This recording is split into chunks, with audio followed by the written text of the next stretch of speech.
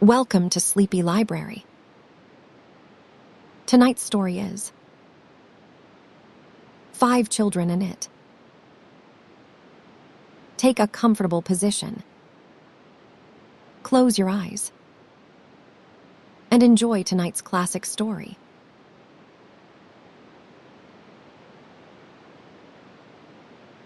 Produced by an anonymous volunteer, GREYFRIRS Bobby, by Eleanor Atkinson I.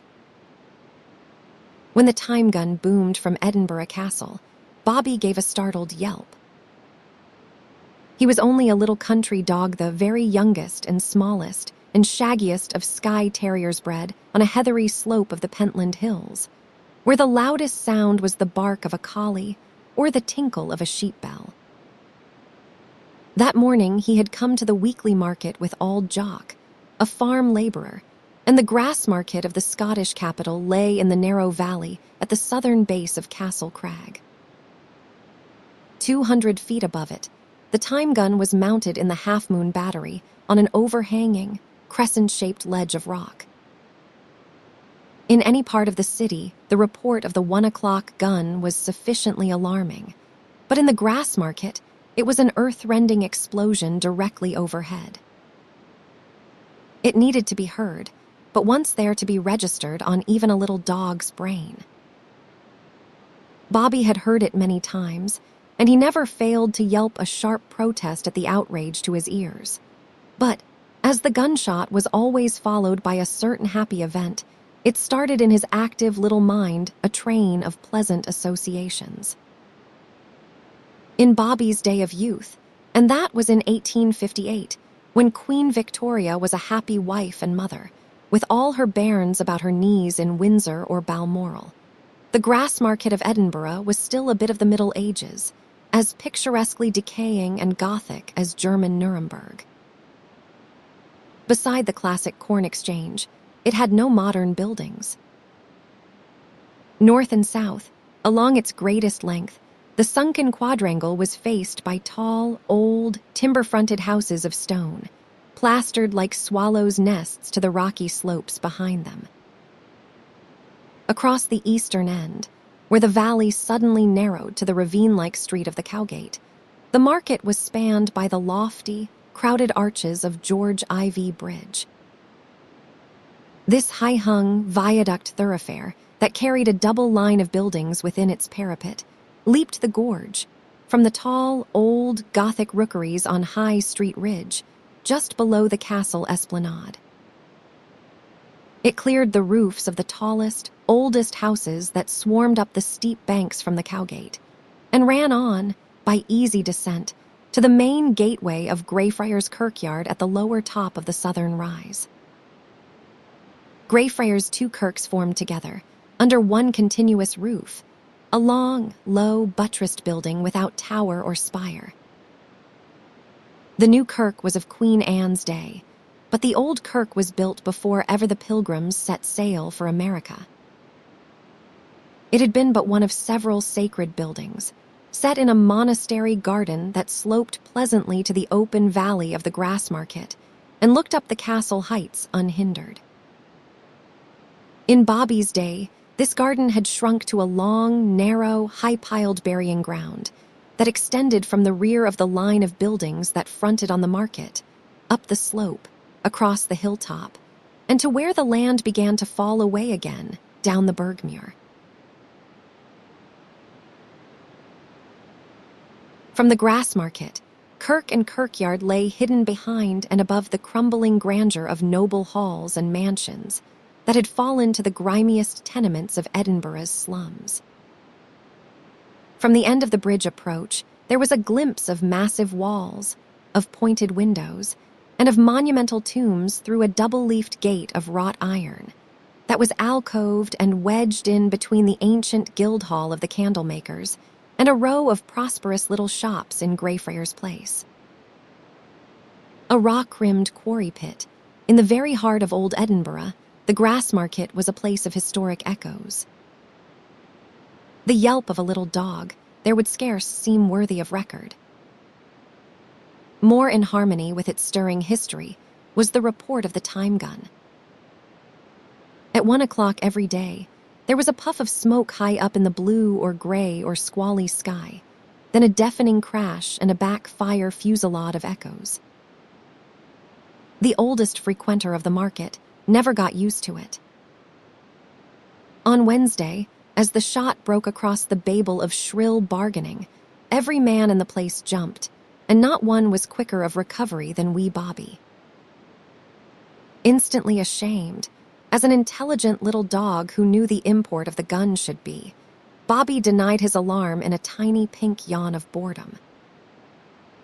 Then he went briskly about his urgent business of finding Auld Jock. The market was closed. In 5 minutes, the great open space was as empty of living men as Greyfriars Kirkyard on a weekday. Drovers and hostlers disappeared at once into the cheap and noisy entertainment of the White Hart Inn that fronted the market and set its squalid back against Castle Rock. Farmers rapidly deserted it for the clean country.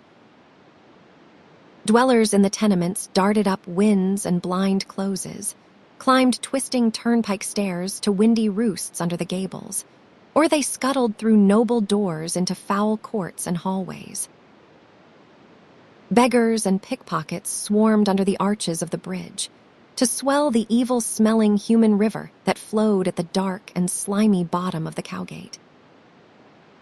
A chill November wind tore at the creaking iron cross of the Knights of St. John, on the highest gable of the Temple tenements, that turned its decaying back on the kirkyard of the Greyfriars. Low clouds were tangled and torn on the castle battlements. A few horses stood about, munching oats from feed boxes. Flocks of sparrows fluttered down from timbered galleries and rocky ledges to feast on scattered grain. Swallows wheeled in wide, descending spirals from mud villages under the cornices to catch flies. Rats scurried out of holes and gleaned in the deserted corn exchange. And round, the empty marketplace raced the frantic little terrier in search of Auld Jock. Bobby knew, as well as any man, that it was the dinner hour. With the time gun, it was Auld Jock's custom to go up to a snug little restaurant. That was patronized chiefly by the decent, poor small shopkeepers, clerks, tenant farmers, and medical students living in cheap lodgings in Greyfriars Place. There, in ye olde Greyfriars dining rooms, owned by Mr. John Trail, and 4 doors beyond the kirkyard gate, was a cozy little inglenook that Auld Jock and Bobby had come to look upon as their own. At its back, above a recessed oaken settle and a table, a tiny paned window looked up and over a retaining wall into the ancient place of the dead. The view of the heaped-up and crowded mounds and thickets of old slabs and throughstones, girt all about by time-stained monuments and vaults, and shut in on the north and east by the backs of shops and lofty slum tenements, could not be said to be cheerful. It suited Auld Jock, however, for what mind he had was of a melancholy turn. From his place on the floor, between his master's hobnailed boots, Bobby could not see the kirkyard, but it would not, in any case, have depressed his spirits. He did not know the face of death, and, a merry little ruffian of a terrier, he was ready for any adventure. On the stone gate pillar was a notice in plain English that no dogs were permitted in Greyfriars. As well as if he could read, Bobby knew that the kirkyard was forbidden ground. He had learned that by bitter experience. Once, when the little wicket gate that held the 2 tall leaves ajar by day chanced to be open, he had joyously chased a cat across the graves and over the western wall onto the broad green lawn of Harriet's hospital. There the little dog's escapade bred other mischief, for Harriet's hospital was not a hospital at all, in the modern English sense of being a refuge for the sick. Built and christened in a day when a Stuart king reigned in Holyrood Palace, and French was spoken in the Scottish court, Harriet's was a splendid pile of a charity school, all towers and battlements and cheerful color and countless beautiful windows. Endowed by a bereft and doubleted goldsmith, Jinglin Geordie Harriet, who had nae brave laddie a his ain. It was devoted to the care and education of pure orphan and faderless boys. There it had stood for more than 2 centuries, in a spacious park, like the country seat of a lowland laird, but hemmed in by sordid markets and swarming slums. The region round about furnished an unfailing supply of pure orphan and faderless boys, who were as light-hearted and irresponsible as Bobby. Hundreds of the Harriet laddies were out in the noon recess, playing cricket and leapfrog, when Bobby chased that unlucky cat over the kirkyard wall. He could go no farther himself, but the laddies took up the pursuit, yelling like Highland clans of old in a foray across the border. The unholy din disturbed the sacred peace of the kirkyard. Bobby dashed back, barking furiously in pure exuberance of spirits. He tumbled gaily over grassy hummocks, frisked saucily around terrifying old mausoleums, wriggled under the most enticing of low-set table tombs, and sprawled, exhausted, but still happy and noisy, at Auld Jock's feet. It was a scandalous thing to happen in any kirkyard. The angry caretaker was instantly out of his little stone lodge by the gate and taking Auld Jock sharply to task for Bobby's misbehavior. The pious old shepherd, shocked himself and publicly disgraced, stood, bonnet in hand, humbly apologetic. Seeing that his master was getting the worst of it, Bobby rushed into the fray, an animated little muff of pluck and fury, and nipped the caretaker's shins. There was a howl of pain, and a mayest michty word that made the ancient tombs stand aghast. Master and dog were hustled outside the gate and into a rabble of jeering slum gammon. What to do about a miserable cat? To Bobby, there was no logic at all in the denouement to this swift, exciting drama. But he understood Auld Jock's shame and displeasure perfectly. Good-tempered as he was gay and clever, the little dog took his punishment meekly, and he remembered it. Thereafter, he passed the kirkyard gate decorously. If he saw a cat that needed harrying, he merely licked his little red chops, the outward sign of a desperate self-control. And a true sport, he bore no malice toward the caretaker. During that first summer of his life, Bobby learned many things.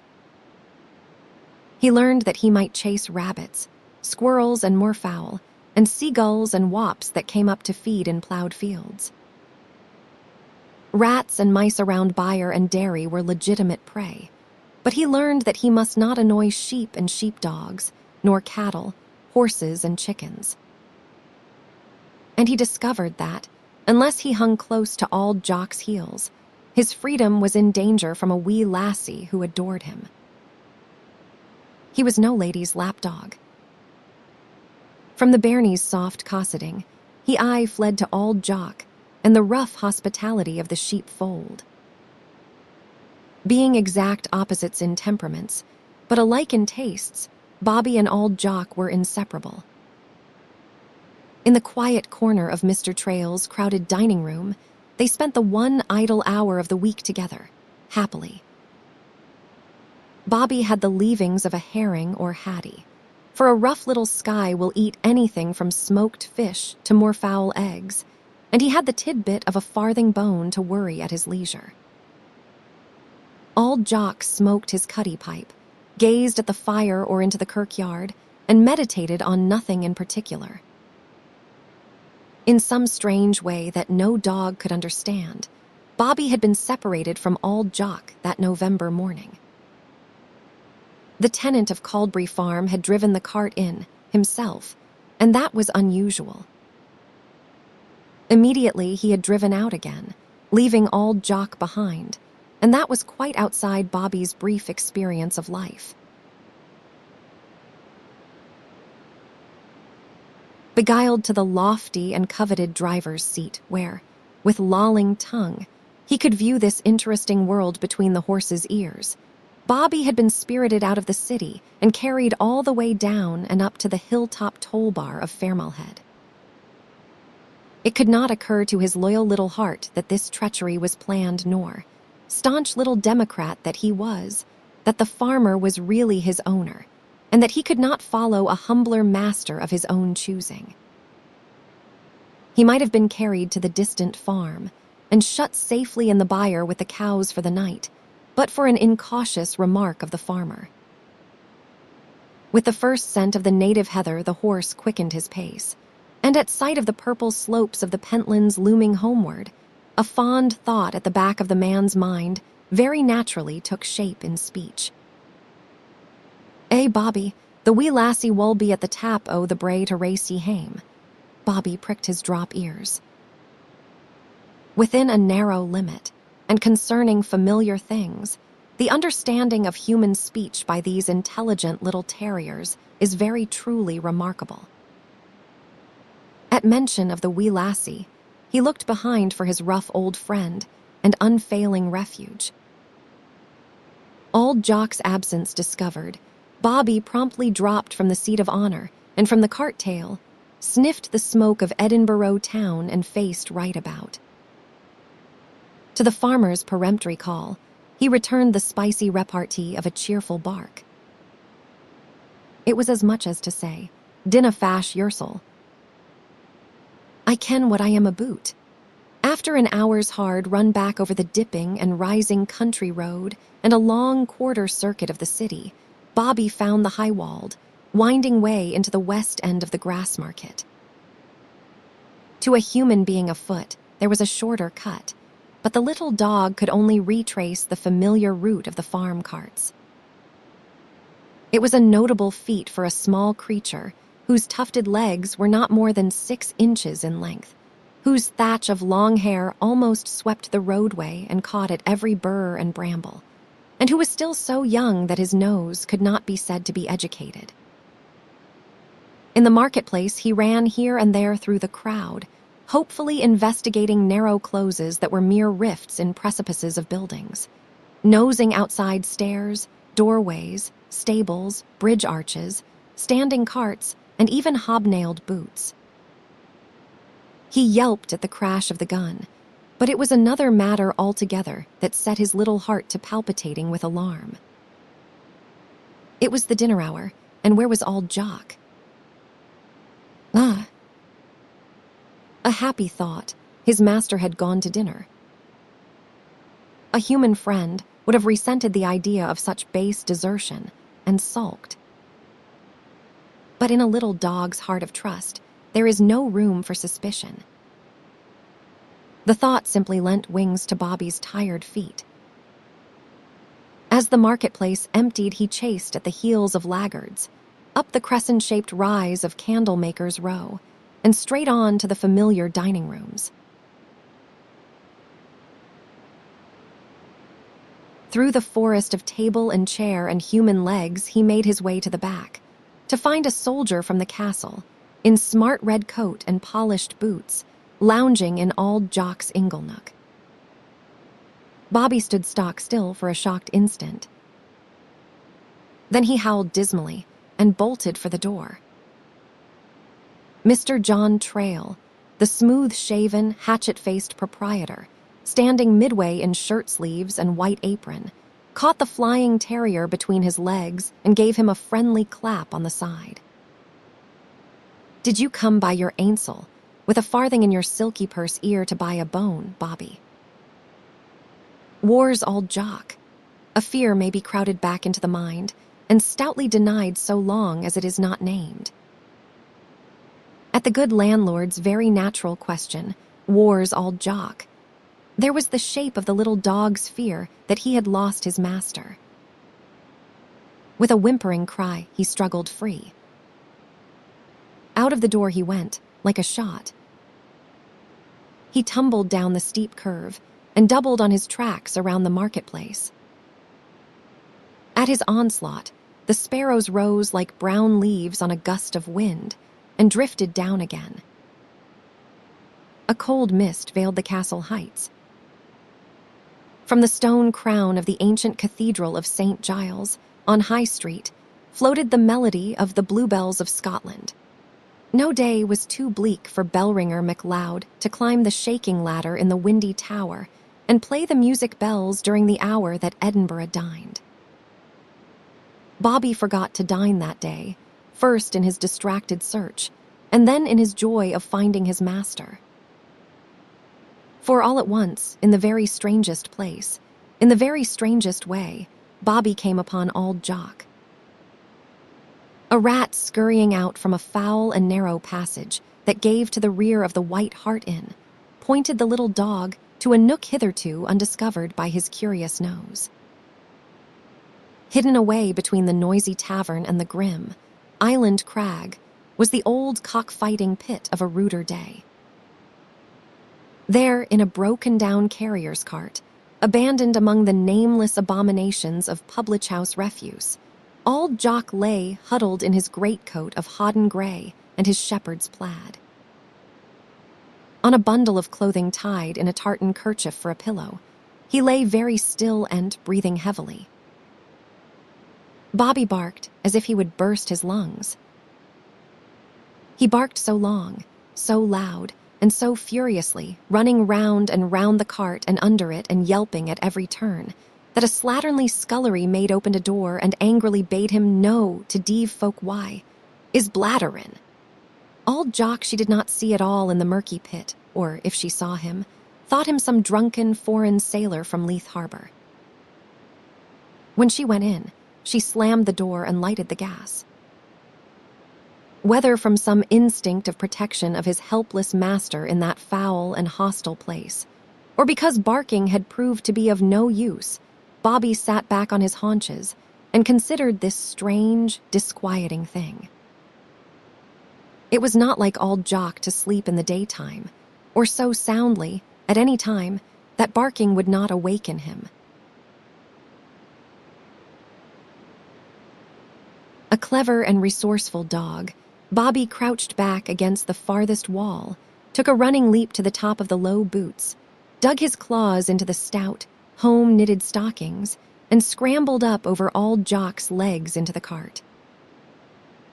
In an instant, he poked his little black mop of a wet muzzle into his master's face and barked once, sharply, in his ear. To Bobby's delight, Auld Jock sat up and blinked his eyes. The old eyes were brighter, the grizzled face redder than was natural, but such matters were quite outside of the little dog's ken. It was a dazed moment before the man remembered that Bobby should not be there. He frowned down at the excited little creature, who was wagging satisfaction from his nose dip to the end of his crested tail, in a puzzled effort to remember why. Bobby," his tone was one of vague reproof. "Nay, do't ye're fair satisfied why you're ainsel." Bobby's feathered tail drooped, but it still quivered, all ready to wag again at the slightest encouragement. Auld Jock stared at him stupidly, his dizzy head in his hands. A very tired, very draggled little dog, Bobby dropped beside his master, panting, subdued by the reproach, but happy. His soft eyes, veiled by the silvery fringe that fell from his high forehead, were deep brown pools of affection. Auld Jock forgot, by and by, that Bobby should not be there, and felt only the comfort of his companionship. "Weel, Bobby," he began again uncertainly.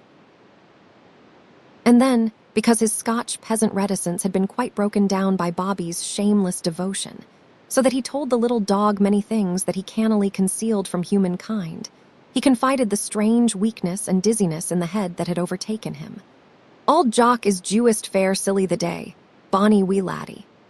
Down came a shaking, hot old hand in a rough caress, and up a gallant young tail to wave like a banner. All was right with the little dog's world again. But it was plain, even to Bobby, that something had gone wrong with Auld Jock. It was the man who wore the air of a culprit.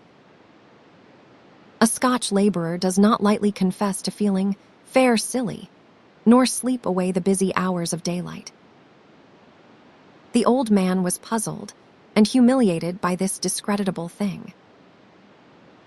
A human friend would have understood his plight, led the fevered man out of that bleak and fetid cul-de-sac, tucked him into a warm bed, comforted him with a hot drink, and then gone swiftly for skilled help. Bobby knew only that his master had unusual need of love.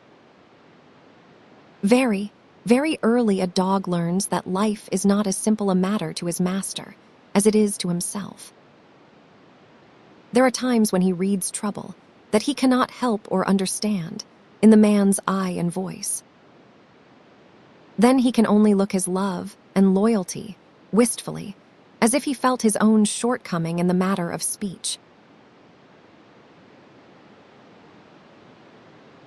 And if the trouble is so great that the master forgets to eat his dinner, forgets, also, the needs of his faithful little friend, it is the dog's dear privilege to bear neglect and hunger without complaint. Therefore, when Auld Jock lay down again and sank, almost at once, into sodden sleep, Bobby snuggled in the hollow of his master's arm and nuzzled his nose in his master's neck. Aye, aye. While the bells played, there grows a bonny briar bush in our kail yard. Auld Jock and Bobby slept. They slept while the tavern emptied itself of noisy guests and clattering crockery, was washed at the dingy, gas-lighted windows that overlooked the cockpit. They slept while the cold fell with the falling day, and the mist was whipped into driving rain. Almost a cave, between shelving rock and house wall, a gust of wind still found its way in now and then. At a splash of rain, Auld Jock stirred uneasily in his sleep. Bobby merely sniffed the freshened air with pleasure and curled himself up for another nap. No rain could wet Bobby. Under his rough outer coat, that was parted along the back as neatly as the thatch along a cottage ridgepole, was a dense, woolly fleece that defied wind and rain, snow and sleet to penetrate. He could not know that nature had not been as generous in protecting his master against the weather. Although of a subarctic breed, fitted to live shelterless if need be, and to earn his living by native wit, Bobby had the beauty, the grace, and the charming manners of a lady's pet. In a litter of prick-eared, wire-haired puppies, Bobby was a sport. It is said that some of the ships of the Spanish Armada, with French poodles in the officers' cabins, were blown far north and west and broken up on the icy coasts of the Hebrides and Skye. Some such crossing of his faraway ancestry, it would seem, had given a greater length and a crisp wave to Bobby's outer coat, dropped and silkily fringed his ears, and powdered his useful slate-gray color with silver frost. But he had the hardiness and intelligence of the sturdier breed, and the instinct of devotion to the working master. So he had turned from a soft-hearted bit lassie of a mistress and the cozy chimney corner of the farmhouse kitchen, and linked his fortunes with this forlorn old laborer. A grizzled, gnarled little man was Auld Jock, of tough fibre, but worn out at last by 50 winters as a shepherd on the bleak hills of Midlothian and Fife, and a dozen more in the low stables and storm-buffeted garrets of Edinburgh. He had come into the world, unnoted in a shepherd's lonely cot. With little wit of mind or skill of hand, he had been a common tool, used by this master, and that for the roughest tasks, when needed, put aside, passed on, and dropped out of mind. Nothing ever belonged to the man but his scant earnings. Wifeless, cotless, bairnless, he had slept since early boyhood under strange roofs, eaten the bread of the hireling, and sat dumb at other men's firesides. If he had another name, it had been forgotten. In youth he was Jock, in age Auld Jock. In his 63rd summer, there was a belated blooming in Auld Jock's soul. Out of some miraculous caprice, Bobby lavished on him a riotous affection. Then up out of the man's subconscious memory came words learned from the lips of a long-forgotten mother. They were words not meant for little dogs at all, but for sweetheart, wife, and bairn. Auld Jock used them cautiously, fearing to be overheard, for the matter was a subject of wonder and rough jest at the farm. He used them when Bobby followed him at the plough tail, or scampered over the heather with him behind the flocks. He used them on the market day journeyings, and on summer nights, when the sea wind came sweetly from the broad firth, and the two slept like vagabonds on a haycock under the stars. The purest pleasure Auld Jock ever knew was the taking of a bright farthing from his pocket to pay for Bobby's delectable bone in Mr. Trail's place. Given what was due him that morning, and dismissed for the season to find such work as he could in the city, Auld Jock did not question the farmer's right to take Bobby back hame. Besides, what could he do with the noisy little rascal in an Edinburgh lodging? But duller of wit than usual, feeling very old and lonely, and shaky on his legs, and dizzy in his head, Auld Jock parted with Bobby and with his courage together. With the instinct of the dumb animal that suffers, he stumbled into the foul nook and fell, almost at once, into a heavy sleep. Out of that, Bobby roused him but briefly. Long before his master awoke, Bobby finished his series of refreshing little naps, sat up, yawned, stretched his short, shaggy legs, sniffed at Auld Jock experimentally, and trotted around the bed of the cart on a tour of investigation. This proving to be of small interest and no profit, he lay down again beside his master, nose on paws, and waited Auld Jock's pleasure patiently. A sweep of drenching rain brought the old man suddenly to his feet and stumbling into the marketplace. The alert little dog tumbled about him, barking ecstatically.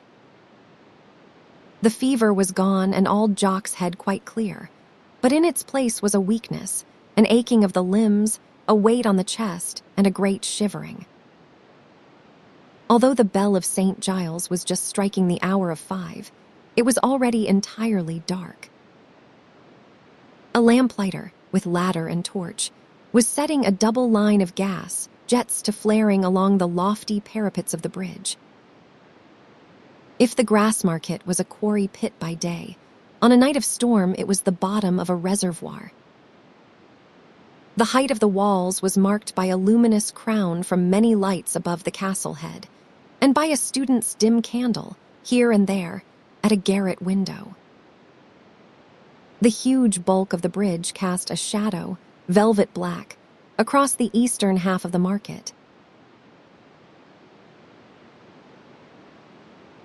Had not Bobby gone before and barked, and run back, again and again, and jumped up on Auld Jock's legs, the man might never have won his way across the drowned place, in the inky blackness and against the slanted blast of icy rain. When he gained the foot of Candlemaker's Row, a crescent of tall, old houses that curved upward around the lower end of Greyfriars Kirkyard, water poured upon him from the heavy timbered gallery of the Cunsey Nook, once the Royal Mint. The carting office that occupied the street floor was closed, or Auld Jock would have sought shelter there. He struggled up the rise, made slippery by rain and grime. Then, as the street turned southward in its easy curve, there was some shelter from the house walls. But Auld Jock was quite exhausted and incapable of caring for himself. In the ancient guild hall of the candlemakers, at the top of the row, was another carting office and Harrow Inn, a resort of country carriers. The man would have gone in there where he was quite unknown, or, indeed, he might even have lain down in the bleak court that gave access to the tenements above, but for Bobby's persistent and cheerful barking, begging and nipping. Maester, maester, he said, as plainly as a little dog could speak, dinna bide here. It is dewest a stap or two to food and fire in the cosy Auld in Glenelg. And then, the level roadway won at last, there was the railing of the bridge approach to cling to, on the one hand, and the upright bars of the kirkyard gate on the other. By the help of these and the urging of wee Bobby, Auld Jock came the short, steep way up out of the market, to the row of lighted shops in Greyfriars Place. With the wind at the back and above the housetops, Mr. Trail stood bareheaded in a dry haven of peace in his doorway, firelight behind him, and welcome in his shrewd grey eyes. If Auld Jock had shown any intention of going by, it is not impossible that the landlord of ye olde Greyfriars dining rooms might have dragged him in bodily. The storm had driven all his customers home. For an hour there had not been a soul in the place to speak to, and it was so entirely necessary for John Trail to hear his own voice that he had been known, in such straits, to talk to himself. Auld Jock was not an inspiring auditor, but a deal better than neathing, and if he proved hopeless, entertainment was to be found in Bobby. So Mr. Trail bustled in before his guests, poked the open fire into leaping flames, and heaped it up skillfully at the back with fresh coals. The good landlord turned from his hospitable task to find Auld Jock streaming and shaking on the hearth. "Man, but you are wet," he exclaimed. He hustled the old shepherd out of his dripping plaid and greatcoat and spread them to the blaze. Auld Jock found a dry, knitted tam-o'-shanter bonnet in his little bundle and set it on his head. It was a moment or two before he could speak without the humiliating betrayal of chattering teeth. "Aye, it is a misty nisht," he admitted with caution. "Misty. Man, it is raining like all the 7 deals were abroad." Having delivered himself of this violent opinion, Mr. Trail fell into his usual philosophically vein. "I have sma patience with the Scotch way of making little of everything. If no had been a lowland Scot, he woulda said the deluge was dewest fair wet." He laughed at his own wit, his thin-featured face and keen grey eyes lighting up to a kindliness that his brusque speech denied in vain. He had a fluency of good English at command that he would have thought ostentatious to use in speaking with a simple country body. Auld Jock stared at Mr. Trail and pondered the matter. By and by he asked, "Wasna the deluge fair wet?" The landlord sighed, but brought to book like that, admitted that it was. Conversation flagged, however, while he busied himself with toasting a smoked herring and dragging roasted potatoes from the little iron oven that was fitted into the brickwork of the fireplace beside the grate. Bobby was attending to his own entertainment. The familiar place wore a new and enchanting aspect and needed instant exploration. By day it was fitted with tables, picketed by chairs and all manner of booths. Noisy and crowded, a little dog that wandered about there was liable to be trodden upon. On that night of storm it was a vast, bright place, so silent one could hear the ticking of the Wagat-the-Wa clock, the crisp crackling of the flames, and the snapping of the coals. The uncovered deal tables were set back in a double line along one wall, with the chairs piled on top, leaving a wide passage of freshly scrubbed and sanded oaken floor from the door to the fireplace. Firelight danced on the dark old wainscoting and high, carved overmantel, winked on rows of drinking mugs and metal covers over cold meats on the buffet, and even picked out the gilt titles on the backs of a shelf of books in Mr. Trail's private corner behind the bar. Bobby shook himself on the hearth to free his raincoat of surplus water. "To the landlord's dry. We are no," needing a shower in the house. "Lie down, Bobby." He wagged his tail politely, as a sign that he heard. But as Auld Jock did not repeat the order, he ignored it and scampered busily about the room, leaving little trails of wet behind him. This grill room of Trail's place was more like the parlor of a country inn, or a farmhouse kitchen if there had been a built-in bed or two, than a restaurant in the city. There, a humble man might see his herring toasted, his bannocks baked on the oven top, or his tea brewed to his liking. On such a night as this, the landlord would pull the settle out of the inglenook to the hearth, set before the solitary guest a small table, and keep the kettle on the hob. "Spread yorsel, on both sides o' the fire, man.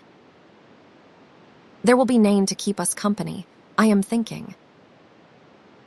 Ilka man that has a roof a his ain will be wearing it for a bonnet the nisht." As there was no answer to this, the skilled conversational angler dropped a bit of bait that the wariest man must rise to. "That is a vera intelligent bit dog, Auld Jock.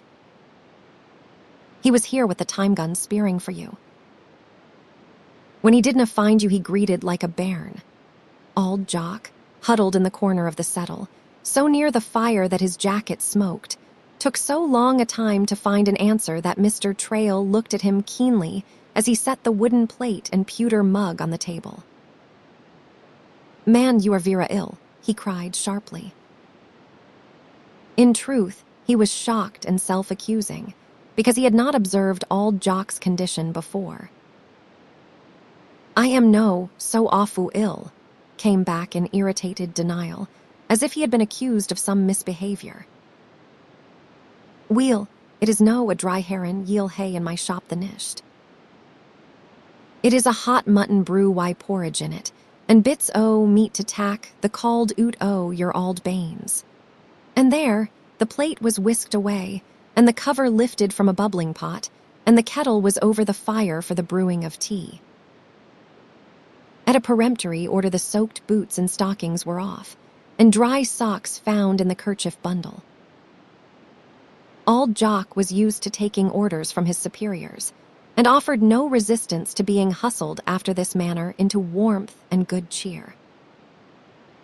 Besides, who could have withstood that flood of homely speech on which the good landlord came right down to the old shepherd's humble level?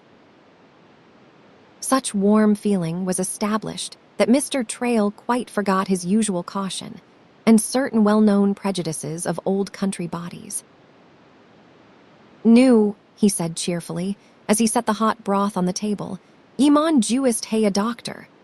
A doctor is the last resort of the unlettered poor." The very threat of one to the Scotch peasant of a half-century ago was a sentence of death. Auld Jock blanched, and he shook so that he dropped his spoon. Mr. Trail hastened to undo the mischief. "It is no a doctor ye'll be needing, Ava, but a bit dose o' physic and a bed in the infirmary a day or twa. I wulna gang to the infirmary. It is Jewist for pure-tune bodies that are aye ailin' and deein'." Fright and resentment lent the silent old man an astonishing eloquence for the moment. "Ye wadna gang to the infirmary your ainsel and tak charity. Would I know? I would go if I so much as cut my sma finger, and I would let a student laddie bind it up for me." "Weel, ye're a saft ain," said Auld Jock. It was a terrible word, saft. John Trail flushed darkly and relapsed into discouraged silence. Deep down in his heart, he knew that a regiment of soldiers from the castle could not take him alive, a free patient, into the infirmary. But what was one to do but lee, right heartily, for the good of this very sick, very poor, homeless old man on a night of pitiless storm? That he had lead to no purpose, and got a saft name, for it was a blow to his pride. Hearing the clatter of fork and spoon, Bobby trotted from behind the bar and saved the day of discomfiture. Time for dinner, indeed. Up he came on his hind legs and politely begged his master for food. It was the prettiest thing he could do, and the landlord delighted in him. "Jai I am a penny plate o' the gude brew," said Auld Jock, and he took the copper coin from his pocket to pay for it. He forgot his own meal in watching the hungry little creature eat. Warmed and softened by Mr. Trail's kindness, and by the heartening food, Auld Jock betrayed a thought that had rankled in the depths of his mind all day. Bobby isna maar een dog. His voice was dull and unhappy. Ah, here was misery deeper than any physical ill. The penny was his, a senseless thing, but poor, old, sick, hameless and kinless, the little dog that loved and followed him wasna his ain. To hide the huskiness in his own voice, Mr. Trail relapsed into broad, burry Scotch. "Dinna fash yoursel, man. The wee beastie is mayest michty fond o' ye, and ilka dog I chooses is ain maester." Auld Jock shook his head and gave a brief account of Bobby's perversity. On the very next market day, the little dog must be restored to the tenant of Colbury Farm, and, if necessary, tied in the cart. It was unlikely, young as he was, that he would try to find his way back, all the way from near the top of the Pentlands. In a day or two, he would forget Auld Jock. I canna say it wulna be sair pardon. And then, seeing the sympathy in the landlord's eye and fearing a disgraceful breakdown, Auld Jock checked his self-betrayal. During the talk, Bobby stood listening. At the abrupt ending, he put his shagged paws up on Auld Jock's knee, wistfully inquiring about this emotional matter. Then he dropped soberly and slunk away under his master's chair. "Aye, he kens we're talking about I am. He is a knowing bit dog." "Have you attended to his Sarah's education, man?" "Nay, he is o'er young. Young is I the time to teach a dog or a bairn that life is no, all play. Man, you should put a sma terrier at the vermin and mak him usifu. It is enug. Gin he is gude company for the wee lassie was fair fond o' I am," Auld Jock answered briefly.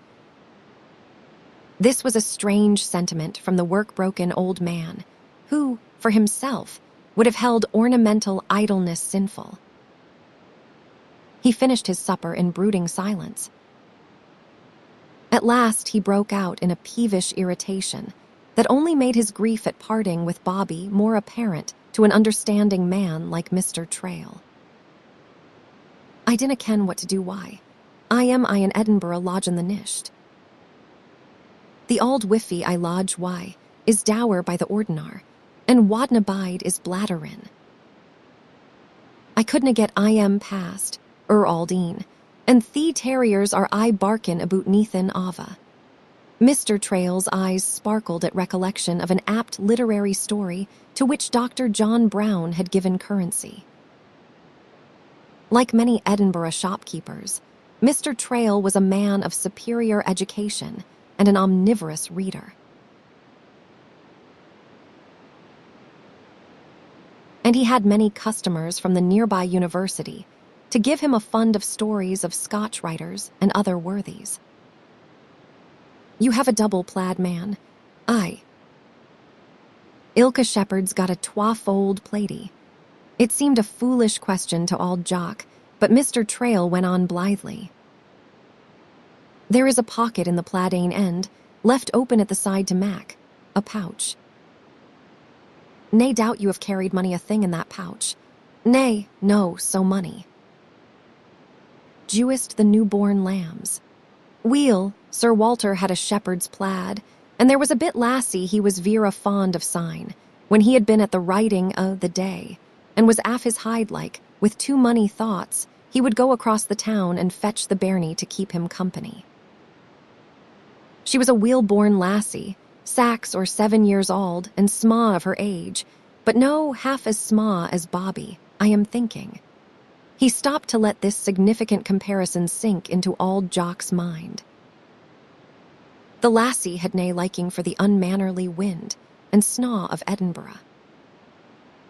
So Sir Walter just happed her in the pouch of his plaid and tumbled her out, snug as a lamb and nane the wiser. In the big room walls were lined with books. Auld Jock betrayed not a glimmer of intelligence as to the personal bearing of the story, but he showed polite interest. I ken Nathan. Aboot Sir Walter or Ani O, the grand folk. Mr. Trail sighed, cleared the table in silence, and mended the fire. It was ill having no one to talk to, but a simple old body who could not put 2 and 2 together and make 4. The landlord lighted his pipe meditatively, and he lighted his cruisy lamp for reading. Auld Jock was dry and warm again. Oh, very, very warm, so that he presently fell into a doze. The dining room was so compassed on all sides, but the front by neighboring house and kirkyard wall, and by the floors above, that only a murmur of the storm penetrated it. It was so quiet, indeed, that a tiny, scratching sound in a distant corner was heard distinctly. A streak of dark silver, as of animated mercury, Bobby flashed past. A scuffle, a squeak, and he was back again, dropping a big rat at the landlord's feet and wagging his tail with pride. Weel done, Bobby. There is a bite and a bone for you here any time a day you call for it. I, a sensible bit dog, will attend to his ain education, and Mac, himsel, Yusufu.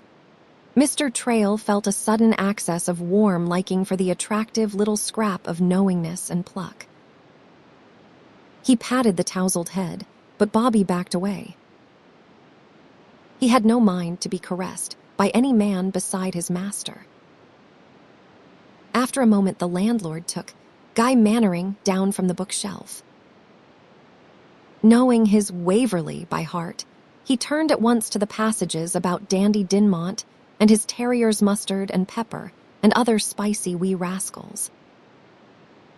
Aye, terriers are sonsie, leal dogs. Auld Jock will have ain true mourner at his funeral.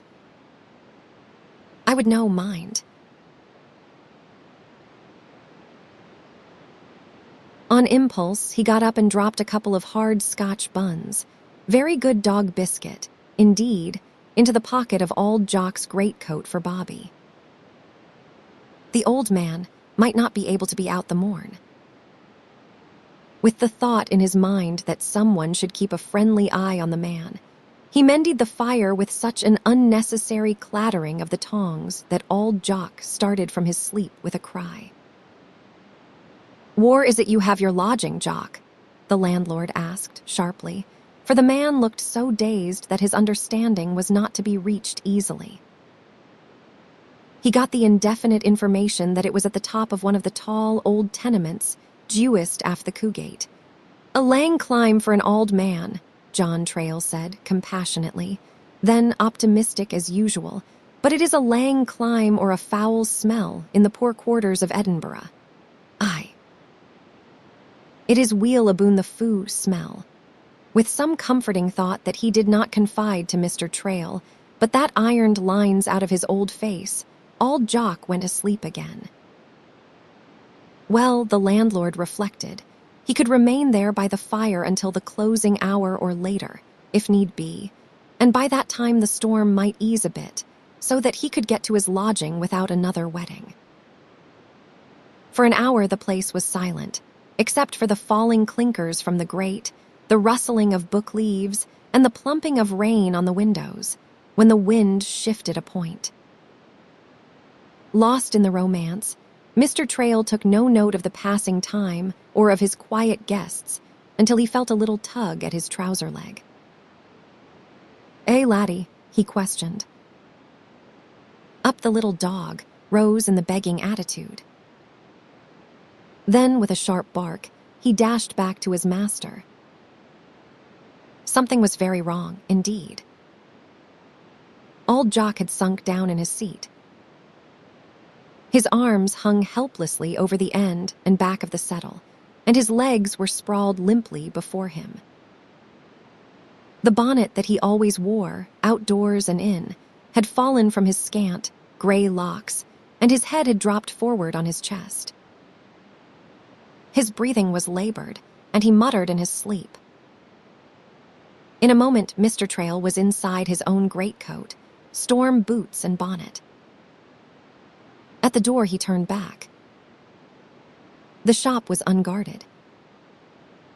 Although Greyfriars Place lay on the hilltop, with the sanctuary of the kirkyard behind it, and the university at no great distance in front, it was but a step up from the thief-infested gorge of the Cowgate.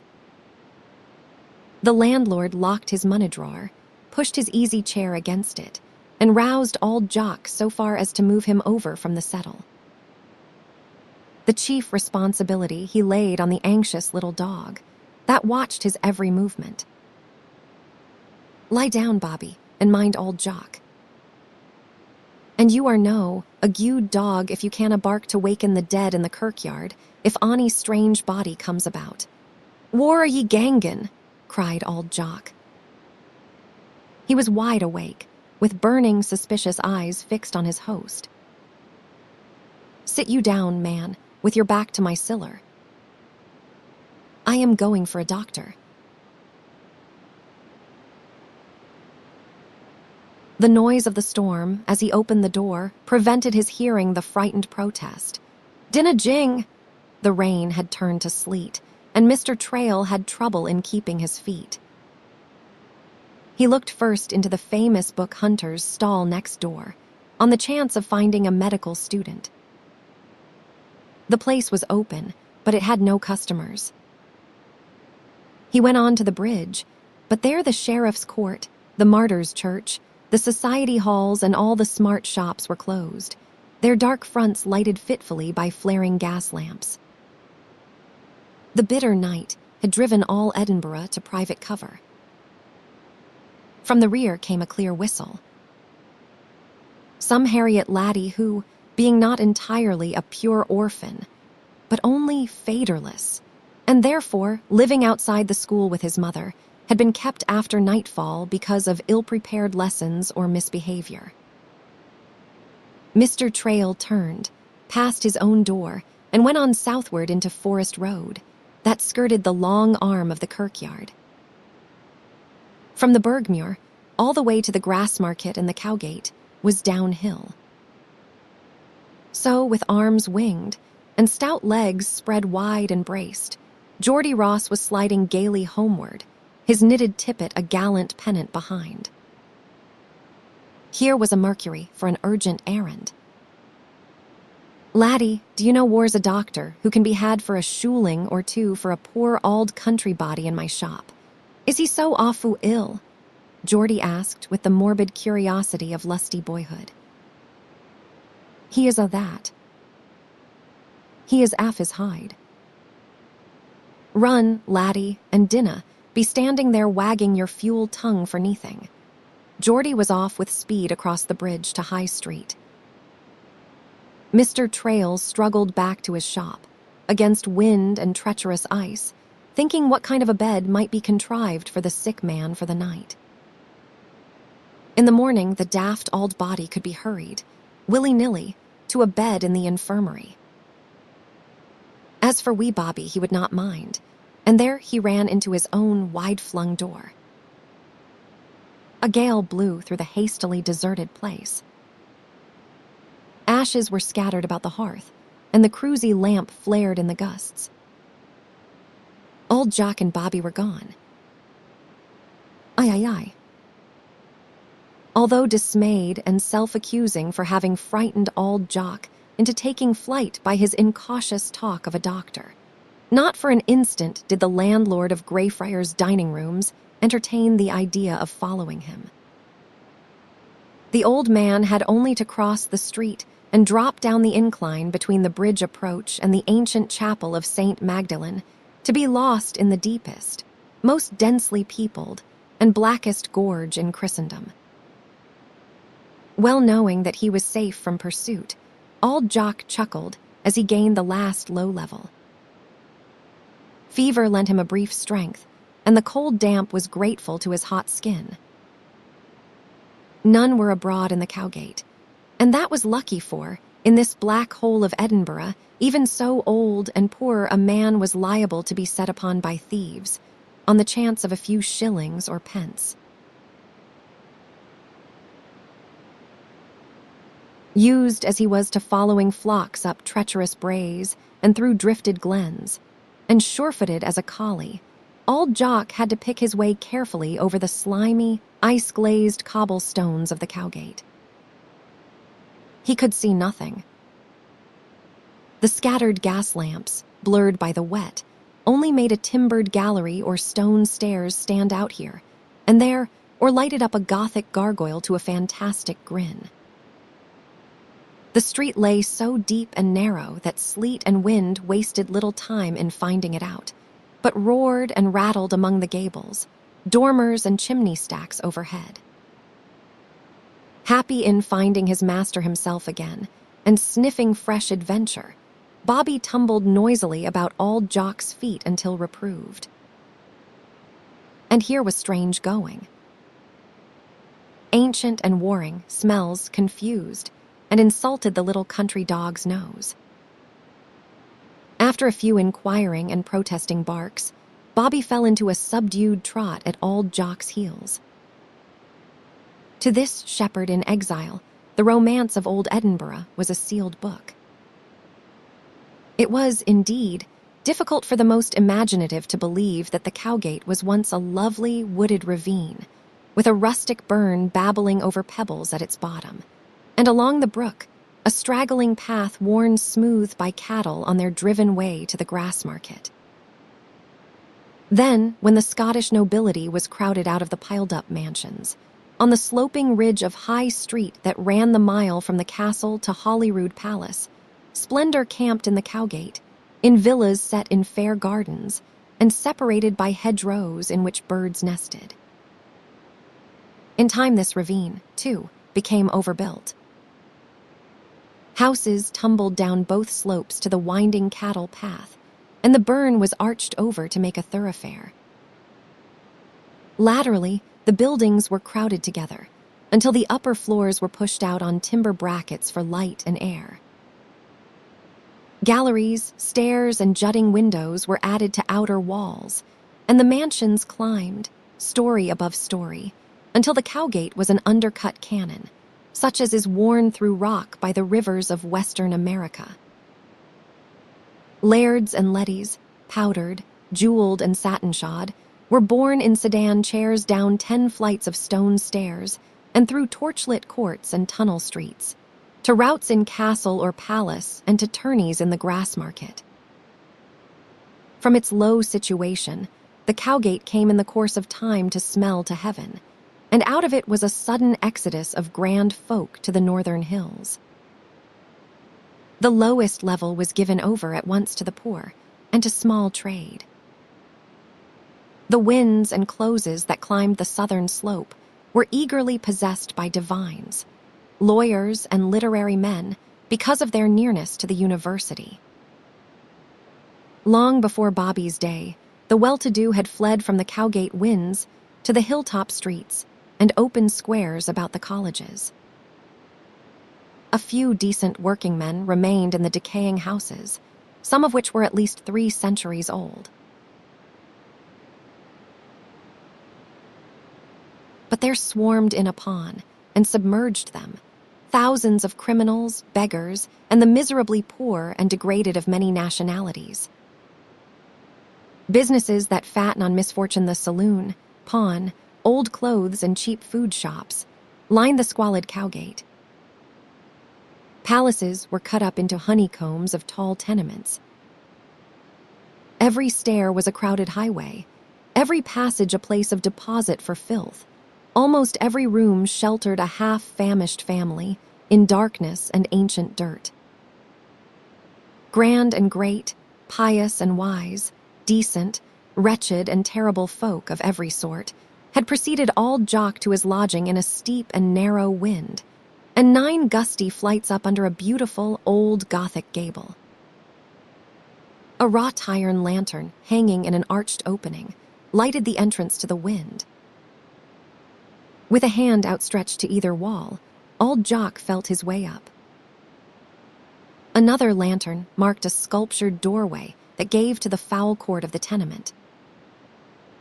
No sky could be seen above the open well of the court, and the carved, oaken banister of the stairs had to be felt for and clung to by one so short of breath.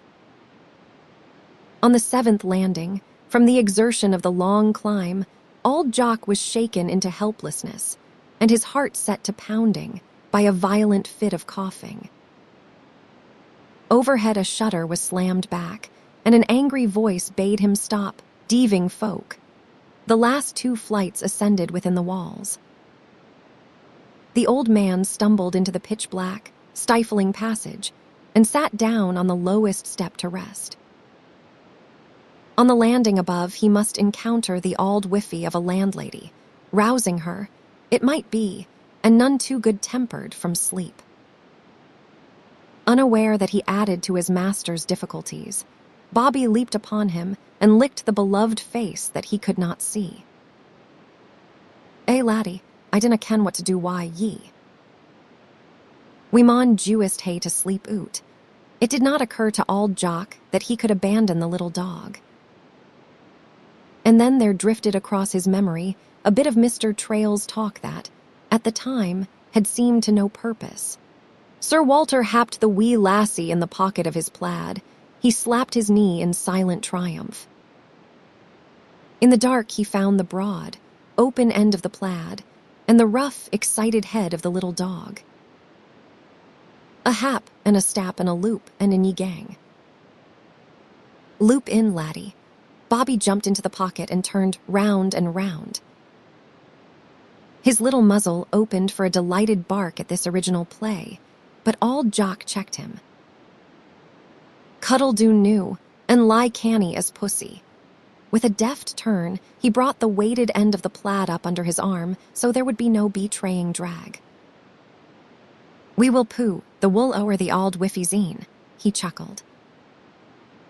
He mounted the stairs almost blithely and knocked on one of the 3 narrow doors that opened on the 2x8 landing. It was opened a few inches, on a chain, and a sordid old face, framed in straggling gray locks and a dirty much cap, peered suspiciously at him through the crevice.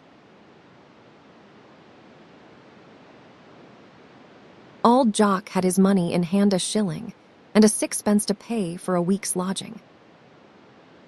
He had slept in this place for several winters, and the old woman knew him well, but she held his coins to the candle and bit them with her teeth to test them.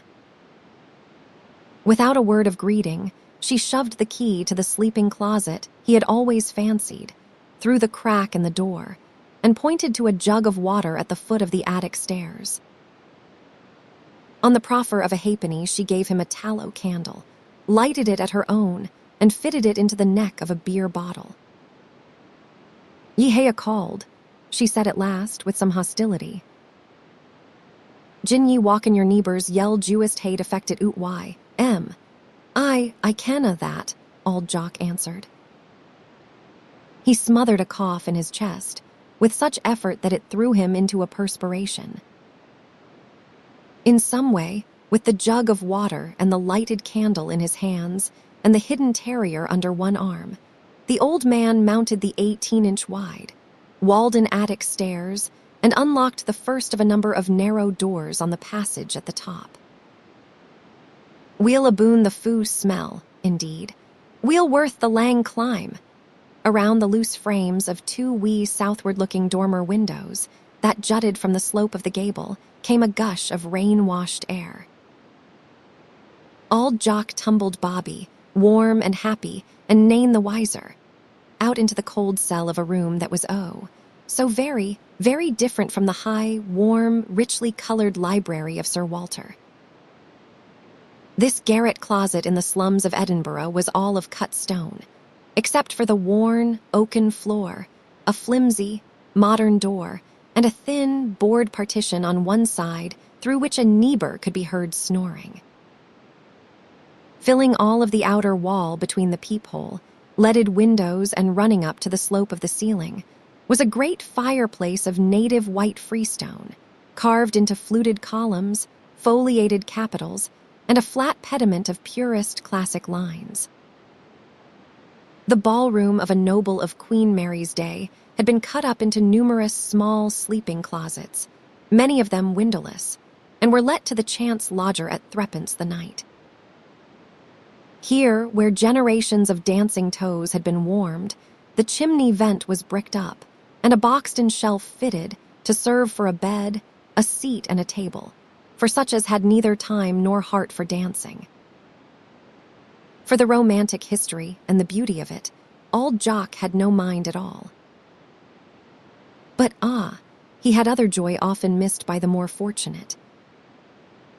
"Be canny, Bobby," he cautioned again. The sagacious little dog understood and pattered about the place silently.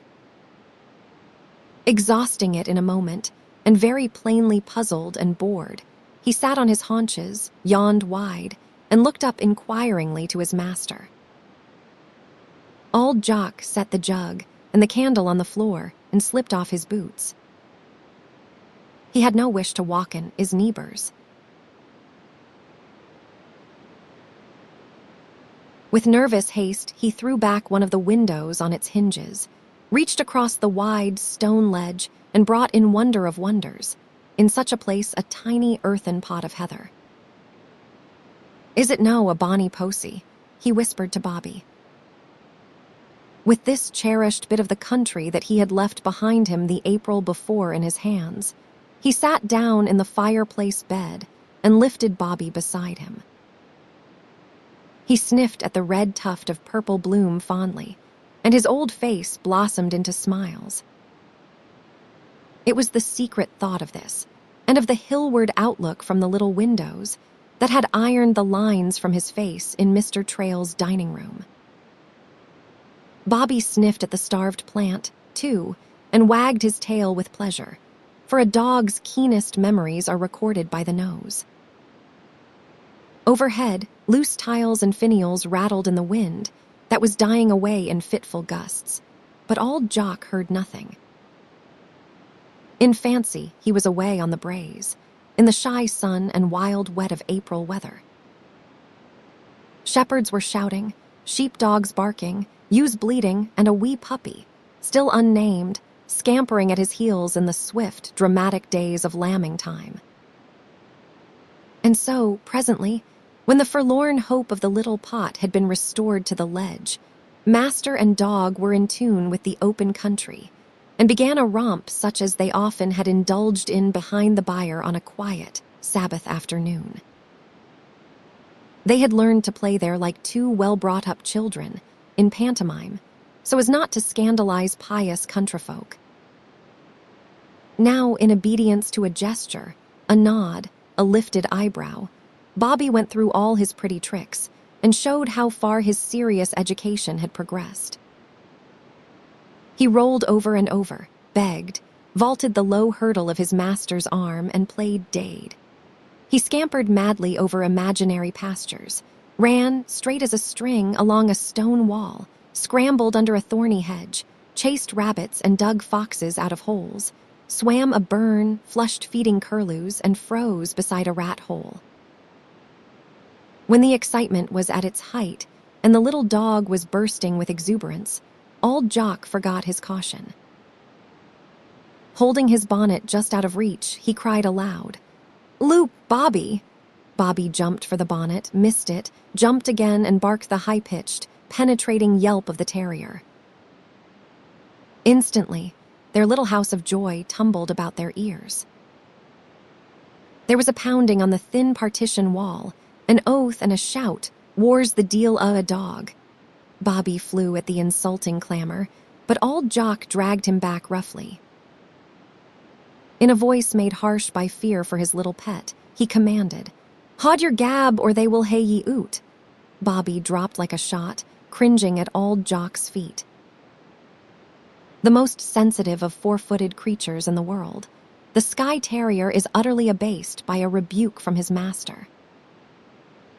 The whole garret was soon in an uproar of vile accusation and shrill denial that spread from cell to cell. Auld Jock glowered down at Bobby with frightened eyes. In the winters, he had lodged there. He had lived unmolested only because he had managed to escape notice. Timid old country body that he was, he could not fecht it out with the thieves and beggars and drunkards of the Cowgate. By and by the brawling died down. In the double row of little dens, this one alone was silent, and the offending dog was not located. But when the danger was past, Auld Jock's heart was pounding in his chest. His legs gave way under him when he got up to fetch the candle from near the door and set it on a projecting brick in the fireplace. By its light, he began to read in a small pocket Bible the psalm that had always fascinated him, because he had never been able to understand it. "The Lord is my shepherd, I shall not want." So far it was plain and comforting. "He maketh me to lie down in green pastures. He leadeth me beside the still waters. Nay, the pastures were brown, or purple and yellow with heather and gorse.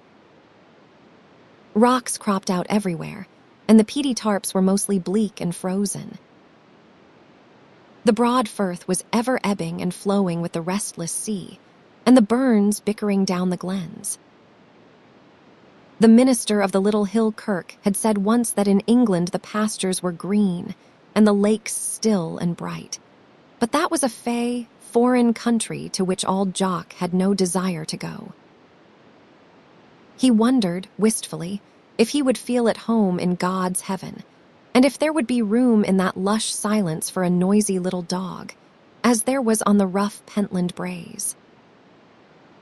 And there his thoughts came back to this cold prison cell, in which he could not defend the right of his one faithful little friend to live. He stooped and lifted Bobby into the bed. Humble and eager to be forgiven for an offense he could not understand, the loving little creature leaped to Auld Jock's arms and lavished frantic endearments upon him. Lying so together in the dark, man and dog fell into a sleep that was broken by Auld Jock's fitful coughing and the abuse of his neighbors. It was not until the wind had long died to a muffled murmur at the casements, and every other lodger was out, that Auld Jock slept soundly. He awoke late to find Bobby waiting patiently on the floor, and the bare cell flooded with white glory. That could mean but one thing. He stumbled dizzily to his feet and threw a sash aback. Over the huddle of high housetops, the university towers and the scattered suburbs beyond, he looked away to the snow-clad slopes of the Pentlands, running up to heaven and shining under the pale winter sunshine. The snaw. Bobby, but it is a bonny sick to Auld Een," he cried with the simple delight of a child. He stooped to lift Bobby to the wonder of it, when the world suddenly went black and roaring around in his head. Staggering back, he crumpled up in a pitiful heap on the floor. Bobby licked his master's face and hands, and then sat quietly down beside him. So many strange, uncanny things had happened within the last 24 hours that the little dog was rapidly outgrowing his irresponsible puppyhood. After a long time, Auld Jock opened his eyes and sat up. Bobby put his paws on his master's knees in anxious sympathy. Before the man had got his wits about him, the time gun boomed from the castle. Panic-stricken that he should have slept in his bed so late, and then lain senseless on the floor for he knew not how long, Auld Jock got up and struggled into his greatcoat, bonnet, and plaid. In feeling for his woolen mittens, he discovered the buns that Mr. Trail had dropped into his pocket for Bobby. The old man stared, and stared at them in piteous dismay. Mr. Trail had believed him to be so ill that he wouldna be oot the morn. It was a staggering thought. The bells of St. Giles broke into over the hills and far away. The melody came to Auld Jock clearly, unbroken by echoes, for the garret was on a level with the cathedral's crown on High Street. It brought to him again a vision of the Midlothian slopes, but it reminded Bobby that it was dinner time. He told Auld Jock so by running to the door and back and begging him, by every pretty while at his command, to go. The old man got to his feet and then fell back, pale and shaken, his heart hammering again. Bobby ate the buns soberly and then sat up against Auld Jock's feet, that dangled helplessly from the bed. The bells died away from the man's ears before they had ceased playing.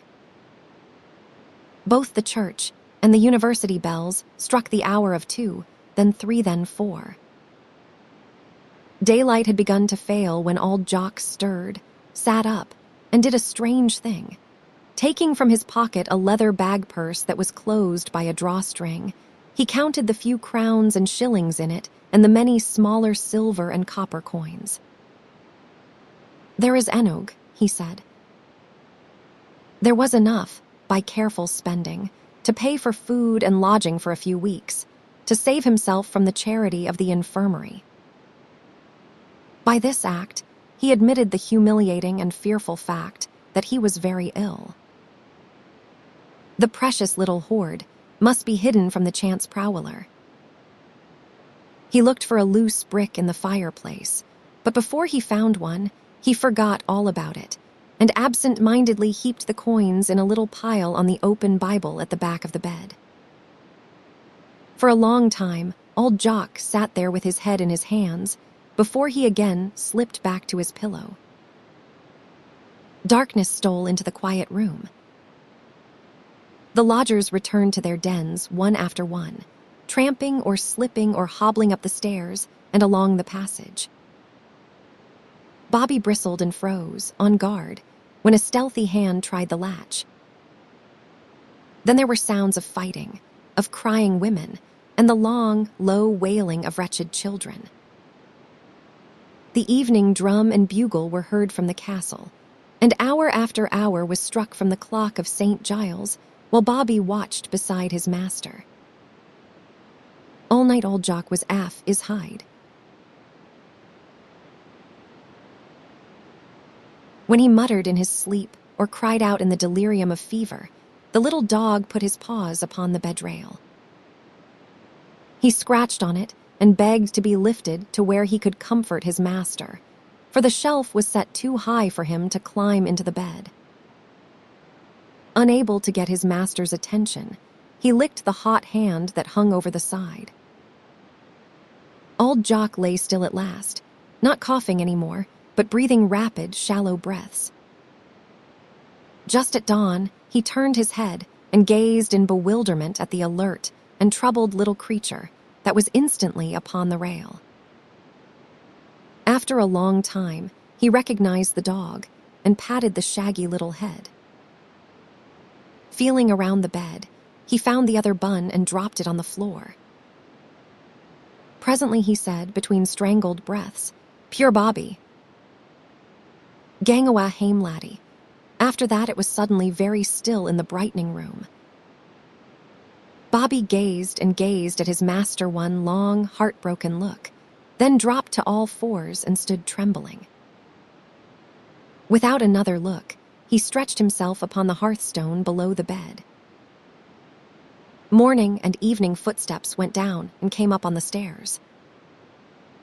Throughout the day the babel of crowded tenement strife, the crying of fishwives and faggot vendors in the court, the striking of the hours, the boom of the time gun and sweet clamor of music bells, the failing of the light and the soaring note of the bugle he watched motionless beside his master. Very late at night, shuffling footsteps came up the stairs. The auld wiffy kept a sharp eye on the comings and goings of her lodgers. It was no canny that this old man, with a cauld in his chest, had gone up full 2 days before and had not come down again.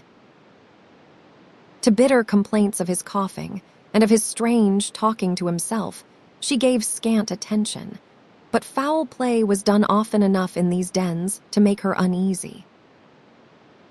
She had no desire to have the burgh police coming about and interfering with her business. She knocked sharply on the door and called, "Auld Jock!" Bobby trotted over to the door and stood looking at it. In such a strait, he would naturally have welcomed the visitor, scratching on the panel and crying to any human body without to come in and see what had befallen his master. But Auld Jock had bade him haud his gab there, as in Greyfriars Kirkyard. So he held to loyal silence, although the knocking and shaking of the latch was insistent and the lodgers were astir. The voice of the old woman was shrill with alarm. "Auld Jock, can ye no walkin'?"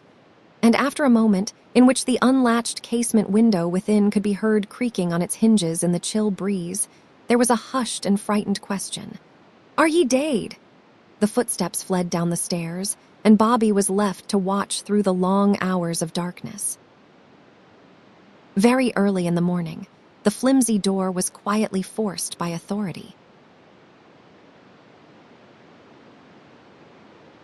The first man who entered, an officer of the crown, from the sheriff's, cord on the bridge took off his hat to the majesty that dominated that bare cell.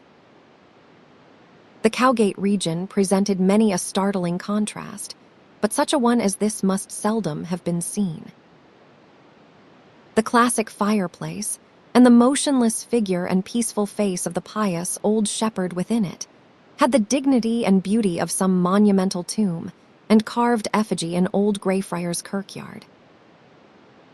Only less strange was the contrast between the marks of poverty and toil on the dead man and the dainty grace of the little fluff of a dog that mourned him. No such men as these officers of Her Majesty, the Queen, burgh policemen, and learned doctors from the Royal Infirmary had ever been aware of Auld Jock, living. Dead, and no needing them any more, they stood guard over him and inquired sternly as to the manner in which he had died. There was a hysterical breath of relief from the crowd of lodgers and tenants when the little pile of coins was found on the Bible. There had been no foul play. Auld Jock had died of heart failure, from pneumonia and worn-out old age. "There is Enog," a burgh policeman said when the money was counted. He meant much the same thing Auld Jock himself had meant. There was enough to save him from the last indignity a life of useful labor can thrust upon the honest poor pauper burial. But when inquiries were made for the name and the friends of this old man, there appeared to be only Auld Jock to enter into the record, and a little dog to follow the body to the grave. It was a Bible reader who chanced to come in from the medical mission in the Cowgate who thought to look in the flyleaf of Auld Jock's Bible. "His name is John Gray." He laid the worn little book on Auld Jock's breast and crossed the work-scarred hands upon it. "It is something by the ordinar to find a gude auld country body in such a foul place." He stooped and patted Bobby and noted the bun, untouched, upon the floor. Turning to a wild elf of a barefooted child in the crowd, he spoke to her. "Would you share your gude brose with the bit dog, lassie?" She darted down the stairs and presently returned with her own scanty bowl of breakfast porridge.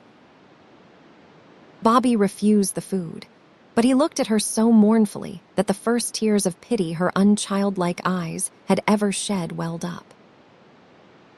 She put out her hand timidly and stroked him. It was just before the report of the time gun that 2 policemen cleared the stairs, shrouded Auld Jock in his own greatcoat and plaid, and carried him down to the court. There they laid him in a plain box of white deal that stood on the pavement, closed it, and went away down the wind on a necessary errand. The Bible reader sat on an empty beer keg to guard the box, and Bobby climbed on the top and stretched himself above his master. The court was a well, more than 100 feet deep. What sky might have been visible above it was hidden by tier above tier of dingy, tattered washings. The stairway filled again, and throngs of outcasts of every sort went about their squalid businesses, with only a curious glance or so at the pathetic group. Presently, the policemen returned from the cowgate with a motley assortment of pallbearers. There was a good-tempered Irish laborer from a nearby brewery, a decayed gentleman, unsteady of gait and blear-eyed, in greasy frock coat and broken hat, a flashily dressed bartender who found the task distasteful, a stout, bent-backed faggot carrier, a drunken fisherman from New Haven, suddenly sobered by this uncanny duty, and a furtive, jail-bleached thief who feared a trap and tried to escape. Tailed by scuffling gammons, the strange little procession moved quickly down the wind and turned into the roaring cowgate. The policeman went before to force a passage through the press. The Bible reader followed the box, and Bobby, head and tail down, trotted unnoticed beneath it. The humble funeral train passed under a bridge arch into the empty Grassmarket and went up Candlemaker's Row to the Kirkyard Gate. Such as Auld Jock now, by unnumbered thousands, were coming to lie among the grand and great, laird and leddy, poet and prophet, persecutor and martyr, in the piled-up, historic burying ground of old Greyfriars. By a gesture, the caretaker directed the bearers to the right, past the church, and on down the crowded slope to the north, that was circled about by the backs of the tenements in the Grassmarket and Candlemaker's Row. The box was lowered at once, and the pallbearers hastily departed to delayed dinners. The policemen had urgent duties elsewhere. Only the Bible reader remained to see the grave partly filled in, and to try to persuade Bobby to go away with him. But the little dog resisted with such piteous struggles that the man put him down again. The grave digger leaned on his spade for a bit of professional talk. Many a dog gangs daft and greets like a human body when his maester dees. They are I put oot, a time or twa, and they gang to follick that ken them, and sign they tack to ithers. Dinna fash yersel aboot I am. He wulna greet lang. Since Bobby would not go, there was nothing to do but leave him there, but it was with many a backward look and disturbing doubt that the good man turned away.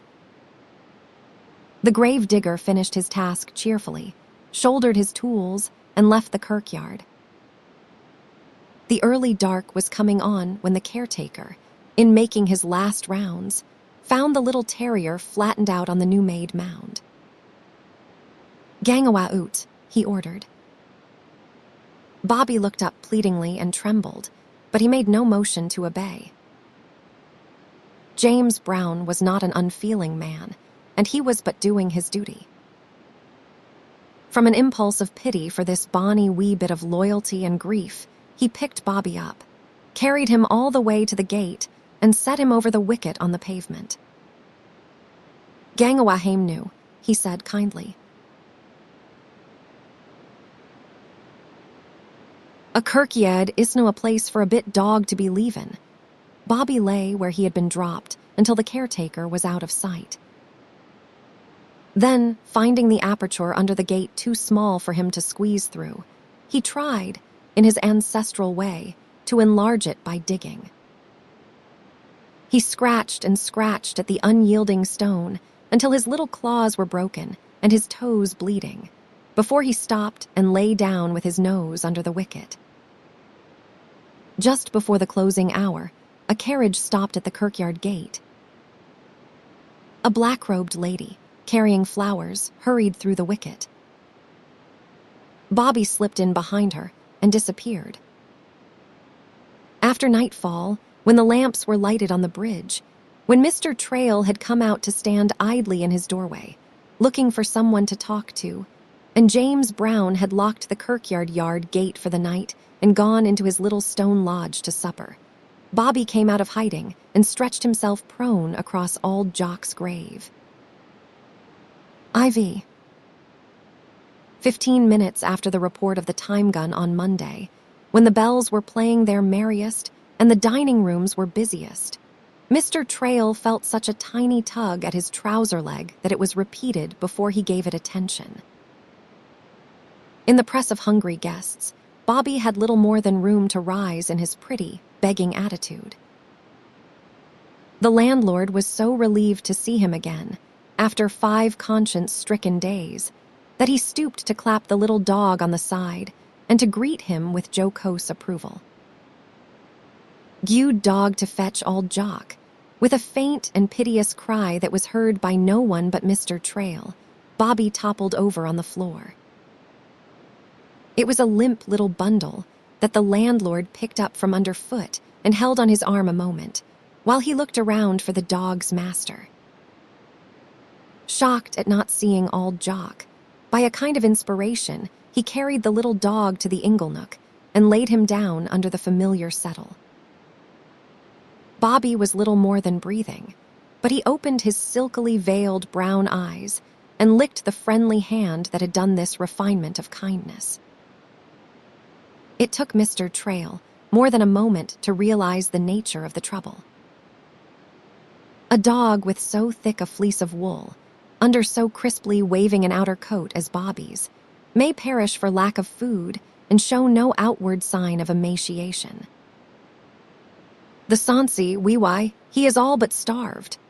Pale with pity, Mr. Trail snatched a plate of broth from the hands of a gaping waiter laddie, set it under Bobby's nose, and watched him begin to lap the warm liquid eagerly.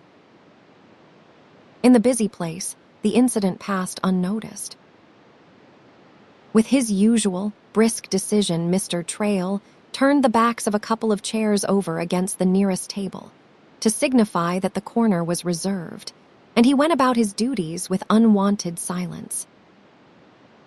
As the crowd thinned, he returned to the inglenook to find Bobby asleep, not curled up in a tousled ball, as such a little dog should be, but stretched on his side and breathing irregularly.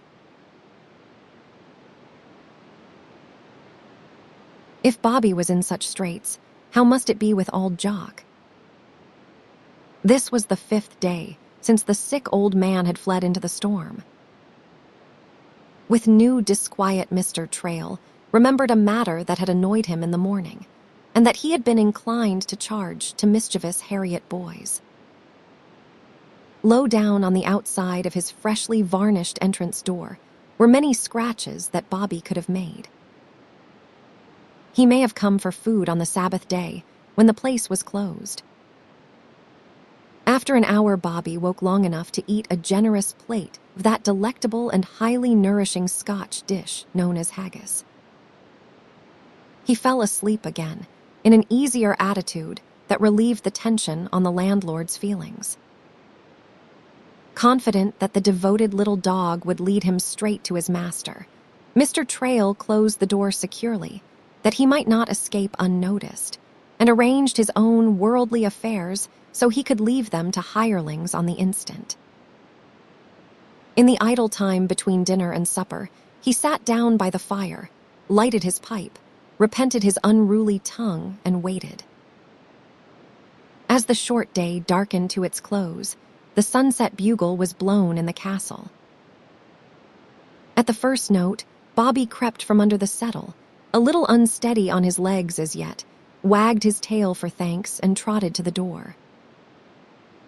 Mr. Trail had no trouble at all in keeping the little dog in sight to the kirkyard gate, for in the dusk his coat shone silvery white. Indeed, by a backward look now and then, Bobby seemed to invite the man to follow, and waited at the gate with some impatience for him to come up. Help was needed there. By rising and tugging at Mr. Trail's clothing, and then jumping on the wicket, Bobby plainly begged to have it opened.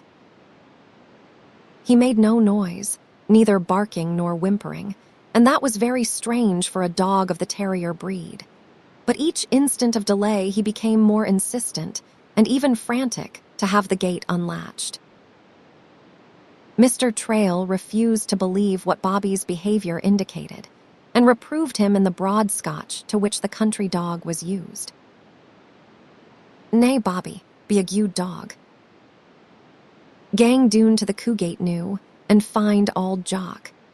Uttering no cry at all, Bobby gave the man such a woebegone look and dropped to the pavement, with his long muzzle as far under the wicket as he could thrust it, that the truth shot home to Mr. Trail's understanding.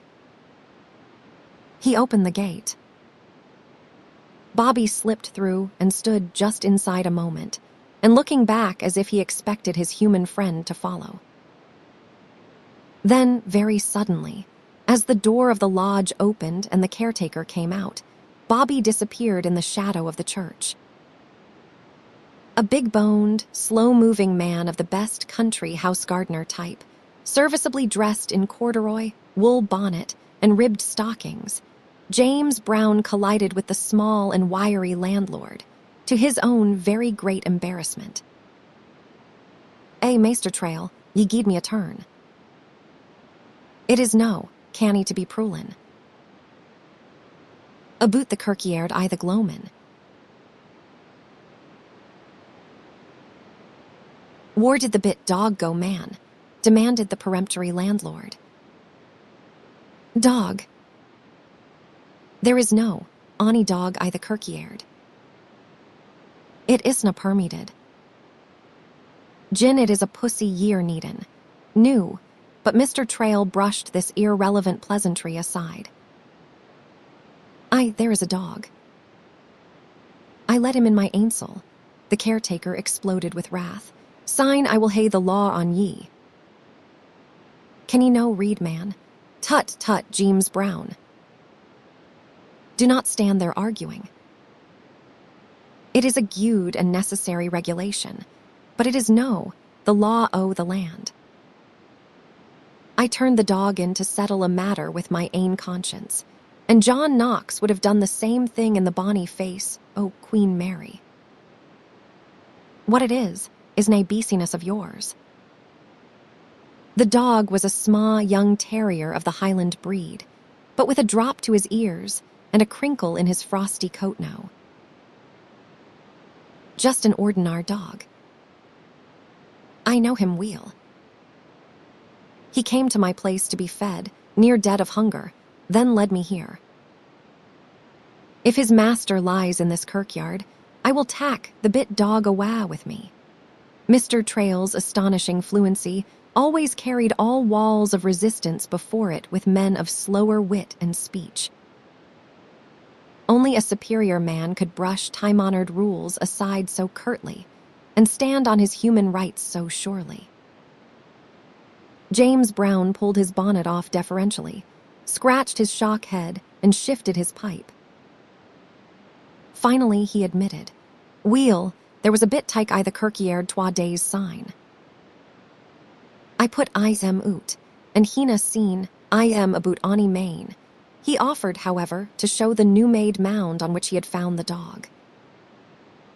Leading the way past the church, he went on down the terraced slope, prolonging the walk with conversation, for the guardianship of an old churchyard offers very little such lively company as John Trail's. "I mind, new, it was some pure body frae the Coogate. Why, no ony mourners but the sma terrier aineth the coffin. I let Iam pass, no. To Mac, a disturbance at a bury-in. The deal box was fetched up by the police, and carried by sic a crew o' jailbirds as wad Mac, ye turn ower in your ain God's hole. But he paid for his bury-in why, his ain siller, and new lies as canny as the nobility. Nae boot here is the place, Maister Trail, and ye can see for your ainsel there is no any dog. Aye, that would be Auld Jock and Bobby would no be leaving him, insisted the landlord stubbornly. He stood looking down at the rough mound of frozen clods, heaped in a little space of trampled snow. "James Brown," Mr. Trail said at last. "The man wha lies here was a decent, pious auld country body, and I drove him to his miserable death in the Cowgate." "Man, ye dinna ken what ye're sayin'," was the shocked response. "Do I know? I am canny by the ordinar, but my fuel tongue will get me into trouble with the magistrates one of these days." It aye wags at both ends, and is no tied in the middle. Then, staunch Calvinist that he was, and never dreaming that he was indulging in the sinful pleasure of confession, Mr. Trail poured out the story of Auld Jock's plight and of his own shortcomings. It was a bitter, upbraiding thing that he, an uncommonly capable man, had meant so well by a humble old body, and done so ill. And he had failed again when he tried to undo the mischief. The very next morning, he had gone down into the perilous Cowgate and inquired in every place where it might be possible for such a timid old shepherd to be known.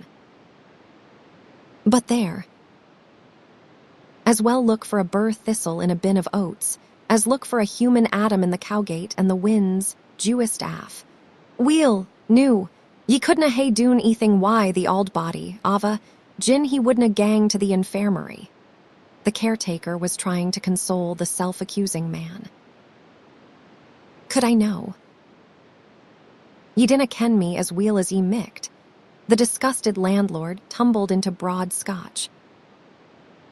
"Jie me to do it ance mare, and I would charge Auld Jock why, thievin' ma siller, why a wink o' the e at the police to Mac, them ken I was lean. And sign they would hae hustled I am aff, willy-nilly, to a snug bed." The energetic little man looked so entirely capable of any daring deed that he fired the caretaker into enthusiastic search for Bobby. It was not entirely dark, for the sky was studded with stars, snow lay in broad patches on the slope, and all about the lower end of the kirkyard supper candles burned at every rear window of the tall tenements. The two men searched among the nearby slabs and table tombs, and scattered thorn bushes. They circled the monument to all the martyrs who had died heroically, in the Grassmarket and elsewhere, for their faith. They hunted in the deep shadows of the buttresses along the side of the Auld Kirk, and among the pillars of the octagonal portico to the new. At the rear of the long, low building that was clumsily partitioned across for two pulpits stood the ornate tomb of Blewity Mackenzie. But Bobby had not committed himself to the mercy of the hanging judge, nor yet to the care of the doughty minister, who, from the pulpit of Greyfriars Auld Kirk, had flung the blood and tear-stained covenant in the teeth of persecution. The search was continued past the modest Scott family burial plot and on to the west wall. There was a broad outlook over Harriet's hospital grounds, a smooth and shining expanse of unsullied snow about the early Elizabethan pile of buildings. Returning, they skirted the lowest wall below the tenements, for in the circling line of courtyarded vaults, where the nobility of Scotland lay haughtily apart under time-stained marbles, were many shadowy nooks in which so small a dog could stow himself away. Skulking cats were flushed there and sent flying over aristocratic bones, but there was no trace of Bobby. The second tier of windows of the tenements was level with the kirkyard wall, and several times Mr. Trail called up to a lighted casement where a family sat at a scant supper. "Have you seen a bit dog, man?" There was much cordial interest in his quest, windows opening and faces staring into the dusk, but not until near the top of the row was a clue gained. Then, at the query, an unkempt, ill-clad lassie slipped from her stool and leaned out over the pediment of a tomb. She had seen a wee doggy jinkin amming the stands. It was on the Sabbath evening, when the well-dressed folk had gone home from the afternoon services. She was eating her porridge at the window, by her lane, when he keeked up at her so knowing and begged so bonny, that she balanced her bit bowl on a lath and pushed it over on the kirkyard wall. As she finished the story, the big, blue eyes of the little maid, who doubtless had herself known what it was to be hungry, filled with tears. The wee tyke couldna loop up to it, and a deal o' a pussy got it He was so bonny, like a leddy's pet, and syne he fell ower on the snawin'. Creep it awa. He didna cry oot, but he was but dade why hunger. At the memory of it, soft-hearted Ailey Lindsay sobbed on her mother's shoulder. The tale was retold from one excited window to another, all the way around and all the way up to the gables. So quickly could some incident of human interest make a social gathering in the populous tenements.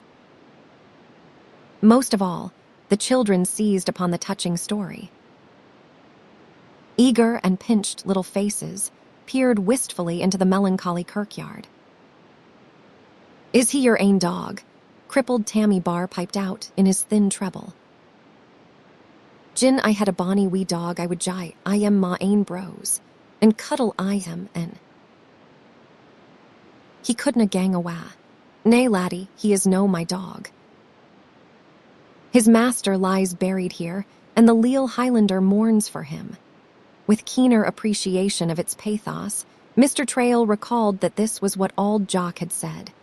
"Bobby isna ma ain dog," and he was conscious of wishing that Bobby was his own, with his unpurchasable love and a loyalty to face starvation. As he mounted the turfed terraces, he thought to call back, "If you see him again, lassie, call him Bobby, and fetch him up to Greyfriars' dining rooms. I have a bright siller shuling, with the Queen's bonny face on it, to give the bairn that finds Bobby." There was excited comment on this. He must, indeed, be an attractive dog to be worth a shilling. The children generously shared plans for capturing Bobby. But presently the windows were closed, and supper was resumed. The caretaker was irritable. "Noo, ye'll hae them a oot swarmin' ower the kirkyard. There is nae coontin' the bairns o' the neighbourhood, and nane o' them are so weel browt up as they micht be." Mr. Trail commented upon this philosophically. "A bairn is like a dog in mony ways.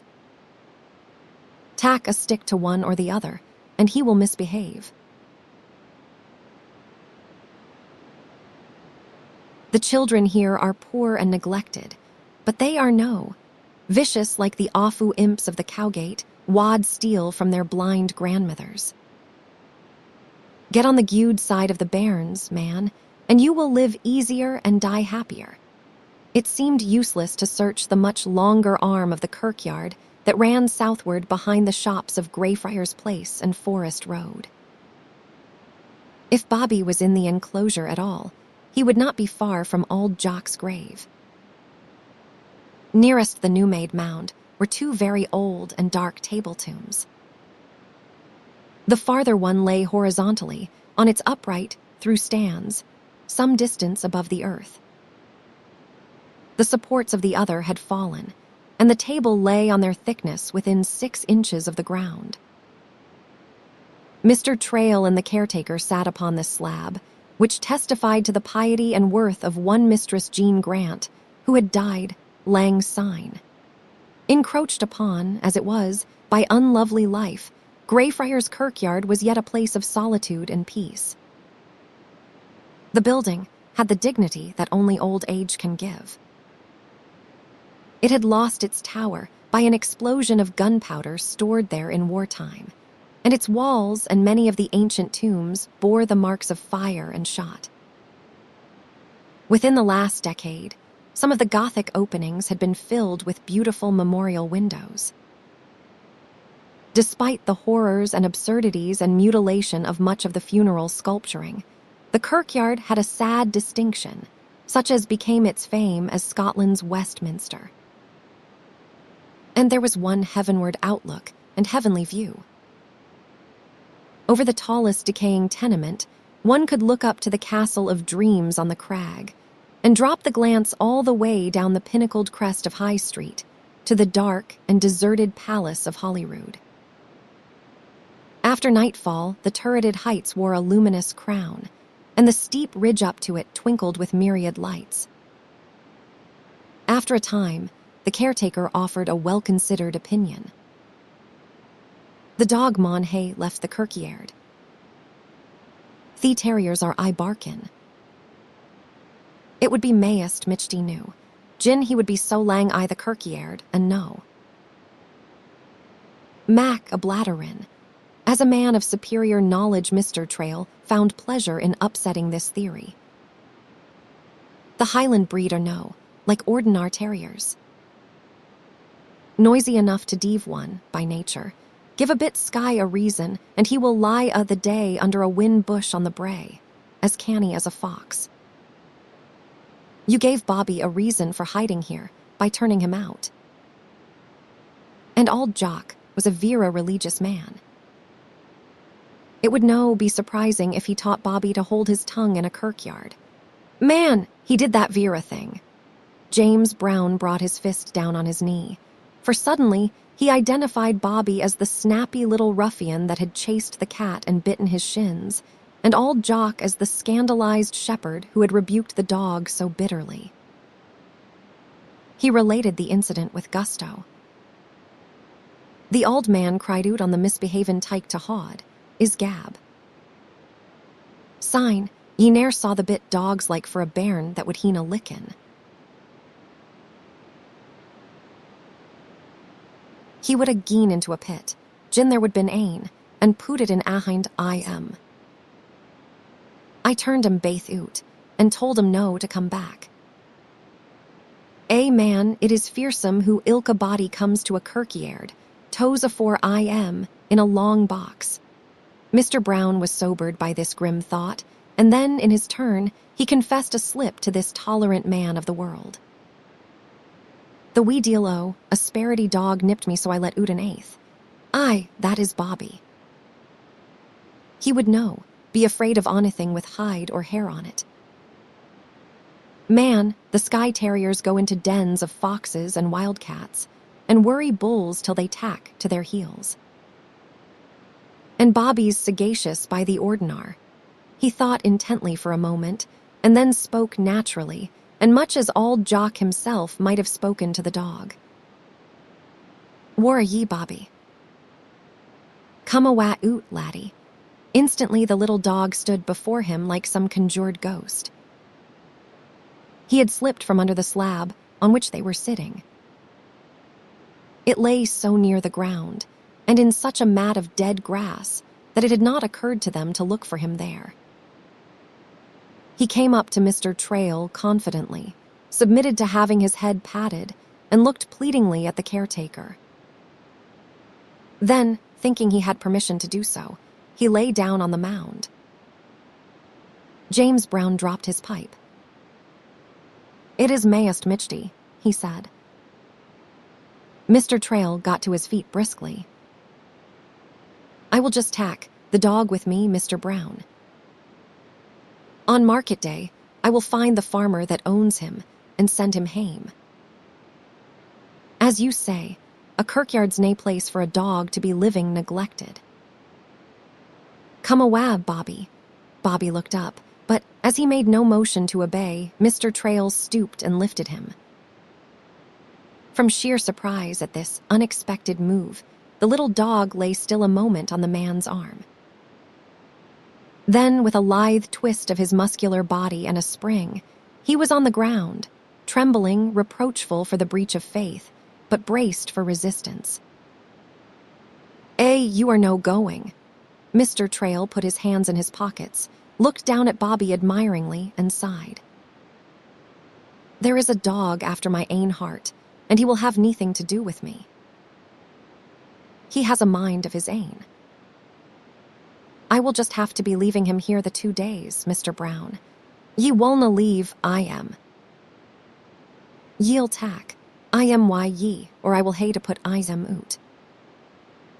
Man, I couldna hod the place gin I brack the rules. You will no put the wee dog out. Mr. Trail shook a playful, emphatic finger under the big man's nose. Why wull I know? Because, man, you have a vera soft heart and you canna deny it.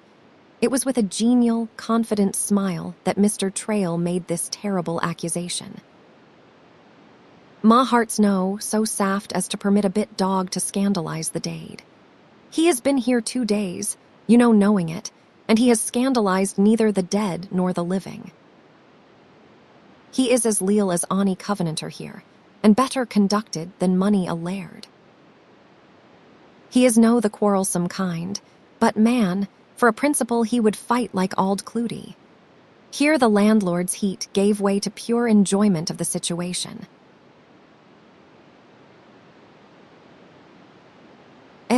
I would like to see you put him out. It would be another Flodden Field. The angry caretaker shrugged his broad shoulders.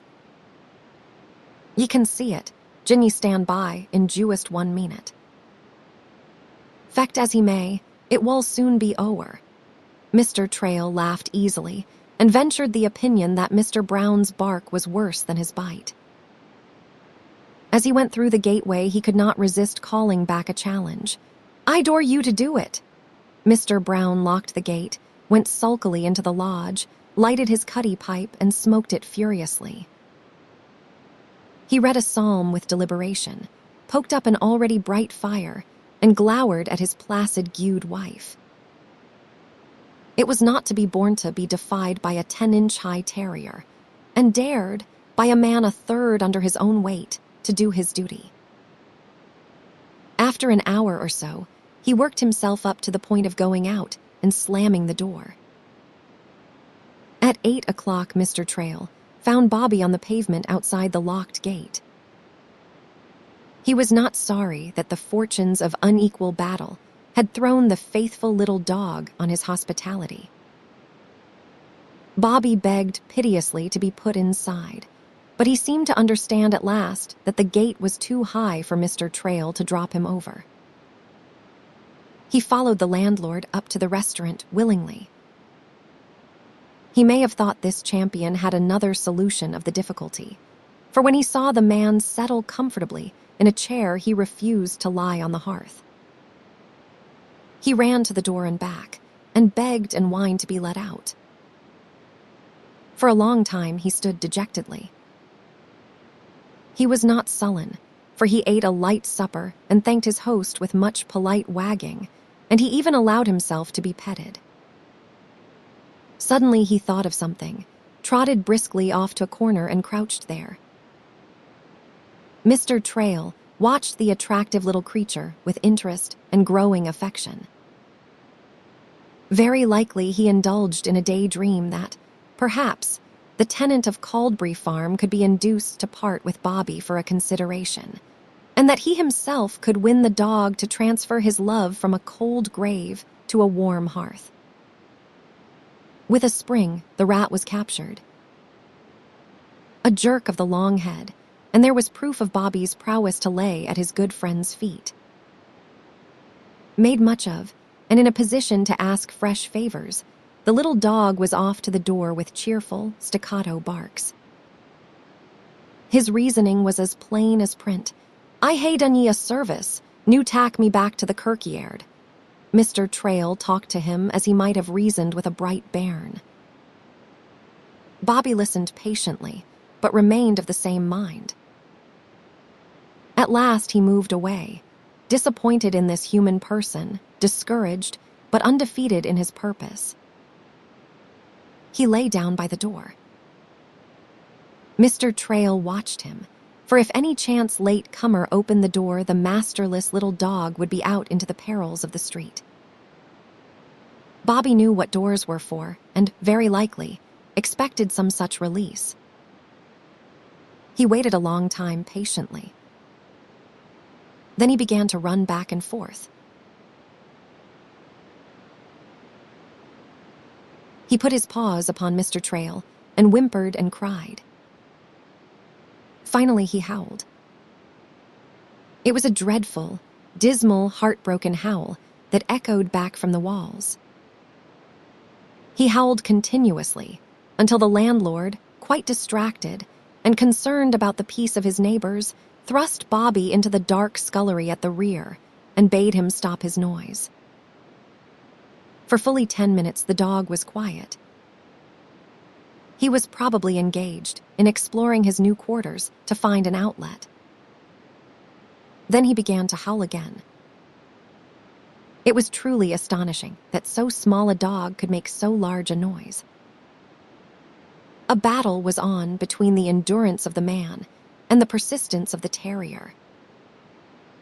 Mr. Trail was speculating on which was likely to be victor in the contest when the front door was opened and the proprietor of the book hunter's stall put in a bare, bald head and the abstracted face of the bookworm that is mildly amused. "Have you taken to a dog at your time o' life, Mr. Trail?" "Aye, man, and it would be all right if the bit dog would just tack to me." This pleasantry annoyed a good man who had small sense of humor, and he remarked testily, "The barkin disturbs my customers so they canna read." The place was a resort for student laddies who had to be saving of candles. "That is no right," the landlord admitted sympathetically. "Reading mackth a full man. What a difference to the world if Robbie Burns had preferred a book to a bottle." The bookseller refused to be beguiled from his just cause of complaint into the flowery meads of literary reminiscences and speculations. "You will stop that dog's cleaving noise, Mr. Trail, or I will appeal to the burg police." The landlord returned a bland and childlike smile. "You would be well within your legal rights to do it, neighbor." The door was shut with such a businesslike click that the situation suddenly became serious. Bobby's vocal powers, however, gave no signs of diminishing.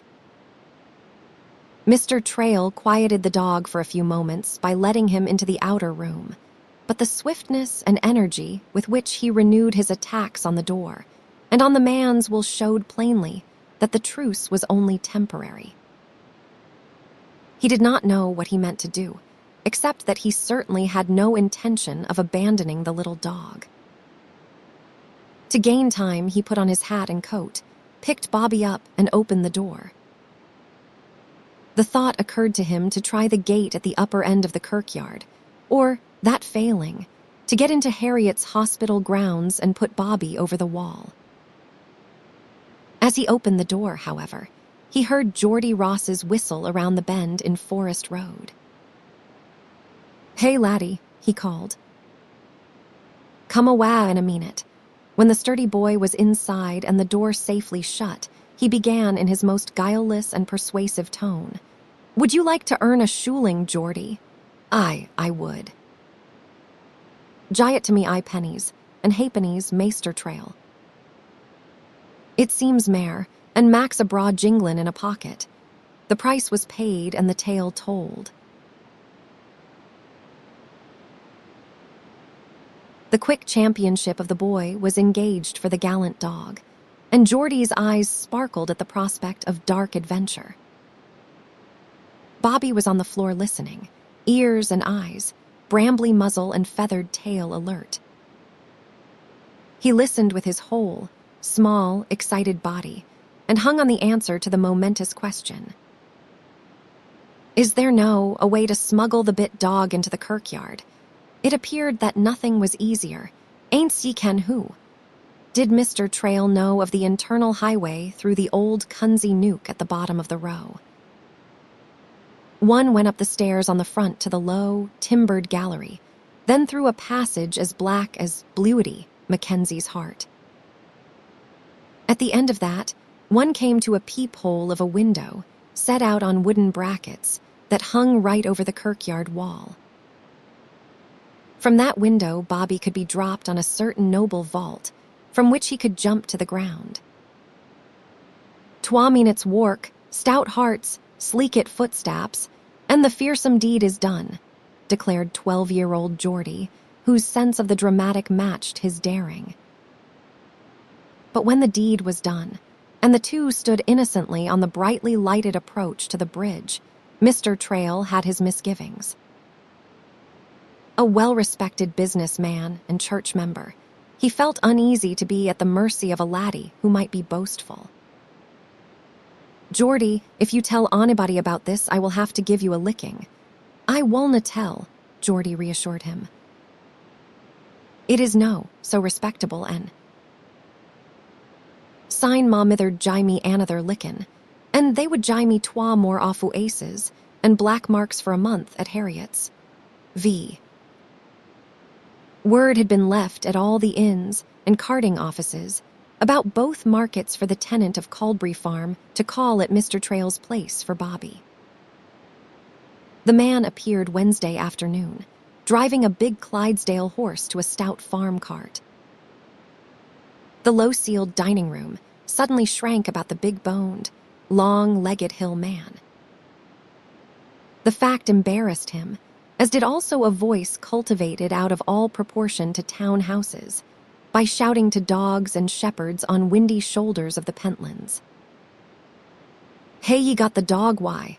Mr. Train pointed to Bobby, deep in a blissful, after-dinner nap under the settle. The farmer breathed a sigh of relief, sat at a table, and ate a frugal meal of bread and cheese. As roughly dressed as Auld Jock, in a metal-buttoned greatcoat of hodden grey, a woolen bonnet, and the shepherd's twofold plaid, he was a different species of human being altogether.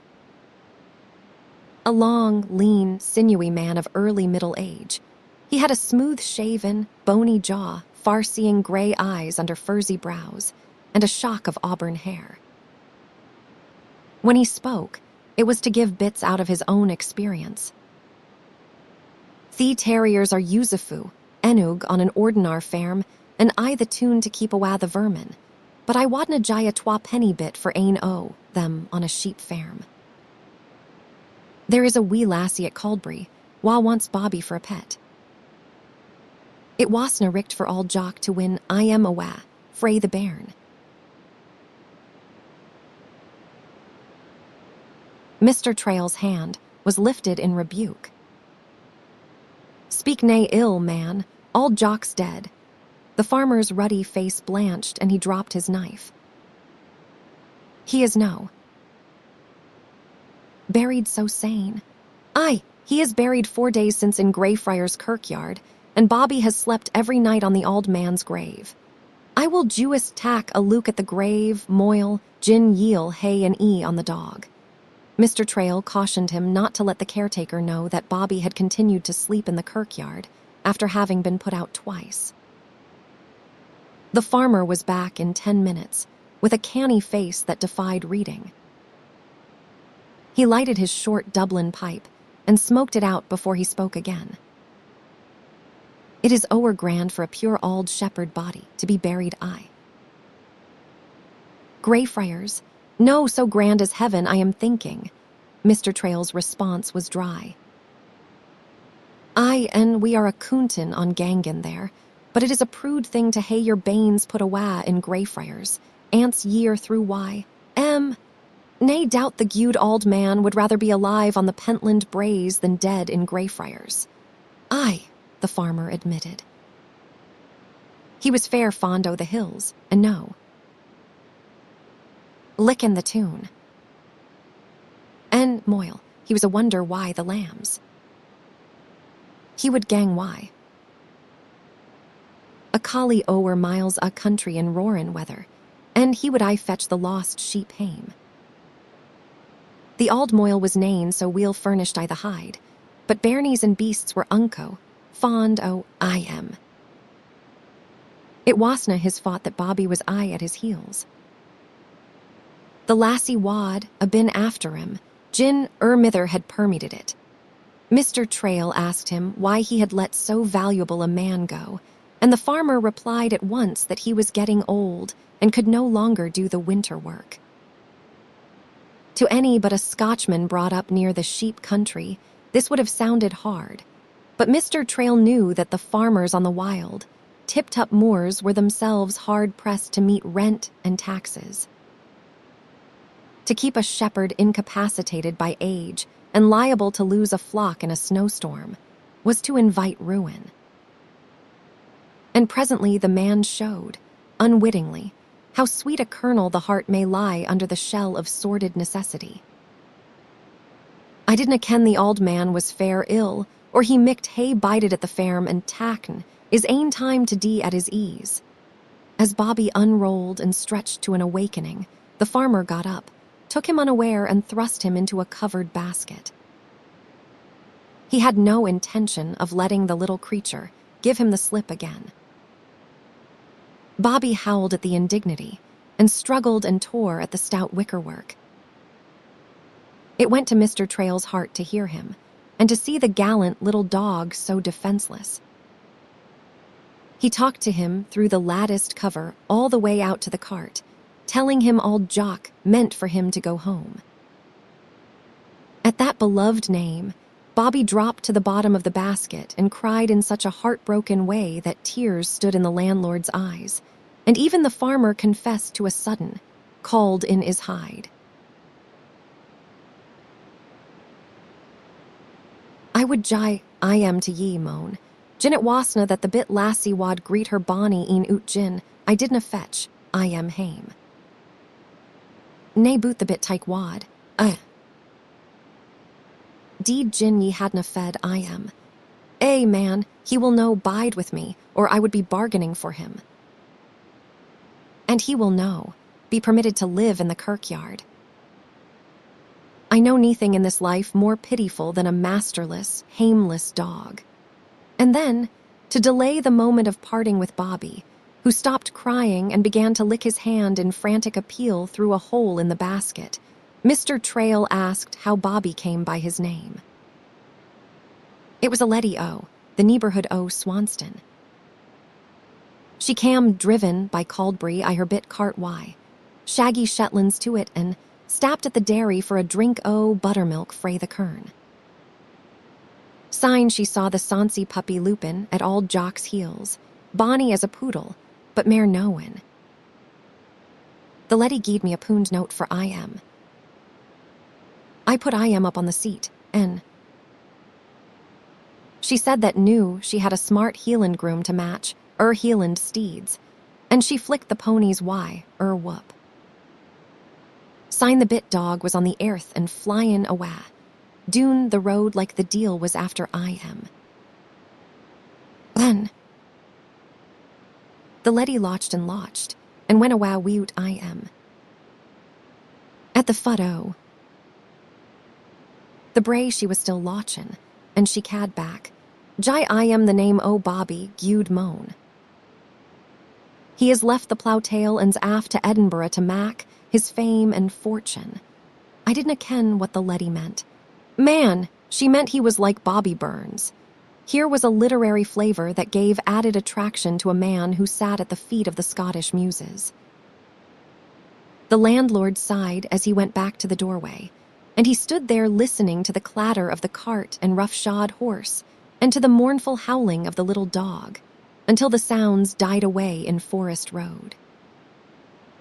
Mr. Trail would have been surprised to know, perhaps, that the confines of the city were scarcely passed before Bobby stopped protesting and grieving and settled down patiently to more profitable work. A human being thus kidnapped and carried away would have been quite helpless.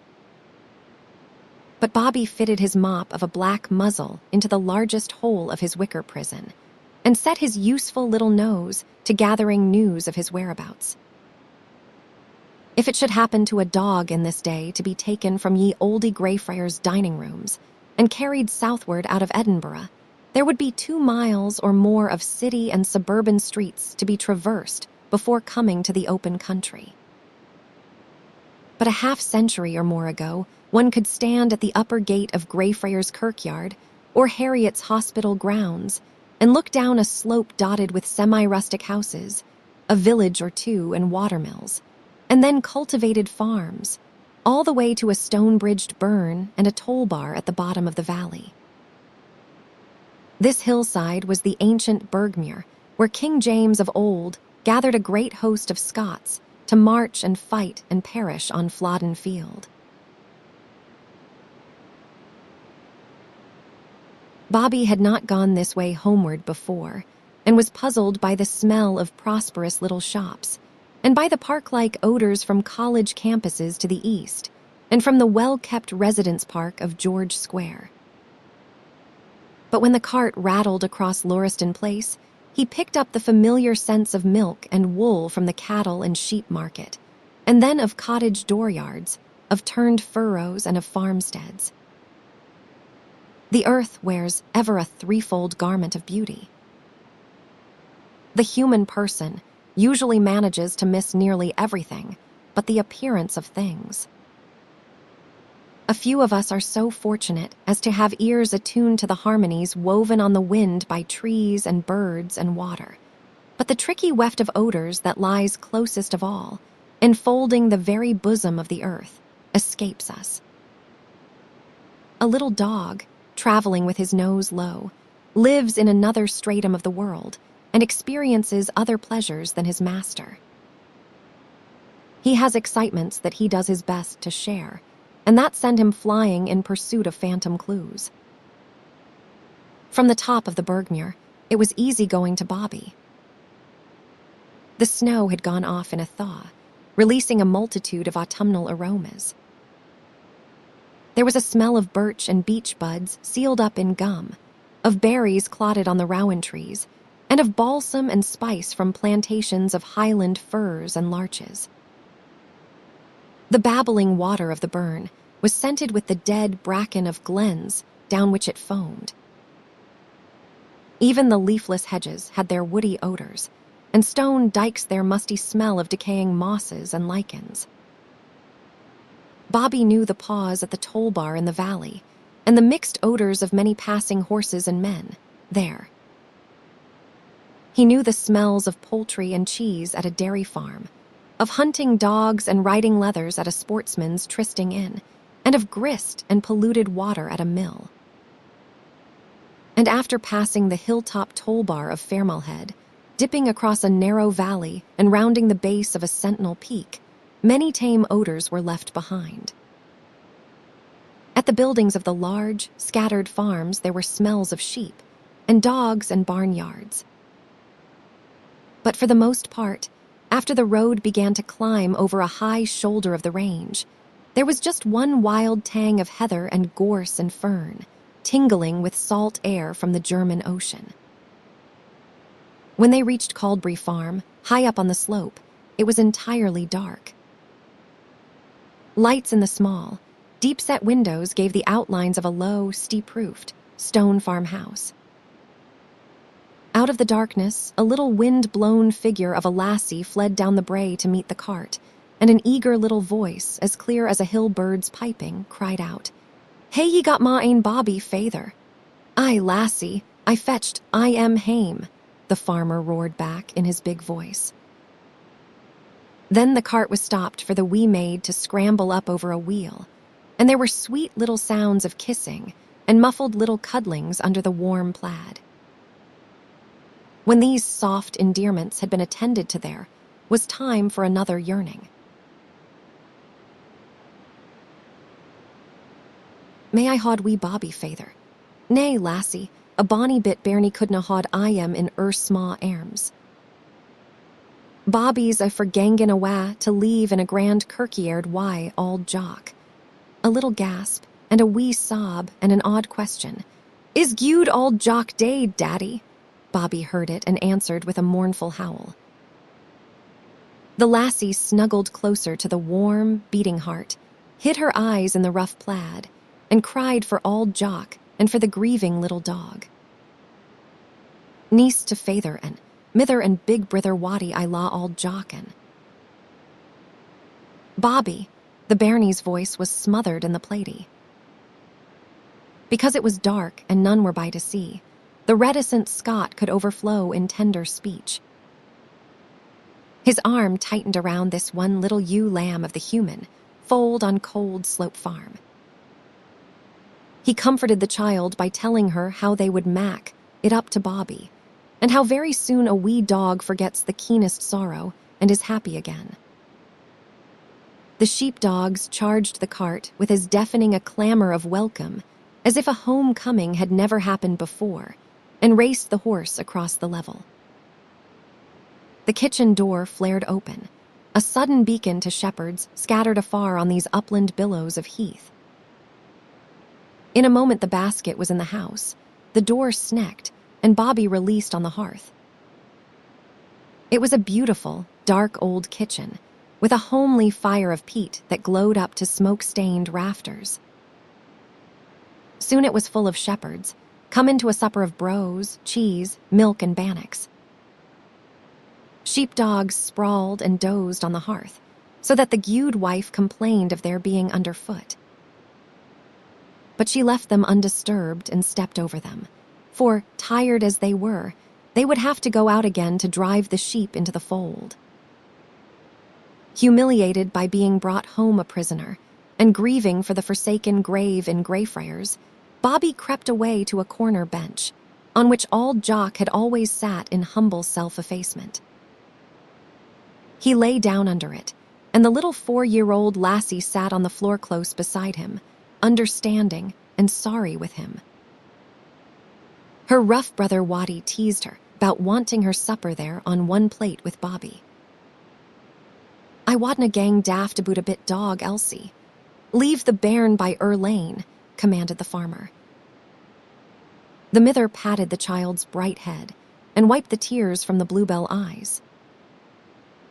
And there was a little sobbing confidence poured into a sympathetic ear.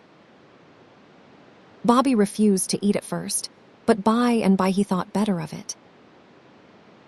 A little dog that has his life to live and his work to do must have fuel to drive the throbbing engine of his tiny heart. So Bobby very sensibly ate a good supper in the lassie's company, and, grateful for that and for her sympathy, submitted to her shy petting. But after the shepherds and dogs were gone, and the farmer had come in again from an overseeing look about the place, the little dog got up, trotted to the door, and lay down by it. The lassie followed him. With two small, plump hands she pushed Bobby's silver veil back, held his muzzle and looked into his sad, brown eyes. "Oh, mither, Bobby's greetin'," she cried. "Nay, bonny wee, a sma dog canna greet. Aye, he is greetin', sair." A sudden, sweet little sound was dropped on Bobby's head. "Ye shouldna kiss the bit dog, bairnie. He isna like a human body. Aye, a wee kiss is gude for I am. Feyther, he greets so I canna thole it." The child fled to comforting arms in the inglenook and cried herself to sleep. The gude wife knitted, and the gude moan smoked by the pleasant fire. The only sound in the room was the ticking of the wag at the clock, for burning peat makes no noise at all, only a pungent whiff in the nostrils, the memory of which gives a Scotch laddie abroad a fit of homesickness. Bobby lay very still and watchful by the door. The farmer served his astonishing news in dramatic bits. Auld Jock stayed.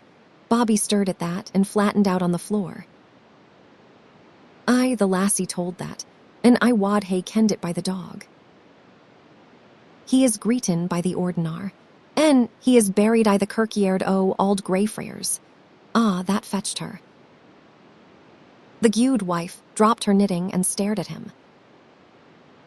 "There is a gardener, like at the country hooses o' the gentry, leavin'. In a bit lodge by the gate.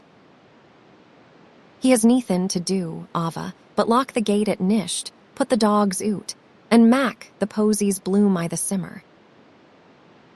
Aye, it is a bonny place. It is ower grand for Auld Jock, ye may weel say that. His bit grave isna so far frae the martyrs. Monument. When the grandeur of that had sunken, he went on to other incredibilities. Presently, he began to chuckle. There is a bit notice on the gate that nae dogs are admitted, but Bobby's sleepit on Auld Jock's grave ain twa 3 fower nishts, and the gardener dosna ken it, Ava. He is a canny beastie, Aye, he is. Folk wull be common frae miles, around Jewist to look at the sparity bit. Ilka body aboot kens Auld Jock. It will be mayest michty news to tell at the kirk on the Sabbath that he is buried aye. Greyfriars. Through all this talk, Bobby had lain quietly by the door, in the expectation that it would be unlatched. Impatient of delay, he began to whimper and to scratch on the panel.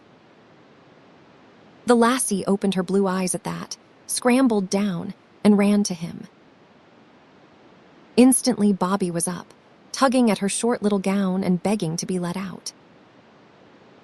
When she clasped her chubby arms around his neck and tried to comfort him, he struggled free and set up a dreadful howling. "Hoots, Bobby, stap your havers," shouted the farmer. Lassie, he will deave us a. We will Jewist hay to put I the buyer why, the coos for the nisht, cried the distracted mither. I want Bobby the bed why, me. I will cuddle and law till he staps greetin. Nay, bonny wee, he wulna stap. The farmer picked the child up on one arm, gripped the dog under the other, and the gewed wife went before with a lantern, across the dark farmyard to the cow barn. When the stout door was unlatched, there was a smell of warm animals, of milk and cured hay, and the sound of full, contented breathings that should have brought a sense of companionship to a grieving little creature. Bobby wulna be lanely here why, the coos, bairnie, and the morn ye can tack a bit rope and haud it in a wee hand so he canna brack awa, and sign, in a day or twa, he will be forgettin' Auld Jock. Ye'll hae grand times why, the sonsie doggy, rinnin' and loopin' on the braes. This argument was so convincing and so attractive that the little maid dried her tears, kissed Bobby on the head again, and made a bed of heather for him in a corner. But as they were leaving the byre, fresh doubts assailed her. He will gang awa gin ye dinna tie, I am snug the nisht, feyther. Sick a foolish bairn. Why fower was around I am, and a roof to is hide, and a floor to is foot, who could a sma dog mac away oot. It was a foolish notion, bred of fond anxiety, and so, reassured, the child went happily back to the house and to rosy sleep in her little closet bed. Here was a warm place in a cold world for Bobby. A soft-hearted little mistress and merry playmate was here, generous food, and human society of a kind that was very much to a little farm dog's liking. Here was freedom-wide moors to delight his scampering legs, adventures with rabbits, foxes, hares, and moorfowl, and great spaces where no one's ears would be offended by his loudest, longest barking. Besides, Auld Jock had said, with his last breath, "Gang awa hame, laddie." It is not to be supposed Bobby had forgotten that, since he remembered and obeyed every other order of that beloved voice. But there, self-interest, love of liberty, and the instinct of obedience even sank into the abysses of the little creature's mind. Up to the top rose the overmastering necessity of guarding the bit of sacred earth that covered his master. The byre was no sooner locked than Bobby began, in the pitch darkness, to explore the walls. The single promise of escape that was offered was an inch-wide crack under the door, where the flooring stopped short and exposed a strip of earth. That would have appalled any but a desperate little dog. The crack was so small as to admit but one paw, at first, and the earth was packed as hard as wood by generations of trampling cattle. There he began to dig. He came of a breed of dogs used by farmers and hunters to dig small, burrowing animals out of holes, a breed whose courage and persistence know no limit. He dug patiently, steadily, hour after hour, enlarging the hole by inches. Now and then he had to stop to rest. When he was able to use both forepaws, he made encouraging progress. But when he had to reach under the door, quite the length of his stretched legs, and drag every bit of earth back into the byre, the task must have been impossible to any little creature not urged by utter misery. But Skye terriers have been known to labor with such fury that they have perished of their own exertions. Bobby's nose sniffed liberty long before he could squeeze his weasel-like body through the tunnel. His back bruised and strained by the struggle through a hole too small, he stood, trembling with exhaustion, in the windy dawn. An opening door, a barking sheepdog, the shuffle of the moving flock, were signs that the farm day was beginning, although all the stars had not faded out of the sky. A little flying shadow, Bobby slipped out of the cow yard, past the farmhouse, and literally tumbled down the brae. From one level to another, he dropped, several hundred feet in a very few minutes, and from the clear air of the breezy hilltop to a nether world that was buried fathoms deep in a sea fog as white as milk. Hidden in a deep fold of the spreading skirts of the range, and some distance from the road, lay a pool made by damming a burn and used in the shearing season for washing sheep. Surrounded by brushy woods and very damp and dark, at other seasons it was deserted. Bobby found this secluded place with his nose, curled up under a hazel thicket, and fell sound asleep. And while he slept, a nipping wind from the far, northern highlands swooped down on the mist and sent it flying out to sea.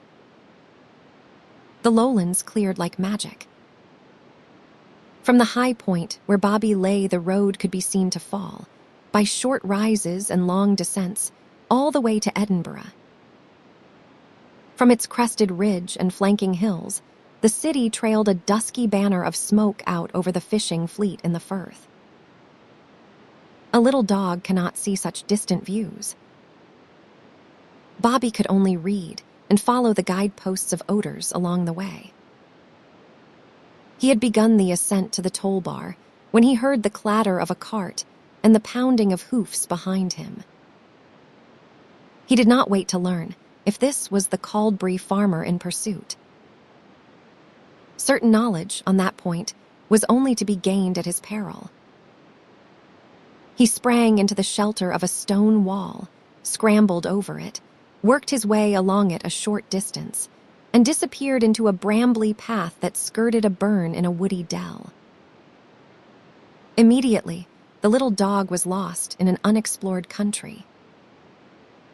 The narrow glen was musical with springs, and the low growth was undercut with a maze of rabbit runs, very distracting to a dog of a hunting breed. Bobby knew, by much journeying with Auld Jock, that running water is a natural highway. Sheep drift along the lowest level until they find an outlet down some declivity, or up some foaming steep, to new pastures.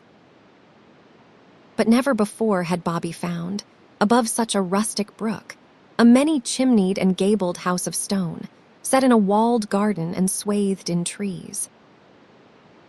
Today, many would cross wide seas to look upon Swanston Cottage, in whose odorous old garden a way-faced, wistful-eyed laddie dreamed so many brave and laughing dreams. It was only a farmhouse then, fallen from a more romantic history, and it had no attraction for Bobby. He merely sniffed at dead vines of clematis, sleeping briar bushes, and very live, bright hedges of holly, rounded a corner of its wall, and ran into a group of lusty children romping on the brae, below the very prettiest, thatch-roofed and hill-sheltered hamlet within many a mile of Edinburgh town. The bairns were lunching from grimy, mittened hands, gypsy fashion, life being far too short and playtime too brief for formal meals. Seeing them eating, Bobby suddenly discovered that he was hungry. He rose before a well-provided laddie and politely begged for a share of his meal. Such an excited shouting of admiration, and calling on mithers to come and see the bonny wee dog was never before heard on Swanston village green. Doors flew open, and bareheaded women ran out. Then the bobbies had to be brought, and the old grandfathers and grandmothers. Everybody oohed and ahed and clapped hands and doubled up with laughter, for, a tempting bit held playfully just out of reach, Bobby rose again and again, jumped for it, and chased a teasing laddie. Then he bethought him to roll over and over, and to go through other winsome little tricks, as Auld Jock had taught him to do, to win the reward. All this had one quite unexpected result. A shrewd-eyed woman pounced upon Bobby and captured him. He is no an ordinar dog. Some leddy has lost her pet. I will Jewist shut I am up, and sign she will pay a shullin or twa to get I am again. With a twist and a leap Bobby was gone. He scrambled straight up the steep, thorn-clad wall of the glen, where no laddie could follow, and was over the crest. It was a narrow escape, made by terrific effort. His little heart pounding with exhaustion and alarm, he hid under a whin bush to get his breath and strength. The sheltered dell was windless, but here a stiff breeze blew. Suddenly shifting a point, the wind brought to the little dog's nose a whiff of the acrid coal smoke of Edinburgh 3 miles away. Straight as an arrow he ran across country, over roadway and wall, plowed fields and rippling burns. He scrambled under hedges and dashed across farmsteads and cottage gardens. As he neared the city, the hour bells aided him, for the Skye terrier is keen of hearing.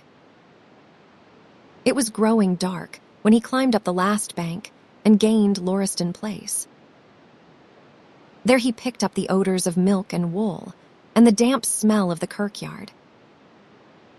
Now for something comforting to put into his famished little body. A night and a day of exhausting work, of anxiety and grief, had used up the last ounce of fuel. Bobby raced down Forest Road and turned the slight angle into Greyfriars Place. The lamplighter's progress toward the bridge was marked by the double row of lamps that bloomed, one after one, on the dusk.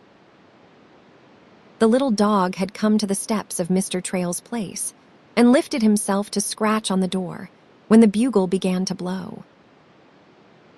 He dropped with the first note and dashed to the kirkyard gate. None too soon. Mr. Brown was setting the little wicket gate inside, against the wall. In the instant his back was turned, Bobby slipped through. After nightfall, when the caretaker had made his rounds, he came out from under the fallen table tomb of Mistress Jean Grant. Lights appeared at the rear windows of the tenements, and families sat at supper. It was Snell weather again, the sky dark with threat of snow, and the windows were all closed. But with a sharp bark beneath the lowest of them, Bobby could have made his presence and his wants known. He watched the people eating, sitting wistfully about on his haunches here and there, but remaining silent. By and by there were sounds of crying bobbies, of crockery being washed, and the ringing of church bells far and near. Then the lights were extinguished, and huge bulks of shadow, of tenements and kirk, engulfed the kirkyard. When Bobby lay down on Auld Jock's grave, pellets of frozen snow were falling, and the air had hardened toward frost. Vi. Sleep alone goes far to revive a little dog, and fasting sharpens the wits. Bobby was so tired that he slept soundly, but so hungry that he woke early and instantly alert to his situation. It was so very early of a dark winter morning that not even the sparrows were out foraging in the kirkyard for dry seeds. The drum and bugle had not been sounded from the castle, when the milk and dustman's carts began to clatter over the frozen streets. With the first hint of dawn-stout fishwives, who had tramped all the way in from the piers of New Haven with heavily laden creels on their heads, were lustily crying their collar heron. Soon, faggot men began to call up the courts of tenements, where fuel was bought by the scant bundle. "Are ye called?" Many a human waif in the tall buildings about the lower end of Greyfriars Kirkyard was cold, even in bed, but in his thick underjacket of fleece, Bobby was as warm as a plate of breakfast toast. With a vigorous shaking, he broke and scattered the crust of snow that burdened his shaggy thatch. Then he lay down on the grave again, with his nose on his paws. Urgent matters occupied the little dog's mind. To deal with these affairs, he had the long head of the canniest Scot, wide and high between the ears, and a muzzle as determined as a little steel trap. Small and forlorn as he was, courage, resource, and purpose marked him. As soon as the door of the caretaker's lodge opened, he would have to creep under the fallen slab again. To lie in such a cramped position, hour after hour, day after day, was enough to break the spirit of any warm-blooded creature that lives. It was an exquisite form of torture, not long to be endured. And to get his single meal a day at Mr. Trail's place, Bobby had to watch for the chance opening of the wicket to slip in and out like a thief. The furtive life is not only perilous, it outrages every feeling of an honest dog. It is hard for him to live at all without the approval and the cordial consent of men. The human order hostile, he quickly loses his self-respect and drops to the pariah class. Already wee Bobby had the look of the neglected. His pretty coat was dirty and unkempt. In his run across country, leaves, twigs, and burrs had become entangled in his long hair, and his legs and underparts were caked with mire. Instinctively, any dog struggles to escape the fate of the outcast.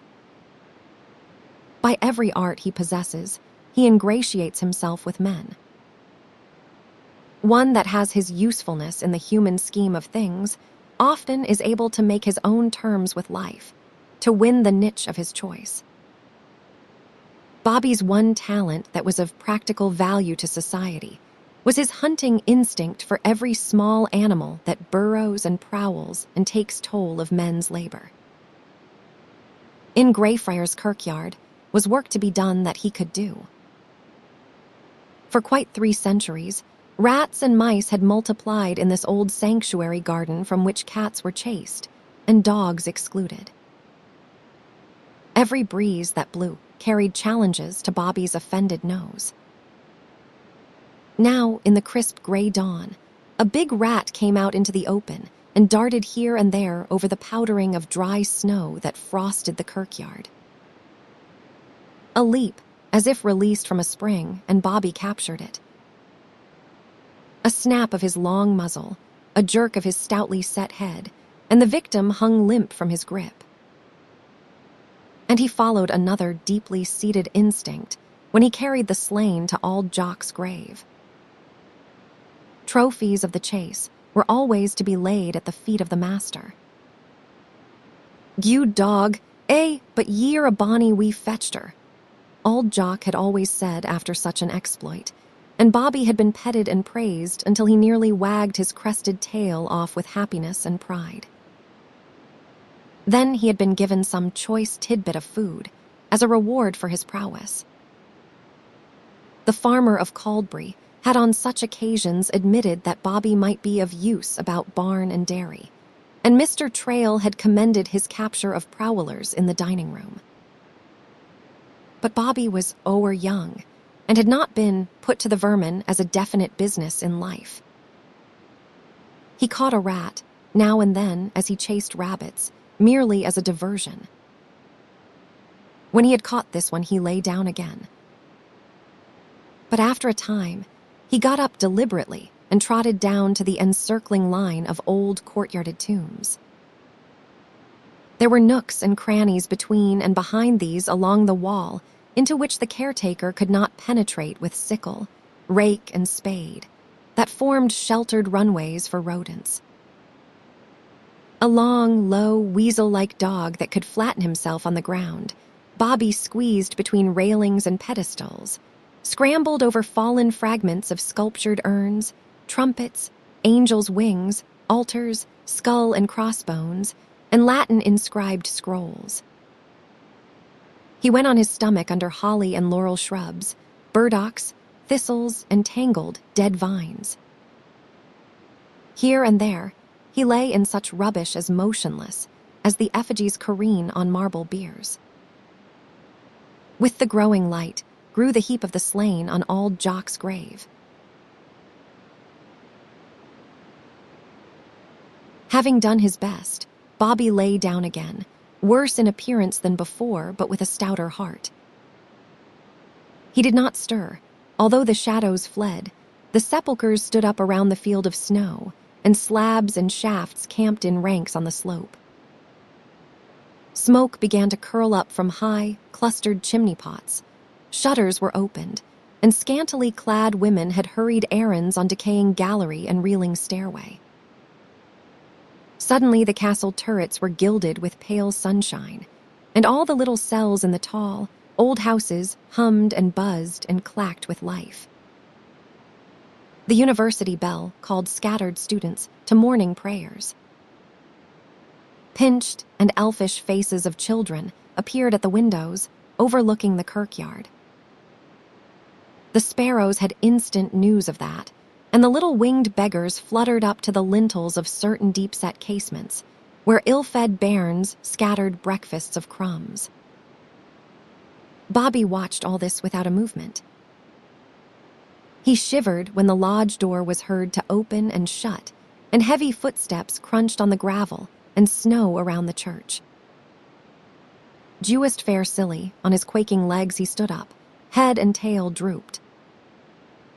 But he held his ground bravely, and when the caretaker sighted him, he trotted to meet the man, lifted himself on his hind legs, his short, shagged forepaws on his breast, begging attention and indulgence.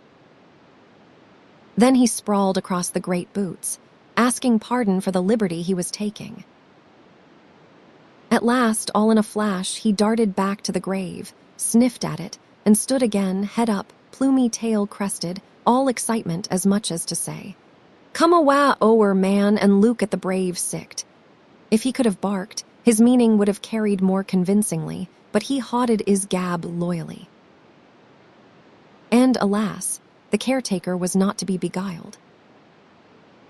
Mr. Trail had told him Bobby had been sent back to the hill farm, but here he was, persistent little rascal, and making some sort of bid for the man's favor. Mr. Brown took his pipe out of his mouth in surprised exasperation and glowered at the dog. "Gang awa oot why?" But Bobby was back again, coaxing undauntedly, abasing himself before the angry man, insisting that he had something of interest to show. The caretaker was literally badgered and cajoled into following him. One glance at the formidable heap of the slain, and Mr. Brown dropped to a seat on the slab. "Preserve us, He stared from the little dog to his victims, turned them over with his stout stick and counted them, and stared again. Bobby fixed his pleading eyes on the man and stood at strained attention while fate hung in the balance. Galwark. A braw doggy and an unco fetched her. Losh, but ye're a deal o' a bit dog. All this was said in a tone of astonished comment, so non-committal of feeling that Bobby's tail began to twitch in the stress of his anxiety. When the caretaker spoke again, after a long, puzzled frowning, it was to express a very human bewilderment and irritation. "Knew what am I gangin' to do why?" That was encouraging. A moment before, he had ordered Bobby out in no uncertain tone. After another moment, He referred the question to a higher court. "Jeannie, woman, come awa, uda minute, wull ye?" A hasty pattering of carpet-slippered feet on the creaking snow around the kirk, and there was the neatest little apple-cheeked peasant woman in Scotland. Snod from her smooth, frosted hair, spotless linen mutch and lawn kerchief to her white, lamb's wool stockings. "Here is the bit dog I was tellin' ye aboot, and see for yoursel what he has done new. The wee beastie couldna do a that. It is as muckle as his ain wecked in foo vermin," she cried. "Aye, he did. The terriers asperity, by the ordinar. Ane o' them, let into the corn exchange a murky nisht, killed Saxty in 10 minutes, and had to be dragged awa by the tail. Knew what I am gangin' to do why. The talkin' bit I dinna ken. It is very certain that simple Mistress Jean Brown had never heard of Mr. Dick's advice to Miss Betsy Trotwood on the occasion when young David Copperfield presented himself, travel-stained and weary, before his good aunt. But out of her experience of wholesome living, she brought forth the same wise opinion.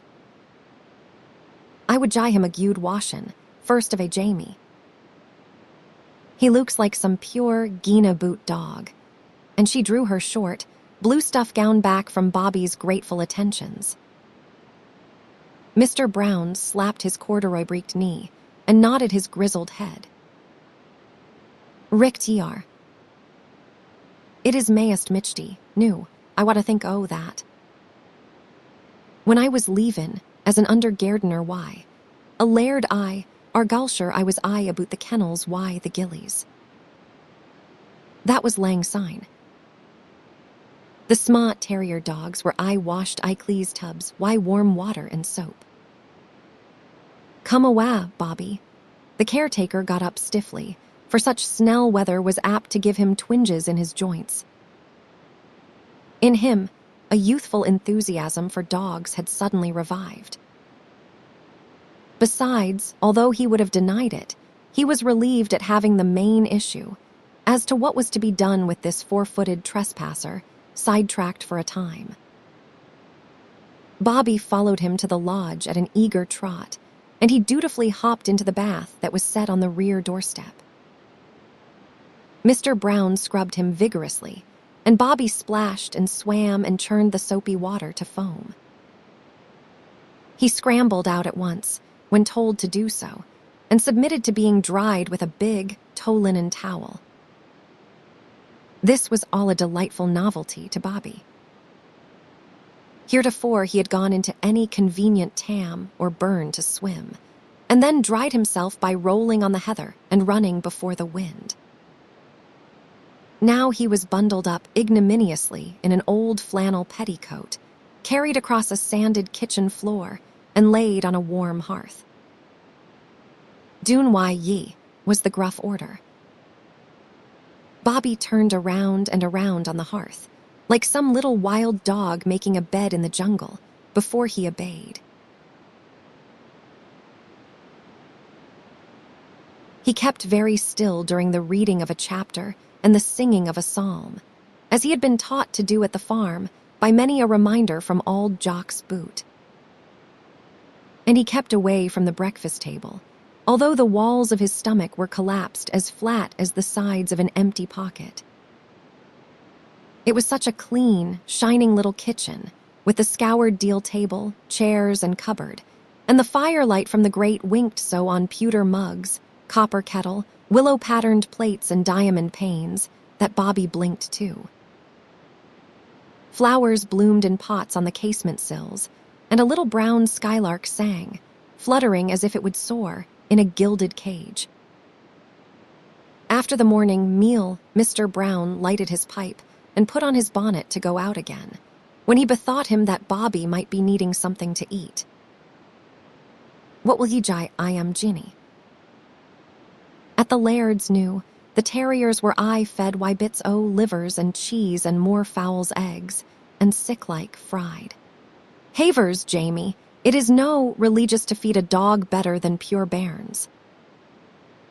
He will do fair wheel-wide table scraps. She set down a plate with a spoonful of porridge on it, a cold potato, some bread crusts, and the leavings of a broiled collar heron. It was a generous breakfast for so small a dog, but Bobby had been without food for quite 40 hours and had done an amazing amount of work in the meantime. When he had eaten all of it, he was still hungry. As a polite hint, he polished the empty plate with his pink tongue and looked up expectantly. But the best-intentioned people, if they have had little to do with dogs, cannot read such signs. "Ye needna lick the posie's aff," the Whiffy said, good-humoredly, as she picked the plate up to wash it. She thought to put down a tin basin of water. Bobby lapped of it so eagerly, yet so daintily, that she added, "He is a weel braucht up tyke, Jamie. He is so. Nu, we will see who weel he can look." In a shamefaced way, he fetched from a toolbox a long-forgotten, strong little curracomb, such as is used on shaggy Shetland ponies. With that, he proceeded to give Bobby such a grooming as he had never had before. It was a painful operation, for his thatch was a stubborn mat of crisp waves and knotty tangles to his plumy tail and down to his feathered toes. He braced himself and took the punishment without a whimper, and when it was done, he stood cascaded with dark silver ripples nearly to the floor. "The bonny wee," cried Mistress Ginny. "I can attack Matwain Affo. He is bonny by the ordinar. It wad be grand new, gin the ministered fancy, I am and tack, I am into the manse." The Whiffy considered this ruefully.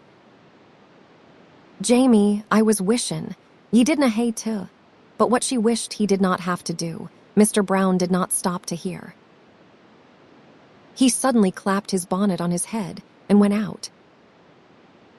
He had an urgent errand on High Street, to buy grass and flower seeds and tools that would certainly be needed in April. It took him an hour or more of shrewd looking about for the best bargains, in a swarm of little barnacle and cellar shops, to spend a few of the Kirk's shillings.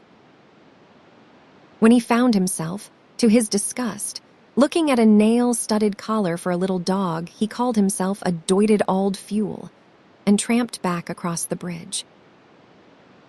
At the kirkyard gate, he stopped and read the notice through twice. "No dogs permitted." That was as plain as "thou shalt not." To the pious caretaker and trained servant, it was the 11th commandment. He shook his head, sighed, and went into dinner. Bobby was not in the house, and the master of it avoided inquiring for him. He also avoided the Whiffy's wistful eye, and he busied himself inside the two Kirks all the afternoon. Because he was in the Kirks, and the beautiful memorial windows of stained glass were not for the purpose of looking out, he did not see a dramatic incident that occurred in the kirkyard after 3 o'clock in the afternoon. The prelude to it really began with the report of the time gun at 1. Bobby had insisted upon being let out of the lodge kitchen, and had spent the morning near Auld Jock's grave and in nosing about neighboring slabs and thorn bushes. When the time gun boomed, he trotted to the gate quite openly and waited there inside the wicket. In such nipping, whether there were no visitors to the kirkyard, and the gate was not opened. The music bells ran the gamut of old Scotch airs and ceased, while he sat there and waited patiently. Once a man stopped to look at the little dog, and Bobby promptly jumped on the wicket, plainly begging to have it unlatched. But the passerby decided that some lady had left her pet behind and would return for him. So he patted the attractive little Highlander on the head and went on about his business. Discouraged by the unpromising outlook for dinner that day, Bobby went slowly back to the grave. Twice afterward, he made hopeful pilgrimages to the gate. For diversion, he fell noiselessly upon a prowling cat and chased it out of the kirkyard. At last he sat upon the table tomb. He had escaped notice from the tenements all the morning, because the view from most of the windows was blocked by washings, hung out and dripping, then freezing and clapping against the old tombs. It was 3:30 when a tiny, wizened face popped out of one of the rude little windows in the decayed Cunsey Nook at the bottom of Candlemaker's Row. Crippled Tammy Barr called out in shrill excitement, "Ailey!" "Oh, whoa, Ailey Lindsay, there is the wee doggy." "War!" The lassie's elfin face looked out from a low, rear window of the Candlemaker's Guild Hall at the top of the row. "On the stain by the kirk wa, I see I am new. Isna he bonny? I wish Bobby could bide I the kirkyard, but they wadna let I am. Tammy, gin ye tack, I am up to Maester Trail, he will jye ye the shullen. I couldna tack, I am by Ma Lane," was the pathetic confession. "Wad ye gang why, Miss Ailey?" "Ye could drap ower and catch I am, and I could come by the gate. Feyther made me some grand crutches fray and auld chair back." Tears suddenly drowned the lassie's blue eyes and ran down her pinched little cheeks. "Nay, I couldna gang. I hina ani shoon to ma feet. It is no so called. Gin I had twa guile feet, I could gang the bit way wi'oot shoon." "I ken it isna so called," Ailey admitted, "but for a lassie it is no. Respectable to gang to a grand place barefeeted. That was undeniable, and the eager children fell silent and tearful. But oh, necessity is the mother of makeshifts among the poor. Suddenly Ailey cried, "Bide a minute, Tammy," and vanished. Presently she was back, with the difficulty overcome. "Granny says I can wear her shoon." "She dosna wear 'em I the hoose, Ava. I will jye ye a saxpence, Ailey," offered Tammy. The sordid bargain shocked no feeling of these tenement bairns, nor marred their pleasure in the adventure. Presently there was a tap-tap-tapping of crutches on the heavy gallery that fronted the Cunsey Nook, and on the stairs that descended from it to the steep and curving row.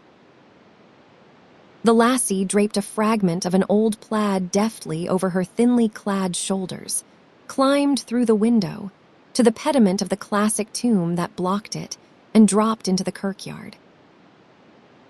To her surprise, Bobby was there at her feet, frantically wagging his tail, and he raced her to the gate.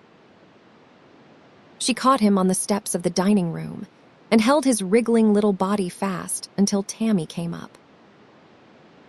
It was a tumultuous little group that burst in upon the astonished landlord, barking fluff of an excited dog, flying lassie in clattering big shoes, and wee tapping Tammy. They literally fell upon him when he was engaged in counting out his money. "Where did you find him?" asked Mr. Trail in bewilderment. 6-year-old Ailey slipped a shy finger into her mouth and looked to the very much more mature 5-year-old crippled laddie to answer. "He was I, the kirkyard. Sittin' upon a stain by is ainsel," added Ailey. "And no hidden, Ava. It was Jewess like he was leavin' there.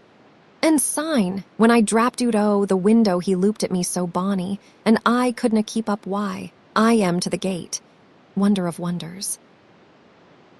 It was plain that Bobby had made his way back from the hill farm, and from his appearance and manner, as well as from this account, it was equally clear that some happy change in his fortunes had taken place.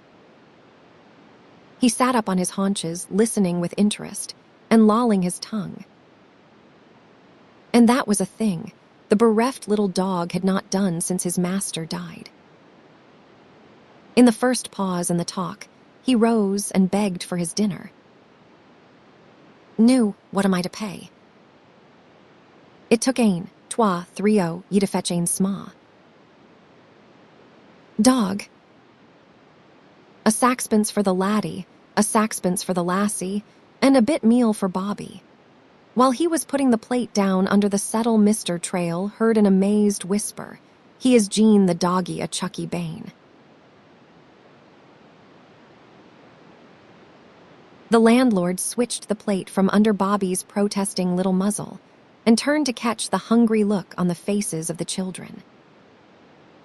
Chicken, indeed, for a little dog before these ill-fed bairns.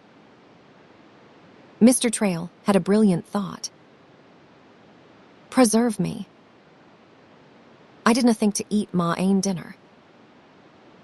I hae so muckle to eat I canna eat it by ma lane. The idea of having too much to eat was so preposterously funny that Tammy doubled up with laughter and nearly tumbled over his crutches. Mr. Trail set him upright again. Did ye ever gang on a picnic, bairnies? And what was a picnic? Tammy ventured the opinion that it might be some kind of a cart for lame laddies to ride in. A picnic is when ye gang gypsying in the summer, Mr. Trail explained. Ye walk to a bonny green brae and sit doon under a hawthorn tree, covered wy posies by a babblin' burn, and ye eat oot o' your ain hands. And syne ye hear a throstle or a redbreast sing and a saucy blackbird whistle. Could ye tak a dog? Asked Tammy. Ye could that, Manny. It is no, a picnic wioot a sonsie doggy to rin on the brae wy ye. Oh! Ailey's blue eyes slowly widened in her pallid little face. But ye couldna hae a picnic i' the snawy weather. Aye, ye could. It is the bonniest of a, when ye're no, expectin' it. I keep a picnic hidden i' the Inglenuk aboon. He suddenly swung Tammy up on his shoulder, and calling gaily, Come awa! Went out the door, through another beside it, and up a flight of stairs to the dining room above. A fire burned there in the grate. The tables were covered with linen, and there were blooming flowers in pots in the front windows. Patrons from the university, and the well-to-do streets and squares to the south and east, made of this upper room a sort of club in the evenings. At 4 o'clock in the afternoon, there were no guests. "New," said Mr. Trail, when his overcome little guests were seated at a table in the inglenook. "A picnic is whar ye hae onything ye fancy to eat. Gude things ye wulna be heein ilka day, ye mind." He rang a call bell, and a grinning waiter laddie popped up so quickly the lassie caught her breath. "Enog brew for aince," said Tammy. "Porridge that isna burned," suggested Ailey. Such pitiful poverty of the imagination. "Nay, it is bread and butter, and strawberry jam, and T.Y. creamin'." "Sugar and called Chucky at a snawy picnic," announced Mr. Trail. And there it was, served very quickly and silently, after some manner of magic. Bobby had to stand on the fourth chair to eat his dinner, and when he had dispatched it, he sat up and viewed the little party with the liveliest interest and happiness. "Tammy," Ailey said, when her shyness had worn off, "it is like the grand tales ye mak up I your hide. Preserve me." Does the wee manny mak up stories? It is Jewist fulish things aboot he and mare to eat, and a sonsie doggy to play wy, and twa gude legs to tack me aboot. I think I'm oot at nisht when I canna sleep. Laddie, do ye knew? Mr. Trail suddenly had a terrible called in his hide. That made his eyes water. Who alder, 5 gangin on sacks. Lash. I thought ye wore 50, gangin on 60. Laughter saved the day from overmoist emotions. And presently, Mr. Trail was able to say in a businesslike tone, "We will hae to tack ye to the infirmary. And if they canna mac, your legs ower ye'll get a pair o' bra crutches that are the neist thing to gude legs. And syne we will see if there is no, a place in Harriet's for a sma. Laddie that max up bonny tailies his ain in the murky auld cunsey nook. Now the gay little feast was eaten, and early dark was coming on. If Mr. Trail had entertained the hope that Bobby had recovered from his grief and might remain with him, he was disappointed. The little dog began to be restless. He ran to the door and back. He begged, and he scratched on the panel. And then he yelped. As soon as the door was opened, he shot out of it, tumbled down the stairway, and waited at the foot impatiently for the lower door to be unlatched. Ailey's thin, swift legs were left behind when Bobby dashed to the kirkyard. Tammy followed at a surprising pace on his rude crutches, and Mr. Trail brought up the rear. If the children could not smuggle the frantic little dog inside, the landlord meant to put him over the wicket and, if necessary, to have it out with the caretaker, and then to go before the kirk minister and officers with his plea. He was still concealed by the buildings, from the alcoved gate, when he heard Mr. Brown's gruff voice taking the frightened bairns to task. "Gie me the dog, and dinna ye tak him oot ony mair wi'oot spearin' me." The children fled. Peeping around the angle of the book hunter's stall, Mr. Trail saw the caretaker lift Bobby over the wicket to his arms and start with him toward the lodge. He was perishing with curiosity about this astonishing change of front on the part of Mr. Brown, but it was a delicate situation in which it seemed best not to meddle. He went slowly back to the restaurant, begrudging Bobby to the luckier caretaker. His envy was premature. Mr. Brown set Bobby inside the lodge kitchen and announced briefly to his wife, "The bit dog wull sleep I the hoose the nisht," and he went about some business at the upper end of the kirkyard. When he came in an hour later, Bobby was gone. I couldna keep Im in Jamie. He didna bladder, but he greeted so sair to be let oot, and sign he scratched the paint aff the door. Mr. Brown glowered at her in exasperation. "Woman, they will hae me up afore kirk sessions for brackin' the rules, and sign they will turn us a." Oot I the called world together. He slammed the door and stormed angrily around the kirk. It was still light enough to see the little creature on the snowy mound, and indeed, Bobby got up and wagged his tail in friendly greeting. At that all the bluster went out of the man, and he began to argue the matter with the dog. "Come awa, Bobby. Ye canna be leavin' I the kirkyard."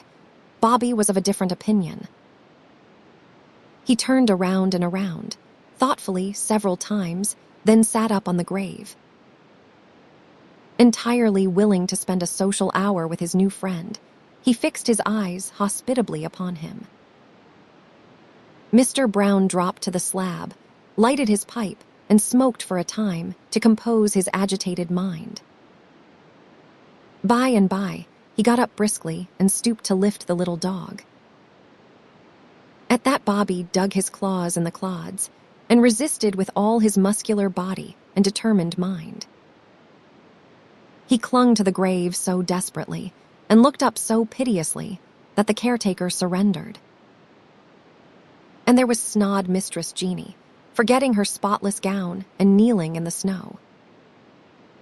"Pure Bobby, pure wee Bobby," she cried, and her tears fell on the little tousled head.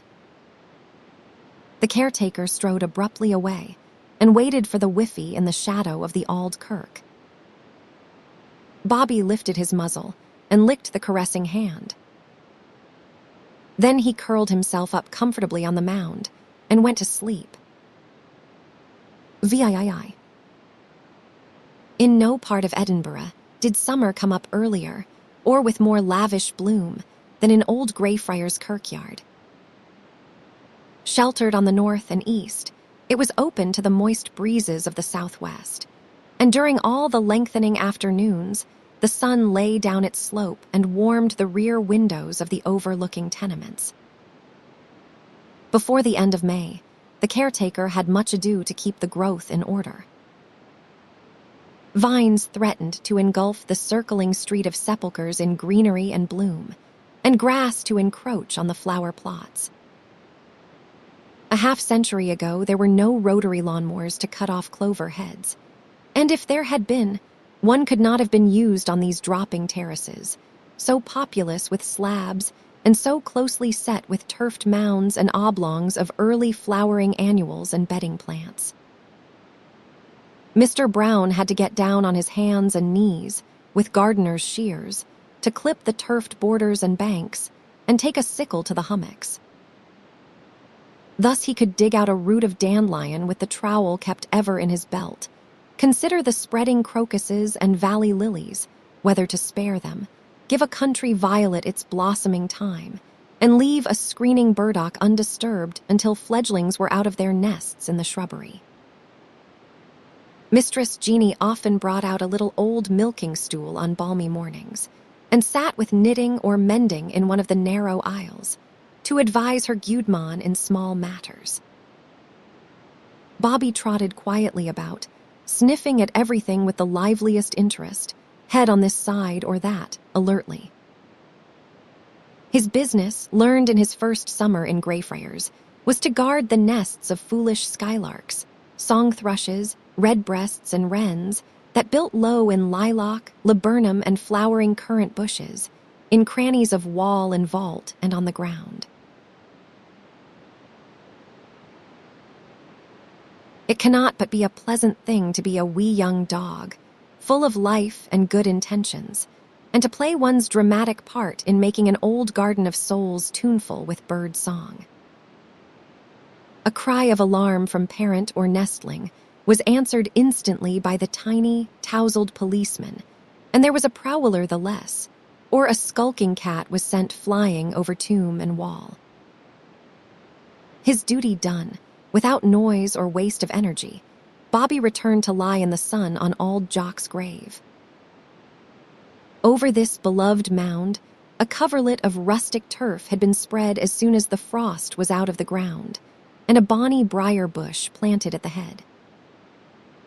Then it bore nature's own tribute of flowers, for violets, buttercups, daisies, and clover blossoms opened there, and later, a spike or so of wild foxglove and a knot of heather.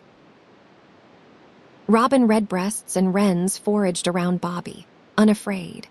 Swallows swooped down from their mud villages, under the dizzy dormers and gables, to flush the flies on his muzzle, and whole flocks of little blue titmice fluttered just overhead, in their rovings from holly and laurel to newly tasseled firs and yew trees. The click of the wicket gate was another sort of alarm altogether. At that the little dog slipped under the fallen table tomb and lay hidden there until any strange visitor had taken himself away.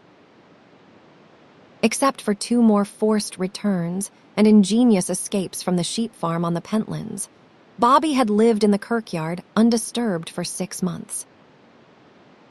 The caretaker had neither the heart to put him out nor the courage to face the minister and the kirk officers with a plea for him to remain. The little dog's presence there was known, apparently only to Mr. Trail, to a few of the tenement dwellers, and to the Harriet boys. If his life was clandestine in a way, it was as regular of hour and duty, and as well ordered as that of the garrison in the castle. When the time gun boomed, Bobby was let out for his midday meal at Mr. Trail's, and for a noisy run about the neighborhood to exercise his lungs and legs. On Wednesdays, he haunted the Grassmarket, sniffing at horses, carts, and mired boots. Edinburgh had so many shaggy little Skye and Scotch terriers that one more could go about unremarked. Bobby returned to the kirkyard at his own good pleasure. In the evening, he was given a supper of porridge and brew, or milk, at the kitchen door of the lodge, and the nights he spent on Auld Jock's grave. The morning drum and bugle woke him to the chase, and all his other hours were spent in close attendance on the labors of the caretaker. The click of the wicket gate was the signal for instant disappearance. A scramble up the wall from Harriet's hospital grounds, or the patter of bare feet on the gravel, however, was noticed to come out and greet a friend. Bobby was host to the disinherited children of the tenements. Now, at the tap-tap-tapping of Tammy Barr's crutches, he scampered up the slope, and he suited his pace to the crippled boys in coming down again. Tammy chose a heap of cut grass on which to sit enthroned and play king, a grand new crutch for a scepter, and Bobby for a courtier. At command, the little dog rolled over and over, begged, and walked on his hind legs. He even permitted a pair of thin little arms to come near strangling him, in an excess of affection. Then he wagged his tail and lolled his tongue to show that he was friendly, and trotted away about his business. Tammy took an oat cake from his pocket to nibble, and began a conversation with Mistress Jeanie. "I browt a picnic wy me, did ye knew?" "And who did ye ken aboot picnics, laddie? Measter Trail was tellin' Ailey and me." "There is ilka thing to mak." "A picnic I the kirkyard." "They couldna mak. My legs gied I the infirmary, but I am gangin' to Harriet's." "I will Jewist hae to earn ma leavin' why, ma hide. And no, remember aboot ma legs, Ava." "Is he no a bonny doggy?" "Aye, he is bonny." "And ye're a braw laddie no, to fash yoursel aboot what canna be helped." The whiffy took his ragged jacket and mended it, dropped a tear in an impossible hole, and a halfpenny in the one good pocket.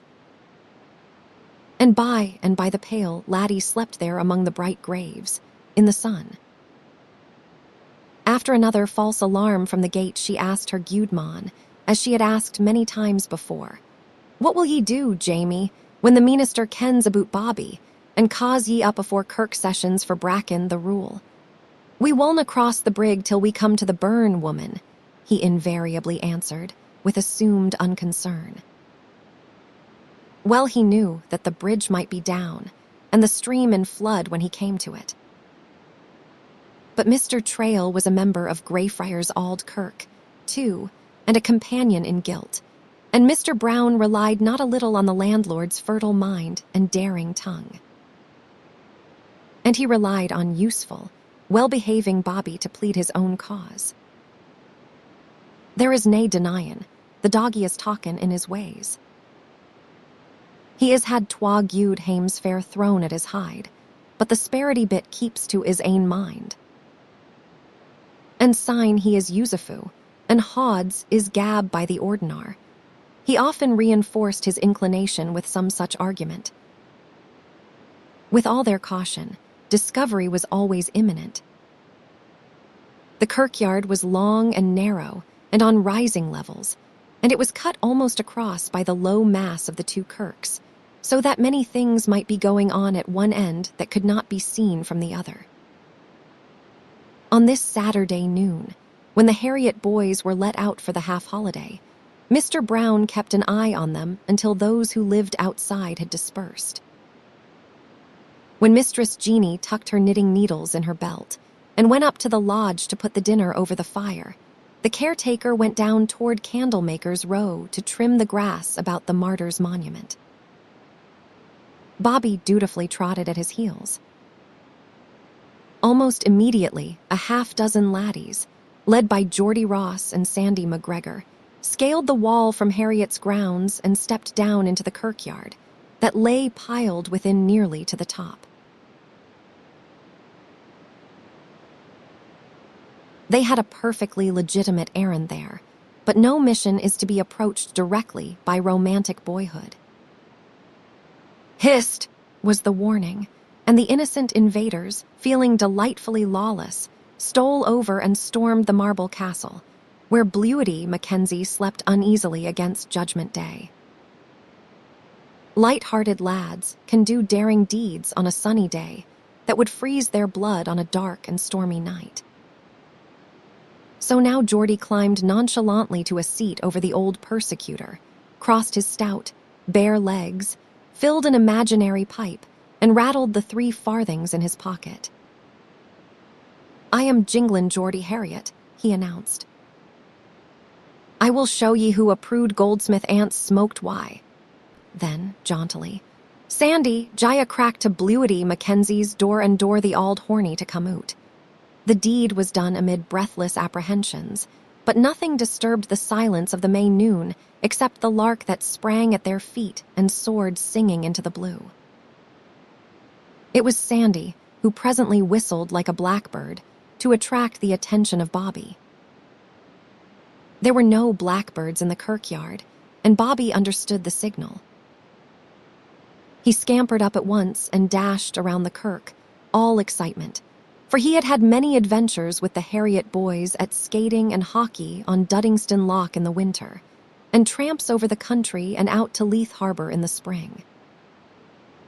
The laddies prowled along the upper wall of the kirks, opened and shut the wicket, to give the caretaker the idea that they had come in decorously by the gate, and went down to ask him, with due respect and humility, if they could take Bobby out for the afternoon. They were going to mark the places where wild flowers might be had, to decorate Jinglin Geordie's portrait, statue and tomb at the school on Founder's Day. Mr. Brown considered them with a glower that made the boys nudge each other knowingly. Saturday isna the day for I am to begin aboot. I has a washin'. And a groomin' to mak. I am fit for the Sabbath. And by the Luco, ye'd be nane the war for soap and water your ainsels. We will jye I am is washin' and combin the nisht, they volunteered eagerly. Wheels knew he wulna hae his dinner till the time gun. Neither would they. At that, annoyed by their persistence, Mr. Brown denied authority. Ye ken we'll he is na ma dog. Ye'll hae to gang up and spear Meester Trail. He is fair daft aboot the Gude Forneathan tyke. This was understood as permission. As the boys ran up to the gate, with Bobby at their heels, Mr. Brown called after them. Ye fetch I am hame why, the sunset bugle, and gin ye teach I am Ani O your unmannerly ways I will tack a stick to your breeks. When they returned to Mr. Trail's place at 2:00, the landlord stood in shirt sleeves and apron in the open doorway with Bobby, the little dog gripping a mutton shank in his mouth. Bobby must tack his bone down first and hide it awa. The Sabbath in a kirkyard is a dull day for a wee dog, so he gets a catechism of a bone to mumble over. The landlord sighed in open envy when the laddies and the little dog tumbled down the road to the Grassmarket on their gypsying. His eyes sought out the glimpse of green country on the dome of Arthur's Seat that loomed beyond the university towers to the east. There are times when the heart of a boy goes ill with the sordid duties of the man. Straight down the length of the empty market the laddies ran, through the crooked, fascinating haunt of horses and jockeys in the street of King's Stables, then northward along the fronts of quaint little handicrafts shops that skirted Castle Crag. By turning westward into Queensferry Street, a very few minutes would have brought them to a bit of buried country. But every expedition of Edinburgh lads of spirit of that day was properly begun with challenges to scale Castle Rock from the valley park of Prince's Street Gardens on the north. I door ye to gang up was all that was necessary to set any group of youngsters to scaling the precipice. By every tree and ledge, by every cranny and point of rock, stoutly rooted hazel and thorn bush and clump of gorse, they climbed. These laddies went up a quarter or a third of the way to the grim ramparts and came cautiously down again. Bobby scrambled higher, tumbled back more recklessly and fell, head over heels and upside down, on the daisied turf. He righted himself at once and yelped in sharp protest. Then he sniffed and busied himself with pretenses, in the elaborate unconcern with which a little dog denies anything discreditable. There were legends of daring youth having climbed this warlike cliff and laying hands on the fortress wall, but Geordie expressed a popular feeling in declaring these tales a lees. No, ony laddie could gang the way up and come doon why, is hide no broken. Bobby couldna do it, and he is mair like a wild fox than an ordinar dog. New, we are the Light Brigade at Balaclava. Charge, the Crimean War was then a recent event. Heroes of Sebastopol answered the summons of drum and bugle in the castle and fired the hearts of Edinburgh youth. Cannon all around them, and there's not to reason why.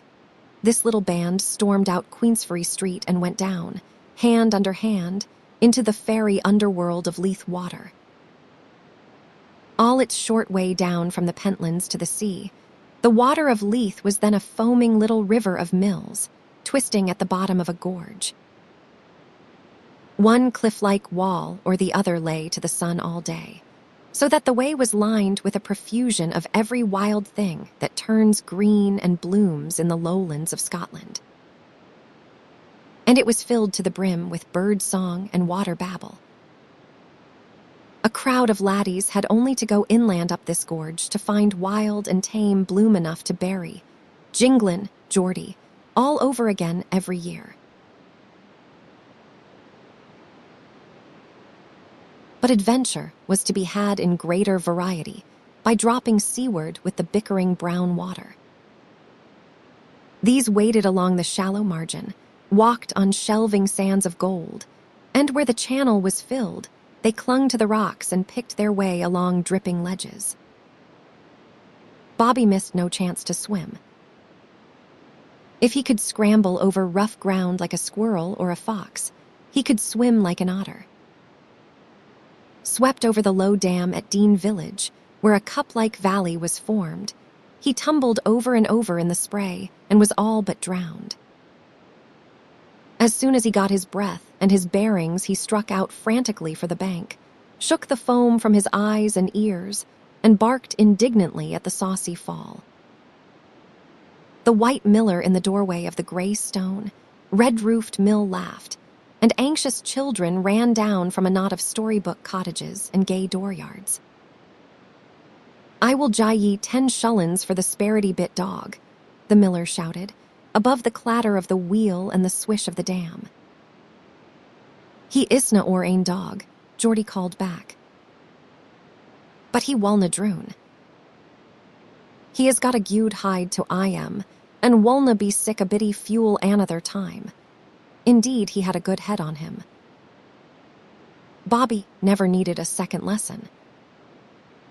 At Silver Mills and Cannon Mills, he came out and trotted warily around the dam. Where the gorge widened to a valley, toward the sea they all climbed up to Leith Walk, that ran to the harbor, and came out to a wonder-world of watercraft anchored in the firth. Each boy picked out his ship to go adventuring.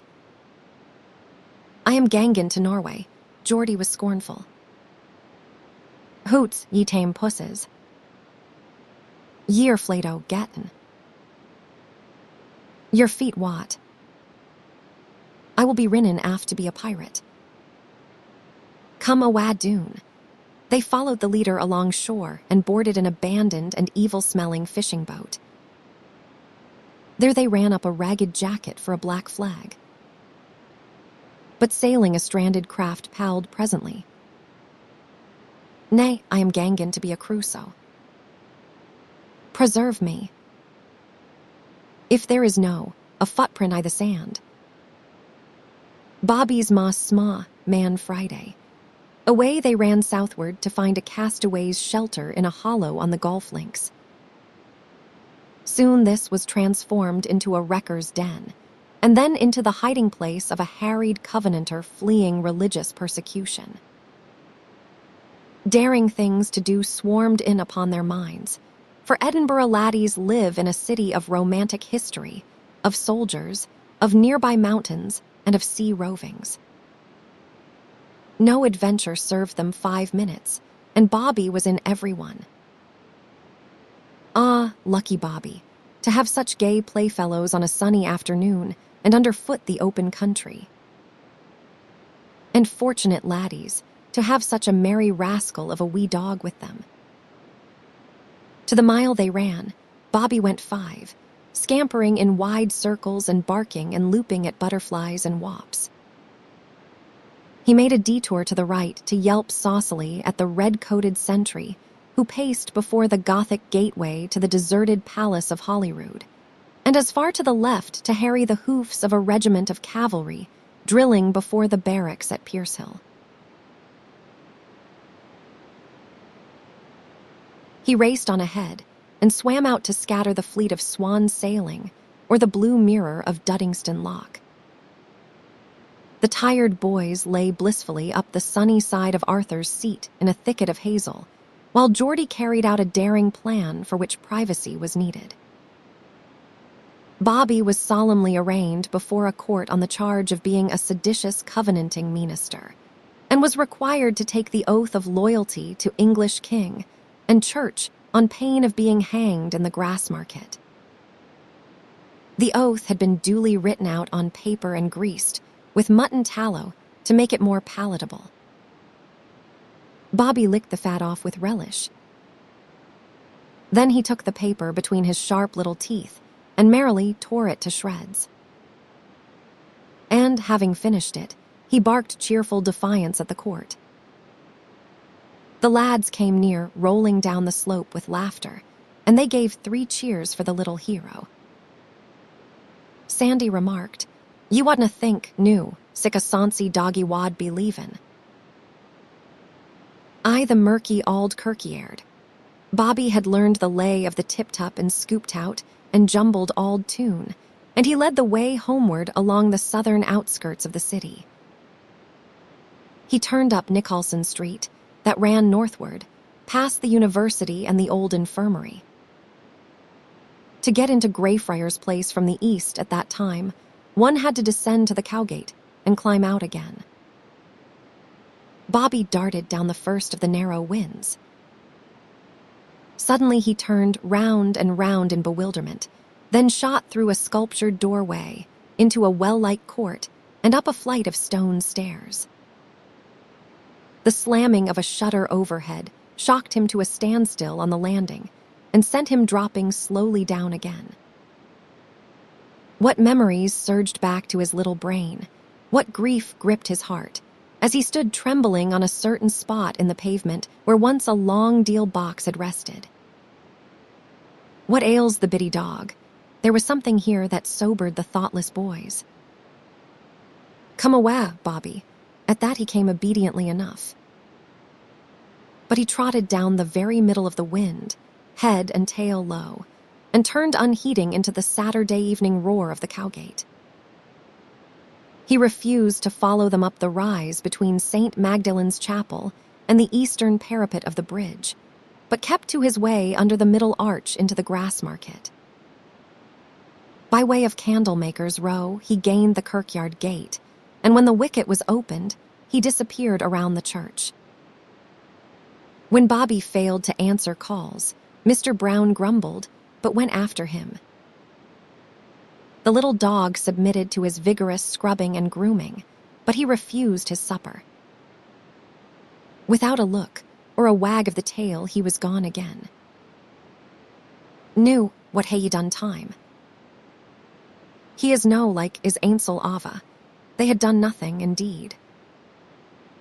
They could only relate Bobby's strange behavior in College Wynd and the rest of the way home. Mistress Jeanie nodded her head, with the wisdom of women that is of the heart. Jamie, that Wadby war is Maester Deed Sack's month sign." And having said it, she slipped down the slope with her knitting and sat on the mound beside the mourning little dog. When the awestruck lads asked for the story, Mr. Brown shook his head. "Ye speir Meester Trail.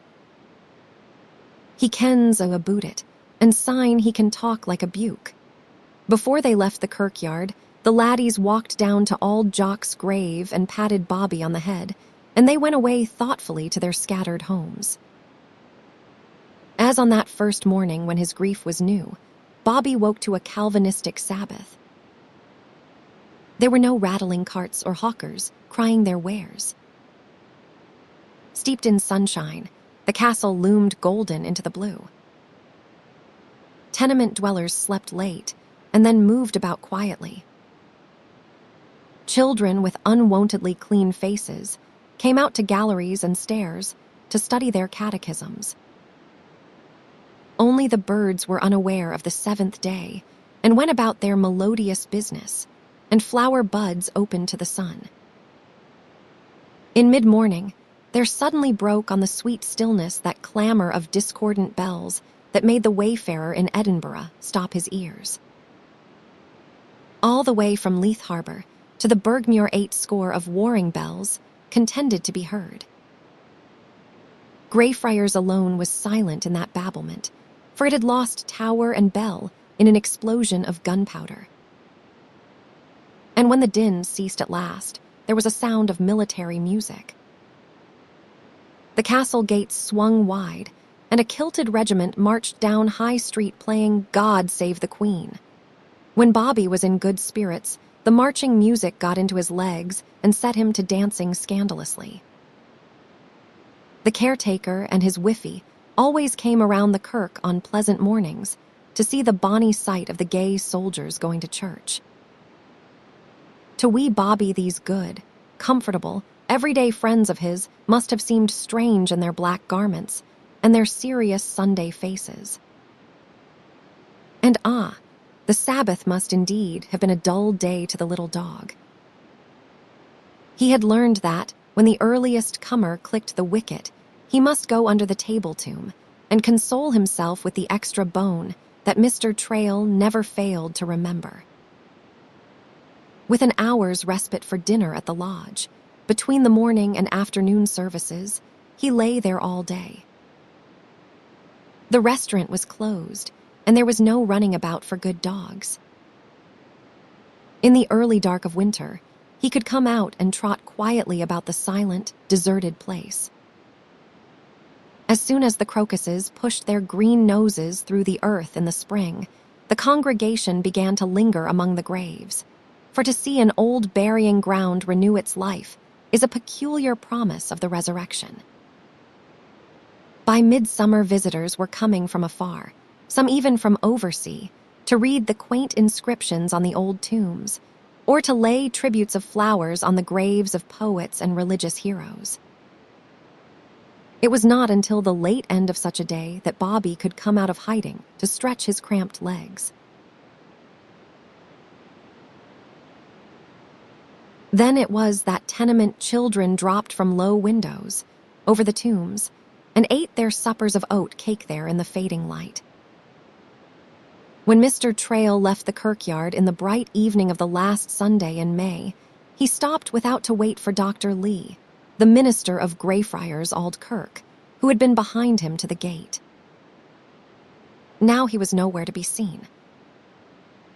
With Bobby ever in the background of his mind, at such times of possible discovery, Mr. Trail re-entered the kirkyard. The minister was sitting on the fallen slab, tall silk hat off, with Mr. Brown standing beside him, uncovered and miserable of aspect, and Bobby looking up anxiously at this new element in his fate. "Do you think it seemly for a dog to be living in the churchyard, Mr. Brown?" The minister's voice was merely kind and inquiring, but the caretaker was in fault, and this good English was disconcerting. However, his conscience acquitted him of moral wrong, and his sturdy Scotch independence came to the rescue.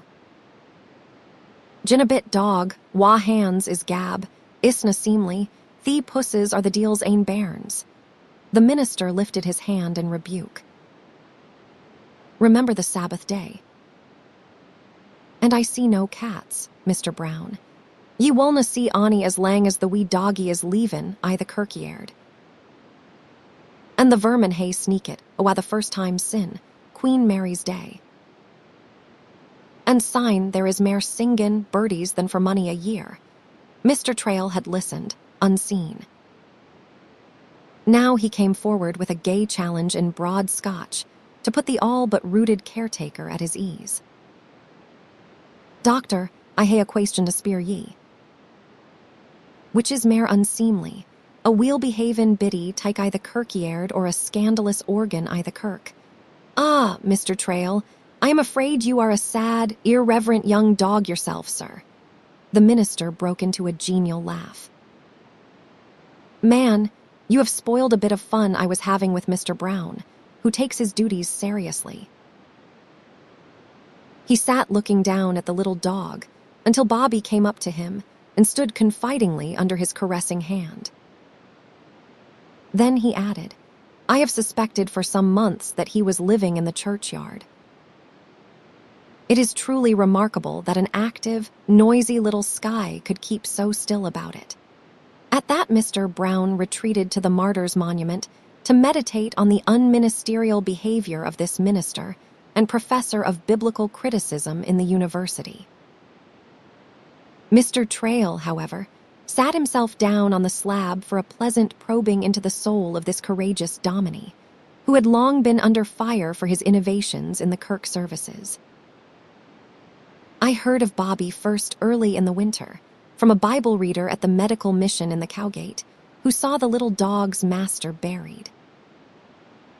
He sees many strange, sad things in his work, but nothing ever shocked him so as the lonely death of that pious old shepherd in such a picturesque den of vice and misery. Aye, he went from my place, fair ill, into the storm. I never knew where the auld man died. The minister looked at Mr. Trail, struck by the note of remorse in his tone. The missionary returned to the churchyard to look for the dog that had refused to leave the grave. He concluded that Bobby had gone away to a new home and master, as most dogs do go sooner or later. Some weeks afterward, the minister of a small church in the hills inquired for him and insisted that he was still here. This last week, at the General Assembly, I heard of the wee Highlander from several sources. The tales of his escapes from the sheep farm have grown into a sort of odyssey of the Pentlands. I think perhaps, if you had not continued to feed him, Mr. Trail, he might have remained at his old home. Nay, I am no thinking so, and I was no willing to risk the starvation of the bonny, leal Highlander. Until the stars came out, Mr. Trail sat there telling the story. At mention of his master's name, Bobby returned to the mound and stretched himself across it. I will go before the kirk officers, Dr. Lee, and tak full responsibility. Mr. Brown is no to blame. It would have taken a man with a heart of trap rock to have turned the woeful bit dog out. He is well cared for and is of a hardy breed, so he is not likely to suffer. But a dog, no more than a man, cannot live on bread alone. His heart hungers for love. Lush, cried Mr. Brown. Are ye thinkin' he isna gettin' it? Or bairns are a oot-o the hame nest, and ma woman, Jeanie, is fair daft aboot Bobby, I thinkin' he will tak the measles. And syne, there is the tenement bairns cryin' oot on I am ilka mean it, and ane crippled laddie he e'en lets fondle I am. Still, it would be better if he belonged to some one master. Everybody's dog is nobody's dog, the minister insisted. I wish you could attach him to you, Mr. Trail. Aye, it is a disappointment to me that he will no bide with me. Perhaps in time. It is nae use, Ava, Mr. Brown interrupted, and he related the incident of the evening before. He is cheerful, enug mayest o the time en. Likes to be why. The the laddie's as weel as ony dog, but he isna forgettin'. Auld Jock. The wee doggy cam, again, to his maester's burying. Man, ye ne'er saw the like o' it. The whiffy found I am flattened out to a furry doormat and greetin' to brack his heart. It is a remarkable story, and he is a beautiful little dog and a leal one. The minister stooped and patted Bobby, and he was thoughtful all the way to the gate. The matter need not be brought up in any formal way. I will speak to the elders and deacons about it privately, and refer those wanting details to you, Mr. Trail. Mr. Brown, he called to the caretaker who stood in the lodge door, it cannot be pleasing to God to see the little creature restrained. Give Bobby his liberty on the Sabbath, VII. It was more than 8 years after Auld Jock fled from the threat of a doctor that Mr. Trail's prediction, that his tongue would get him into trouble with the magistrates, was fulfilled. And then it was because of the least considered slip in speaking to a boyhood friend who happened to be a burg policeman. Many things had tried the landlord of ye Oldie Greyfriars' dining rooms. After a series of soft April days, in which lilacs budded and birds sang in the kirkyard, squalls of wind and rain came up out of the sea-roaring east. The smoky old town of Edinburgh was so shaken and beaten upon, and icily drenched that rattling finials and tiles were torn from ancient gables and whirled abroad. Rheumatic pains were driven into the joints of the elderly. Mr. Brown took to his bed in the lodge, and Mr. Trail was touchy in his temper. A sensitive little dog learns to read the human barometer with a degree of accuracy rarely attained by fellow men, and in times of low pressure, wisely effaces himself. His rough thatch streaming, Bobby trotted in blithely for his dinner, ate it under the settle, shook himself dry, and dozed half the afternoon. To the casual observer, the wee terrier was no older than when his master died. As swift of foot and as sound of wind as he had ever been, he could tear across country at the heels of a new generation of Harriet laddies and be as fresh as a daisy at nightfall. Silvery gray all over, the whitening hairs on his face and tufted feet were not visible. His hazel-brown eyes were still as bright and soft and deep as the sunniest pools of Leith water.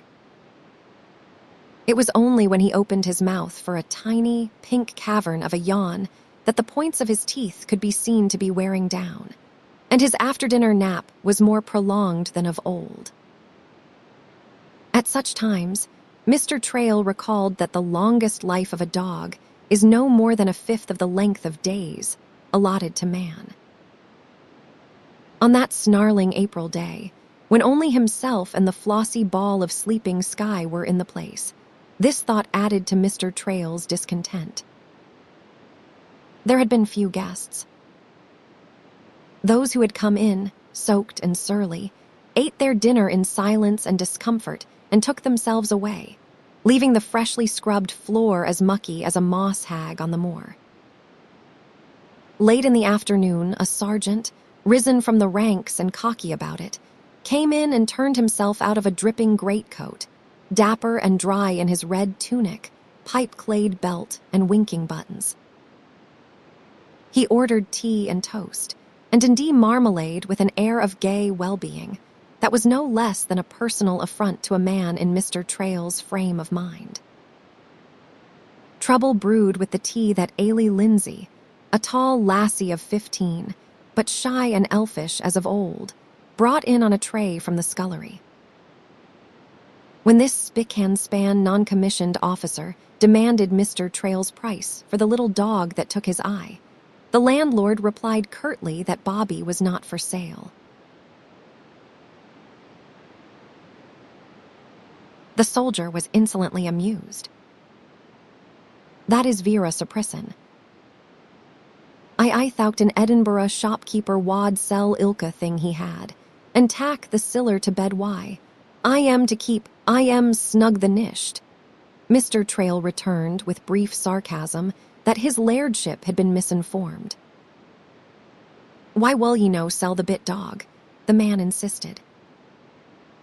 The badgered landlord turned upon him and answered at length, after the elaborate manner of a minister who lays his sermon off in sections.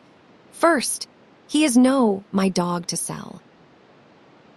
Second, he is a dog of rare discrimination, and is no like to tack you for a master. Third, you soldiers, I have with you a special brand of shooling-a-day impudence. And fourth and last, my brither, I am no needing your siller, and I can manage to do fair wheel without your conversation. As this bombardment proceeded, the sergeant's jaw dropped. When it was finished, he laughed heartily and slapped his knee. Man, come and brack bread why, me, or I will hae to brack your stiff neck. A truce was declared over a cozy pot of tea, and the two became at least temporary friends. It was such a day that the landlord would have gossiped with a jail bird, and when a soldier who has seen years of service, much of it in strange lands, once admits a shopkeeper to equality, he can be affable and entertaining by the ordinar. Mr. Trail sketched Bobby's story broadly and to a sympathetic listener, and the soldier told the landlord of the animals that had lived and died in the castle. Parrots and monkeys and strange dogs and cats had been brought there by regiments returning from foreign countries and colonies. But most of the pets had been native dogs, collies, spaniels and terriers, and animals of mixed breeds and of no breed at all, but just good dogs. No one knew when the custom began, but there was an old and well-filled cemetery for the castle pets. When a dog died, a little stone was set up, with the name of the animal and the regiment to which it had belonged on it. Soldiers often went there among the tiny mounds and told stories of the virtues and taking ways of old favorites. And visitors read the names of Flora and Guy and Dandy, of Prince Charlie and Rob Roy, of Jeannie and Bruce and Watty. It was a merry life for a dog in the castle. He was petted and spoiled by homesick men, and when he died, there were 1,000 mourners at his funeral. Put it to the bit, Skye knew. If he tacks the Queen's shullen, he belongs to the army. The sergeant flipped a coin before Bobby, who was wagging his tail and sniffing at the military boots with his ever-lively interest in soldiers. He looked up at the tossed coin indifferently, and when it fell to the floor, he let it lie. Siller has no meaning to a dog. His love can be purchased with nothing less than his chosen master's heart. The soldier sighed at Bobby's indifference. He introduced himself as Sergeant Scott, of the Royal Engineers, detailed from headquarters to direct the work in the castle crafts shops. Engineers rank high in pay and in consideration, and it was no ordinary jack of all trades who had expert knowledge of so many skilled handicrafts. Mr. Trail's respect and liking for the man increased with the passing moments. As the sergeant departed, he warned Mr. Trail, laughingly, that he meant to kidnap Bobby the very first chance he got. The castle pet had died, and Bobby was altogether too good a dog to be wasted on a moldy Auld kirkyard and thrown on a dust cart when he came to die. Mr. Trail resented the imputation. He will no be thrown on a dust cart. The door was shut on the mocking retort, who do ye ken he wulna? And there was food for gloomy reflection. The landlord could not know, in truth, what Bobby's ultimate fate might be. But little over 9 years of age, he should live only 5 or 6 years longer at most. Of his friends, Mr. Brown was ill and aging, and might have to give place to a younger man. He himself was in his prime, but he could not be certain of living longer than this hardy little dog. For the first time, he realized the truth of Dr. Lee's, saying that everybody's dog was nobody's dog. The tenement children held Bobby in a sort of community affection. He was the special pet of the Harriet laddies, but a class was sent into the world every year and was scattered far. Not one of all the hundreds of bairns who had known and loved this little dog could give him any real care or protection. For the rest, Bobby had remained almost unknown. Many of the congregations of Old and New Greyfriars had never seen or heard of him. When strangers were about, he seemed to prefer lying in his retreat under the fallen tomb. His Sunday afternoon naps he usually took in the lodge kitchen. And so, it might very well happen that his old age would be friendless, that he would come to some forlorn end and be carried away on the dustman's cart. It might, indeed, be better for him to end his days in love and honor in the castle. But to this solution of the problem Mr. Trail himself was not reconciled. Sensing some shifting of the winds in the man's soul, Bobby trotted over to lick his hand. Then he sat up on the hearth and lolled his tongue, reminding the good landlord that he had one cheerful friend to bear him company on the blaw-weary day. It was thus they sat, companionably, when a burg policeman who was well known to Mr. Trail came in to dry himself by the fire. Gloomy thoughts were dispelled at once by the instinct of hospitality. "You are fair wet man. Pull a chair to the hearth. And you have a bit smut on your nose, Davy. It is frae the railway engine." Edinburgh was a reeky tune enug afore the engines cam, in belched smuts in ilka body's faces. The policeman was disgusted and discouraged by 3 days of wet clothing, and he would have to go out into the rain again before he got dry. Nothing occurred to him to talk about but grievances. "Did ye ken the Laird Provost, Maester Chambers, is intendin' to knock a lang hole aboon the tap o' the Coogate winds? It wull mak a braid street ye can look doon frae your doorway here. The gude auld days gangen doon in a muckle dust. Aye, the sun will peep into foul places it has not seen sin, Queen Mary's Day. And Davy, it would be more according to the gude auld customs you are so fond of to call Mr. William Chambers Glenormiston for his bit country place. He is no a laird. Nay, but he will be a laird the next time the Queen shows her bonny face north o' the Tweed.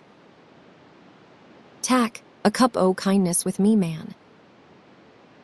Hot tay will tak the called out of ver disposition." Mr. Trail pulled a bell cord, and Ailey, unused as yet to bells, put her startled little face in at the door to the scullery. At sight of the policeman, she looked more than ever like a scared rabbit, and her hands shook when she set the tray down before him.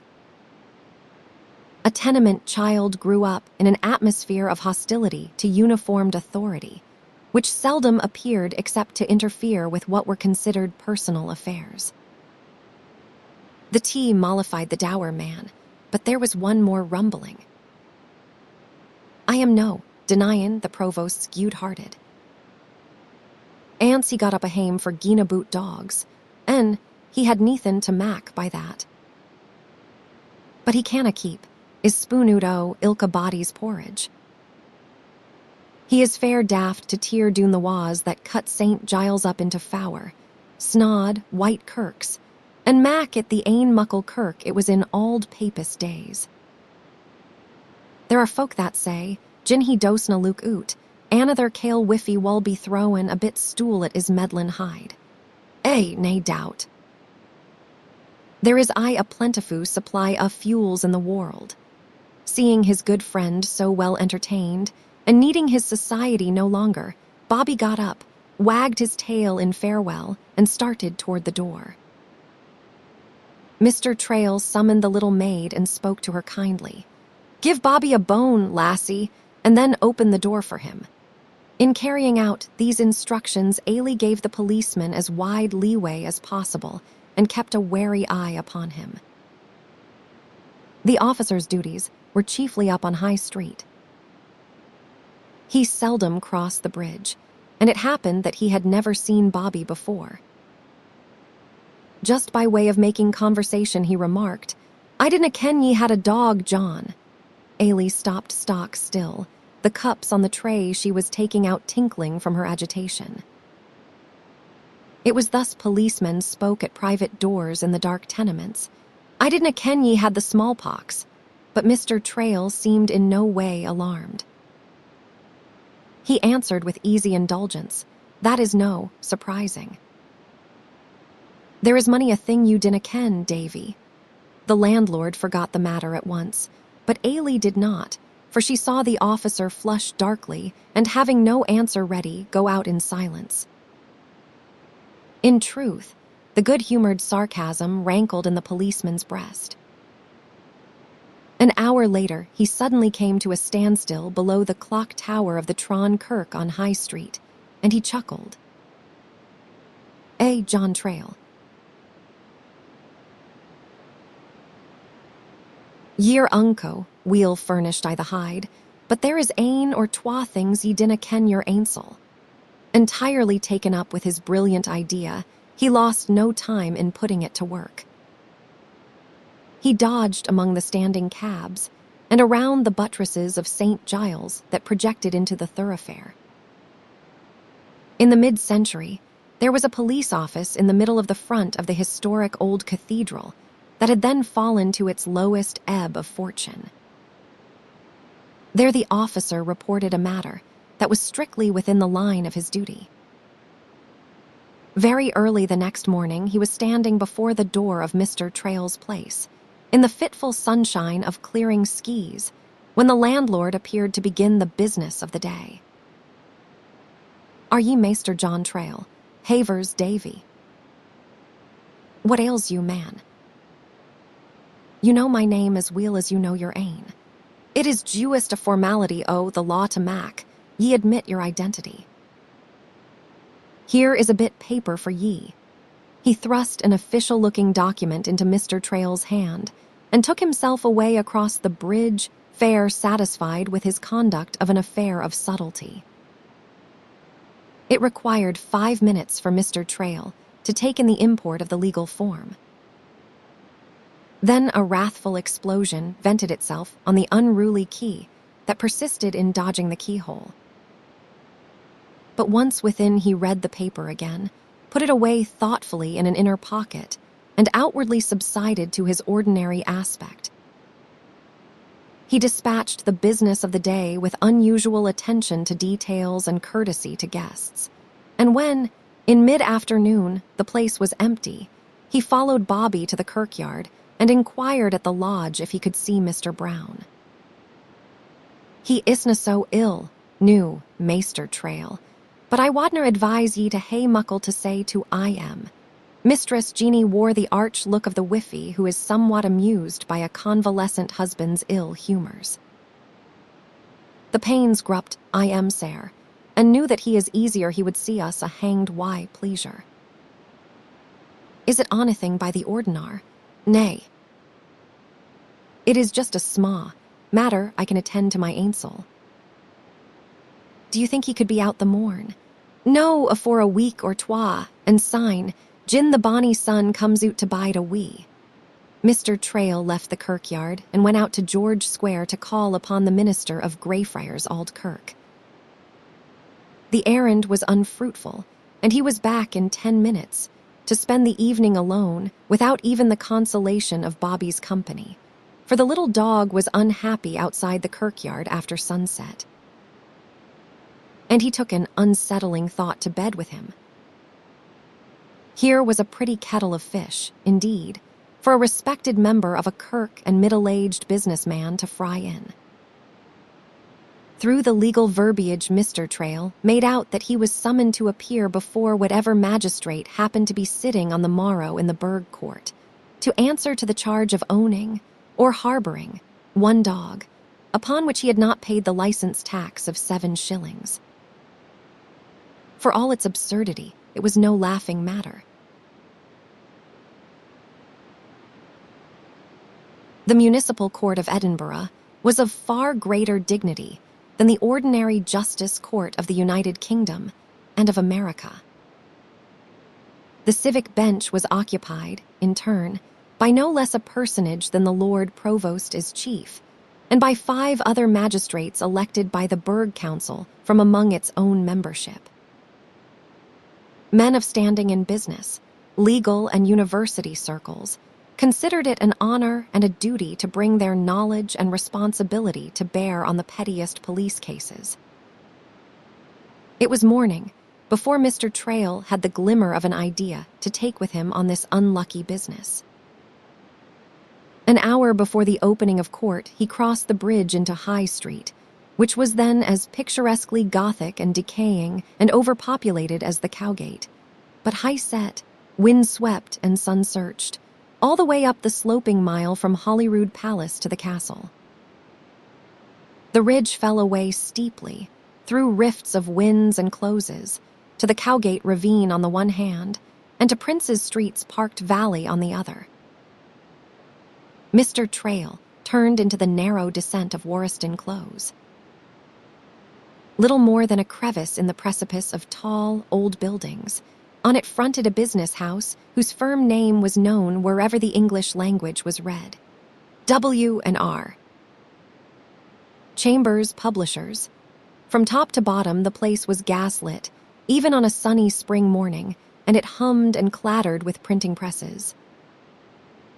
No one was in the little anteroom to the editorial offices beside a young clerk, but at sight of a red-headed, freckle-faced Harriet laddie of Bobby's puppyhood days, Mr. Trail's spirits rose.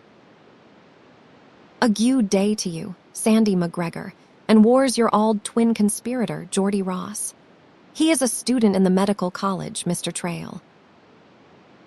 He went by this minute to the botanical garden for herbs my grandmother has I known without books. Sandy grinned in appreciation of this foolishness, but he added, with Scotch shrewdness, "It is gude for the book-printing beasiness." "It is so," the landlord agreed heartily. "But you must know, be forgetting that the Chambers brothers wore book readers and sellers before they wore publishers. You are wheels set up in life. Laddie and Harriet's has pulled the worst of the burrs from your tongue. I am wanting to see Glenormiston. Mr. William Chambers is no in. Mr. Robert is I in, but he is no. Liking to be fashed about sma things, I will no trouble him. It is the Lord Provost I am wanting on official beasiness. He requested Sandy to ask Glenormiston, if he came in, to come over to the Burgh Court and speer for Mr. Trail. It is no his day to sit as magistrate, and he is no like to go unless it is a fair serious matter. Aye, it is, laddie. It is a matter of life and death, I am thinking. He smiled grimly, as it entered his head that he might be driven to do violence to that meddling policeman. The yellow gaslight gave his face such a sardonic aspect that Sandy turned pale. Was death man? Mr. Trail kept his own counsel, but at the door he turned. You will know. Be remembering the bitty terrier that lived in the kirkyard. The light of boyhood days broke in Sandy's grin. I will know, be forgetting the Sauncey tyke. He was a deal of a dog to tack on a holiday. Is he still faithful to his dead master? He is that, and for his faithfulness he is like to be dead himsole. The police are talkin', up masterless dogs and putting them out the way. I will mak a gude fight for Bobby in the Burgh Court. I will fight with you, man. The spirit of the McGregor clan, though much deluded and subdued by town living, brought Sandy down from a 3-legged stool. He called another clerk to take his place and made off to find the Lord Provost, powerful friend of hameless dogs.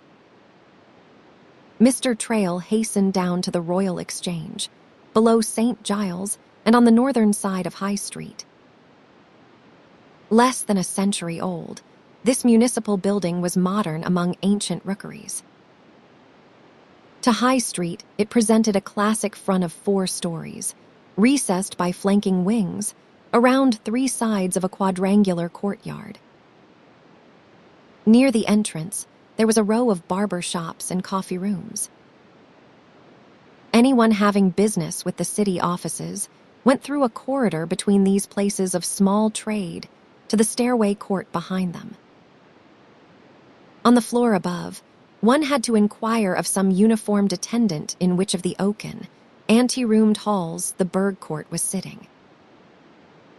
And by the time one got there, all the pride of civic history of the ancient royal burgh, as set forth in portrait and statue, and a museum of antiquities, was apt to take the lime out of the backbone of a man less courageous than Mr. Trail. What a car of juggernaut to roll over one, small, masterless terrier. But presently the landlord found himself on his feet, and not so ill at ease. A Scottish court, high or low, civil or criminal, had a flavor all its own.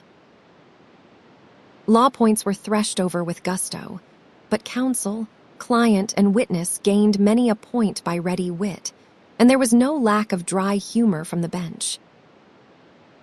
About the burgh court, for all its stately setting, there was little formality.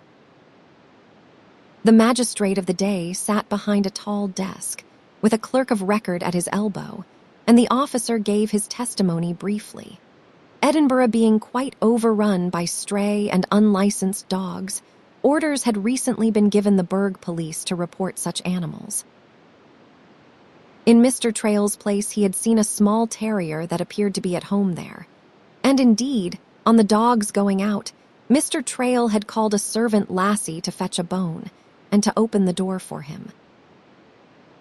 He noticed that the animal wore no collar, and felt it his duty to report the matter. By the time Mr. Trail was called to answer to the charge, a number of curious idlers had gathered on the back benches.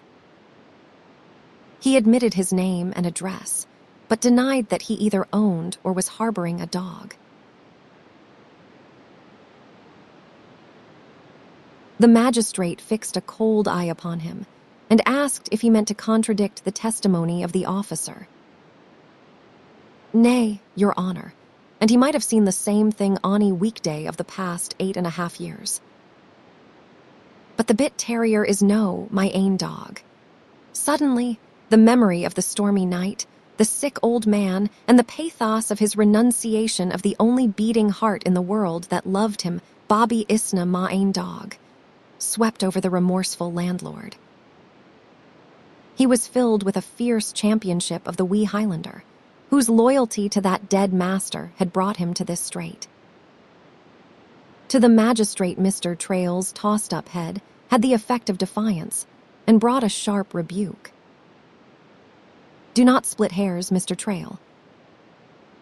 You are wasting the time of the court. You admit feeding the dog. Who is his master, and where does he sleep? His master is in his grave in Auld Greyfriars Kirkyard, and the dog has aye slept there on the mound." The magistrate leaned over his desk. "Man, no dog could sleep in the open for one winter in this climate." "Are you fond of romancing, Mr. Trail?" "No, so overfond, your honor."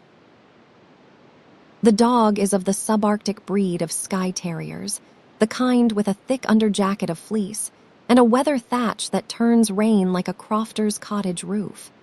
There should be witnesses to such an extraordinary story. The dog could not have lived in this strictly guarded churchyard without the consent of those in authority." The magistrate was plainly annoyed and skeptical, and Mr. Trail felt the sting of it. "Aye, the caretaker has been his gude friend, but Mr. Brown is ill of rheumatism, and can no come out. Nae doubt, if necessary, his deposition could be taken. Permission for the bit dog to live in the kirkyard was given by the minister of Greyfriars Auld Kirk, but Dr. Lee is in failing health and has gone to the south of France. The tenement children and the Harriet laddies have I made a pet of Bobby, but they would be competent witnesses. You should have counsel. There are some legal difficulties here. I am needing a lawyer. The law in sic a matter can be so complicated, and I have a tongue in my ain head that has I served me, your honor. The magistrate smiled, and the spectators moved to the nearer benches to enjoy this racy man. The room began to fill by that kind of telepathy that causes crowds to gather around the human drama. One man stood, unnoticed, in the doorway. Mr. Trail went on, quietly. If the court permits me to do so, I shall be glad to pay for Bobby's license, but I am thinking that carries responsibility for the bit dog. You are quite right, Mr. Trail. You would have to assume responsibility. Masterless dogs have become a serious nuisance in the city. I could tack responsibility. The dog is with me more than a couple of hours out of the 24. I understand that most of his time is spent in the kirkyard, in well-behaving, useful ways, but I could be sure. But why have you fed him for so many years? Was his master a friend? Nay, just a customer, your honor, a simple auld shepherd who ate his market day dinner in my place. I had the bit dog with him, and I was the last man to see the auld body before he went away to his miserable death in a Cowgate wind.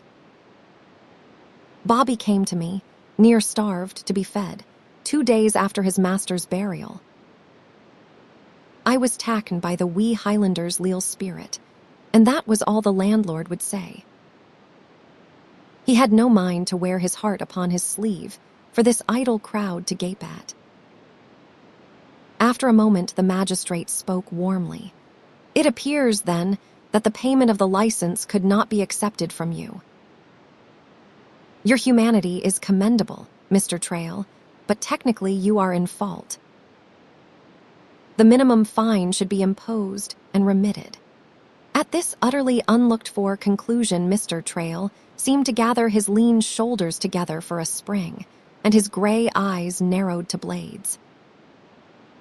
With due respect to your honor, I must tack an appeal against sic a decision to the Lord Provost and the magistrates, and then to the Court of Sessions. You would get scant attention, Mr. Trail. The higher judiciary have more important business than reviewing dog cases. You would be laughed out of court. The dry tones stung him to instant retort. And in good company I would be. 50 years syne, Lord Erskine was laughed down in Parliament for proposing to give legal protection to dumb animals.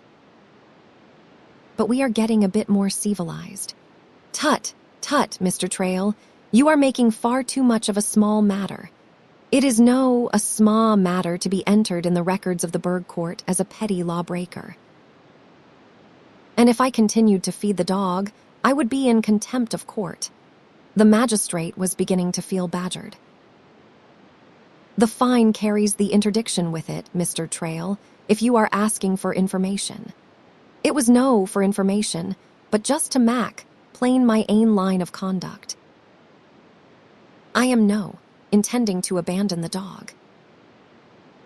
I am commended here for my humanity, but the bit dog I must let starve for a technicality.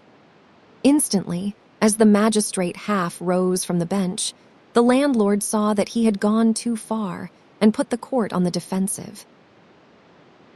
In an easy, conversational tone, as if unaware of the point he had scored, he asked if he might address his accuser on a personal matter. We knew each other weel as laddies. Davy, when you are in my neighborhood again on a wet day, come in and dry yourself by my fire and tack another cup o'. Kindness for Auld Lang Syne. You will be all the better man for a lesson in morals the bit dog can give you. No, to bite the hand that feeds you. The policeman turned purple. A ripple of merriment ran through the room. The magistrate put his hand up to his mouth, and the clerk began to drop pens. Before silence was restored, a messenger laddie ran up with a note for the bench. The magistrate read it with a look of relief, and nodded to the man who had been listening from the doorway, but who disappeared at once. The case is ordered continued. The defendant will be given time to secure witnesses and notified when to appear. The next case is called. Somewhat dazed by this sudden turn and annoyed by the delayed settlement of the affair, Mr. Trail hastened from the courtroom. As he gained the street, he was overtaken by the messenger with a second note. And there was a still more surprising turn that sent the landlord off up swarming High Street, across the bridge, and on to his snug little place of business, with the face and the heart of a schoolboy. When Bobby, draggled by 3 days of wet weather, came in for his dinner, Mr. Trail scanned him critically and in some perplexity. At the end of the day's work, as Ailey was dropping her quaint curtsy and giving her adored employer a shy, "Gud nisht," he had a sudden thought that made him call her back. "Did you ever give a bit dog a washing, lassie? Ye mean Bobby, Maester Trail?" "Nay, I didna." Her eyes sparkled.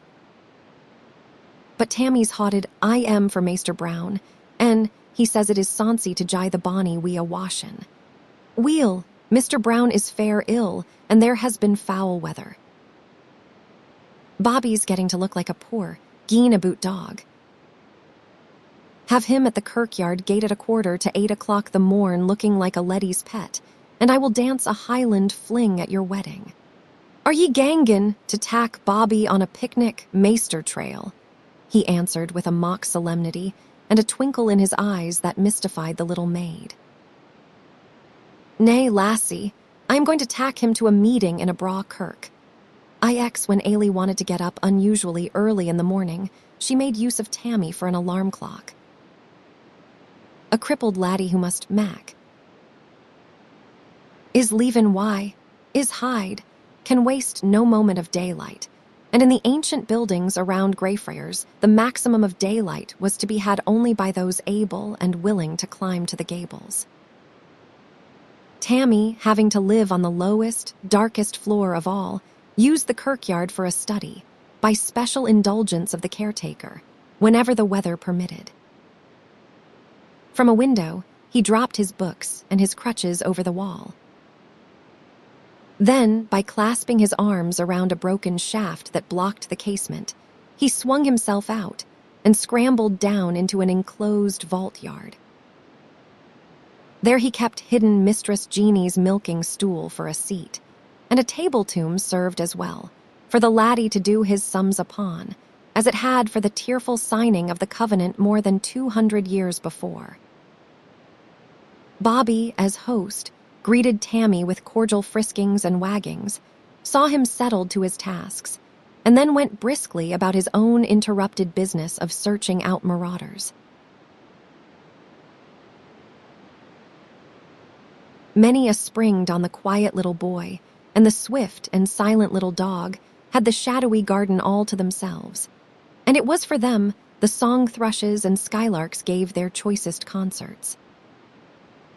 On that mid-April morning, when the rising sun gilded the castle turrets and flashed back from the many beautiful windows of Harriet's hospital, Tammy bundled his books under the table tomb of Mistress Jean Grant, went over to the rear of the Guildhall at the top of the row, and threw a handful of gravel up to Ailey's window. Because of a grandmother, Ailey, too, dwelt on a low level. Her eager little face, lighted by sleep-dazzled blue eyes, popped out with the surprising suddenness of the mannequins in a Punch and Judy show. "In Jewest ain mean it, Tammy," she whispered, No, to walk in the grandmother. It was in so very short a minute that the lassie climbed out onto the classic pediment of a tomb and dropped into the kirkyard that her toilet was uncompleted. Tammy buttoned her washed-out cotton gown at the back, and she sat on a slab to lace her shoes. If the fun of giving Bobby his bath was to be enjoyed to the full, there must be no unnecessary delay. This consideration led Tammy to observe, "Ye're no needin' to comb your hair, Ailey. It looks bonny enog." In truth, Ailey was one of those fortunate lasses whose crinkly, gold-brown mop really looked best when in some disorder, and of that advantage the little maid was well aware. "I kenna that, Tammy. I jie it a lick or twawai, a comb the nish afore." Caw the wee doggy. Bobby fully understood that he was wanted for some serious purpose, but it was a fresh morning of dew and he, apparently, was in the highest of spirits. So he gave Ailey a chase over the sparkling grass and under the showery shrubbery. When he dropped at last on Auld Jock's grave, Tammy captured him. The little dog could always be caught there, in a caressable state of exhaustion or meditation, for sooner or later he returned to the spot from every bit of work or play. No one would have known it for a place of burial at all. Mr. Brown knew it only by the rose bush at its head and by Bobby's haunting it, for the mound had sunk to the general level of the terrace on which it lay, and spreading crocuses poked their purple and gold noses through the crisp spring turf. But for the wee, guardian dog, the man who lay beneath had long lost what little identity he had ever possessed. Now, as the three lay there, the lassie as flushed and damp as some water nymph, Bobby panting and submitting to a petting, Tammy took the little dog's muzzle between his thin hands, parted the veil, and looked into the soft brown eyes. "Leak Ailey, Bobby's wantin' somethin', and is Jewest hoddin' himsel." It was true. For all his gaiety in play and his energy at work, Bobby's eyes had ever a patient, wistful look, not unlike the crippled laddie's.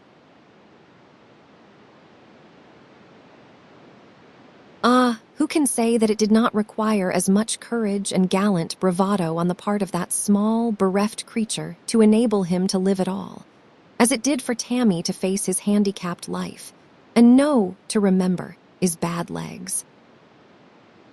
In the bath on the rear steps of the lodge, Bobby swam and splashed, and scattered foam with his excited tail.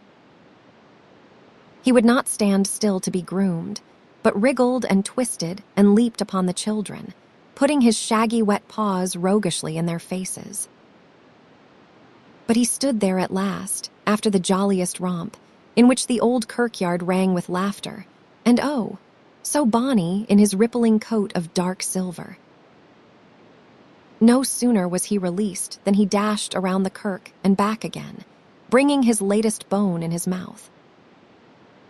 To his scratching on the stone sill, for he had been taught not to scratch on the panel, the door was opened by snod and smiling Mistress Jeanie, who invited these slum bairns into such a cozy, spotless kitchen as was not possible in the tenements. Mr. Brown sat by the hearth, bundled in blue and white blankets of wonderfully blocked country weaving. Bobby put his 4 paws on the caretaker's chair and laid his precious bone in the man's lap. Ye talkin' bit rascal! Loop!" Bobby jumped to the padded knee, turned around and around on the soft bed that invited him, licked the beaming old face to show his sympathy and friendliness, and jumped down again. Mr. Brown sighed because Bobby steadily, but amiably refused to be anybody's lapdog. The caretaker turned to the admiring children. "Ilka morn he fetches, is bit bane up, thinkin' it a braw gifty for an ill man. And sign he visits me 2 times I the day, Jewest bitten a wee on the hearthstane, lollin', is tongue and waggin', is tail cheerful like. Bobby has mair gude sense in, Is hide than money a man wha comes ben the hoose, why a lang face, to let me ken I am gangen to dee. Gin I keep snuggin, canny it wulna gang to the heart. Jeanie, woman, fetch ma fife, wull ye. Then there were strange doings in the kirkyard lodge. James Brown, wasna gangen to dee before his time came, at any rate. In his youth, as under gardener on a Highland estate, he had learned to play the piccolo flute, and lately he had revived the pastoral art of piping just because it went so well with Bobby's delighted legs. To the soncy air of Bonnie Dundee, Bobby hopped and stepped and looped, and he turned about on his hind feet. His shagged forepaws drooped on his breast as daintily as the hands in the portraits of early Victorian ladies. The fire burned cheerily in the polished grate and winked on every shining thing in the room. Primroses bloomed in the diamond-paned casement. The skylark fluttered up and sang in its cage. The fife whistled as gaily as a blackbird, and the little dog danced with a comic clumsiness that made them all double up with laughter. The place was so full of brightness and of kind and merry hearts that there was room for nothing else. Not one of them dreamed that the shadow of the law was even then over this useful and lovable little dog's head. A glance at the wag at the wa clock reminded Ailey that Mr. Trail might be waiting for Bobby. Curious about the mystery, the children took the little dog down to the gate, happily. They were sobered, however, when Mr. Trail appeared, looking very grand in his Sabbath clothes. He inspected Bobby all over with anxious scrutiny and gave each of the bairns a 3-penny bit, but he had no blithe greeting for them. Much preoccupied, he went off at once, with the animated little muff of a dog at his heels. In truth, Mr. Trail was thinking about how he might best plead Bobby's cause with the Lord Provost. The note that was handed him, on leaving the Burgh Court the day before, had read, "Meet me at the Regent's tomb in St. Giles at 8 o'clock in the morning, and bring the wee Highlander with you, Glenormiston." On the first reading, the landlord's spirits had risen, out of all proportion to the cause, owing to his previous depression. But after all, the appointment had no official character, since the Regent's tomb in St. Giles had long been a sort of town pump for the retailing of gossip, and for the transaction of trifling affairs of all sorts. The fate of this little dog was a small matter, indeed, and so it might be thought fitting, by the powers that be, that it should be decided at the Regent's tomb rather than in the Burgh Court. To the children, who watched from the kirkyard gate until Mr. Trail and Bobby were hidden by the buildings on the bridge, it was no canny. The busy landlord lived mostly in shirt sleeves and big white apron, ready to lend a hand in the rush hours, and he never was known to put on his black coat and tall hat on a weekday, except to attend a funeral. However, there was the day's work to be done. Tammy had a lesson still to get, and returned to the kirkyard, and Ailey ran up to the dining rooms. On the steps she collided with a red-headed, freckle-faced young man who asked for Mr. Trail. "He isna here." The shy lassie was made almost speechless by recognizing, in this neat, well-spoken clerk, an old Harriet boy once as poor as herself. "Do you work for him, lassie?" "Weel, do you know how he cam out in the Burgh Court about the bit dog? There was only one bit dog in the world to Ailey." Wild-eyed with alarm at mention of the Burgh Court, in connection with that beloved little pet, she stammered, It is no, a court he god to." Maester Trails tacken Bobby awa to a braw kirk. Sandy nodded his head. "Aye, that would be the police office in St. Giles." "Lassie, tell Mr. Trail I sent the Lord Provost, and if he is needing a witness to caw on Sandy McGregor." Ailey stared after him with frightened eyes. Into her mind flashed that ominous remark of the policeman 2 days before. "I didna ken ye had a dog, John." She overtook Sandy in front of the sheriff's court on the bridge. What would hae the police to do why biddy dogs? If a dog has nae master to pay for his license, the police can tack him up and put him out o' the way. Who muckle siller are they wantin'? 7 shillings. Good day, lassie. I am fair late. Sandy was not really alarmed about Bobby since the resourceful Mr. Trail had taken up his cause, and he had no idea of the panic of grief and fright that overwhelmed this forlorn child. 7 shillings. It was an enormous sum to the tenement bairn, whose half-blind grandmother knitted and knitted in a dimly lighted room, and hoarded halfpennies and farthings to save herself from pauper burial. 7 shillings would pay a month's rent for any one of the crowded rooms in which a family lived. Ailey herself, an untrained lassie who scarcely knew the use of a toasting fork, was overpaid by generous Mr. Trail at 6 pence a day. 7 shillings to permit one little dog to live. It did not occur to Ailey that this was a sum Mr. Trail could easily pay. No, anybody at all had 7 shillings all at once. But oh, everybody had pennies and halfpennies and farthings, and she and Tammy together had a 6 pence. Darting back to the gate to catch the laddie before he could be off to school, she ran straight into the policeman, who stood with his hand on the wicket. He eyed her sharply. Lassie, I was gangin' to speer at the lodge. Gin there is a bit dog leavin' I the kirkyard. I dinna ken." Her voice was unmanageable. She had left to her only the tenement-bred instinct of concealment of any and all facts from an officer of the law. "Ye dinna ken." "Maester Trail said I the court. The bairns aboot ken the dog." Was he lean? The question stung her into angry admission. He wadna be lean. But the biddy dog isna here new. Sign, war is he. Oot Wyatt, I dinna ken. She cowered in abject fear against the wall. She could not know that this officer was suffering a bad attack of shame for his shabby part in the affair. Satisfied that the little dog really did live in the kirkyard, he turned back to the bridge. When Tammy came out presently, he found Ailey crumpled up in a limp little heap in the gateway alcove.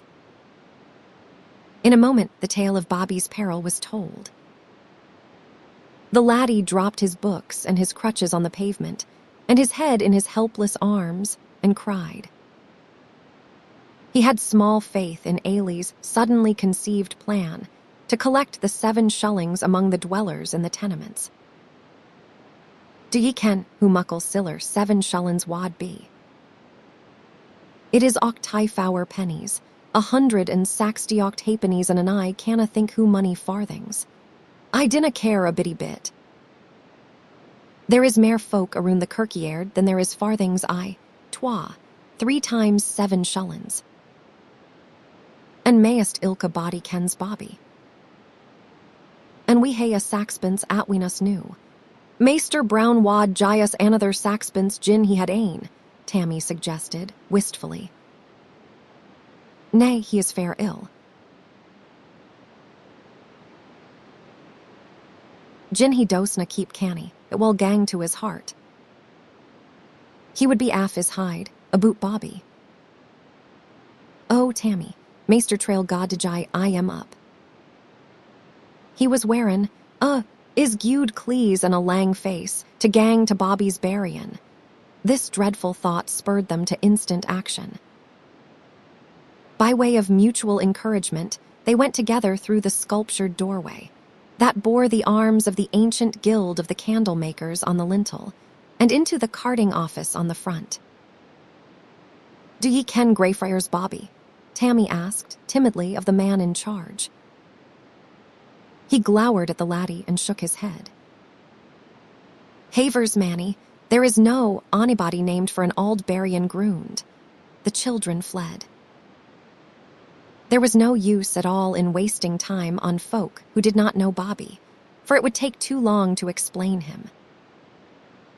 But alas, they soon discovered that mayest ilka body did not know the little dog, as they had so confidently supposed.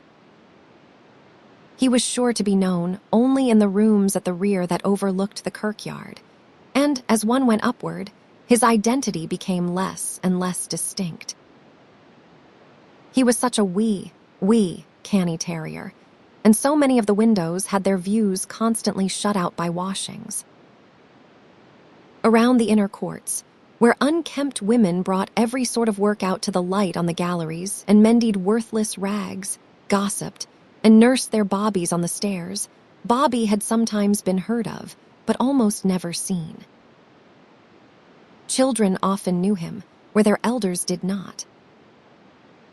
By the time Ailey and Tammy had worked swiftly down to the bottom of the row, other children began to follow them, moved by the peril of the little dog to sympathy and eager sacrifice. "Bide a wee, Ailey," cried one, running to overtake the lassie.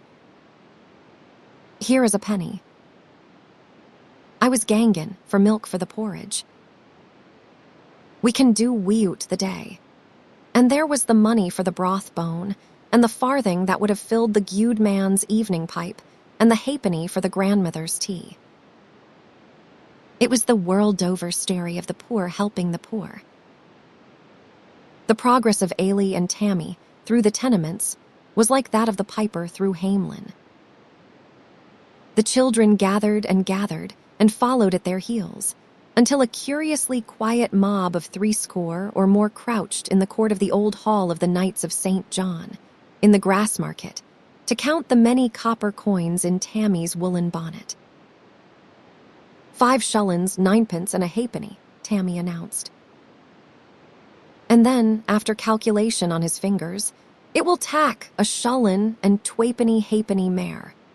There was a gasping breath of bitter disappointment, and one wee laddie wailed for lost Bobby. At that, Ailey dashed the tears from her own eyes and sprang up, spurred to desperate effort. She would storm the all but hopeless attic chambers. Up the twisting turnpike stairs on the outer wall she ran, to where the swallows wheeled about the cornices, and she could hear the iron cross of the Knights Templars creak above the gable. Then, all the way along a dark passage, at one door after another, she knocked and cried, "Do ye ken Greyfriars Bobby?" At some of the doors there was no answer. At others, students stared out at the bairn, not in the least comprehending this wild crying. Tears of anger and despair flooded the little maid's blue eyes when she beat on the last door of the row with her doubled fist. "Do ye ken Greyfriars Bobby?" "The police are gangin' to Mac. I am bedade." As the door was flung open, she broke into stormy weeping. "Hey, lassie. I know the dog. What fash is you?" There stood a tall student, a wet towel about his head, and behind him, the rafters of the dormer-lighted closet were as thickly hung with bunches of dried herbs from the botanical garden as any auld witch wife's kitchen. "Oh, are ye kennin? I am. Isna he bonny and sonsie? Jimmy the shullen. And 2 ha penny we are needin', so the police wulna put I am awa. Losh. It is a license you are wanting. I wish I had as many shullings as I have had gude times with Bobby, and neething to pay for his bra company." For this was Geordie Ross, going through the medical college with the help of Harriet's fund that, large as it was never quite enough for all the poor and ambitious youths of Edinburgh. And so, although provided for in all necessary ways, his pockets were nearly as empty as of old. He could spare a 6pence if he made his dinner on a potato and a smoked herring. That he was very willing to do, once he had heard the tale, and he went with Ailey to the lodgings of other students and demanded their siller with no explanation at all. "Give the lassie what you can spare, man, or I will have to give you a licking," was his gay and convincing argument from door to door until the needed amount was made up. Ailey fled recklessly down the stairs and cried triumphantly to the upward-looking, silent crowd that had grown and grown around Tammy, like some host of children crusaders. While Ailey and Tammy were collecting the price of his ransom, Bobby was exploring the intricately cut-up interior of Old St. Giles, sniffing at the rifts in flimsily plastered partitions that the Lord Provost pointed out to Mr. Trail. Rats were in those crumbling walls. If there had been a hole big enough to admit him, the plucky little dog would have gone in after them. Forbidden to enlarge one, Bobby could only poke his indignant muzzle into apertures and brace himself as for a fray. And at the very smell of him, there were such squeakings and scamperings in hidden runways as to be almost beyond a terrier's endurance. The Lord Provost watched him with an approving eye. "When these partitions are tacken down, Bobby, would be vera useful in ridding our noble old cathedral of vermin. But that will not be in this wee Highlander's day, nor, I fear, in mine." About the speech of this Peebles man, who had risen from poverty to distinction, learning, wealth, and many varieties of usefulness, there was still an engaging burr. And his manner was so simple that he put the humblest at his ease. There had been no formality about the meeting at all. Glen Ormiston was standing in a rear doorway of the cathedral near the regent's tomb, looking out into the sunny square of Parliament Close, when Mr. Trail and Bobby appeared. Near 70, at that time, a backward sweep of white hair and a downward flow of square cut, white beard framed a boldly featured face and left a generous mouth uncovered. "Good morning, Mr. Trail." So that is the famous dog that has stood sentinel for more than 8 years. He should be tacked up to the castle and shown to young soldiers who grumble at 24 hours guard duty. "How do you do, sir?"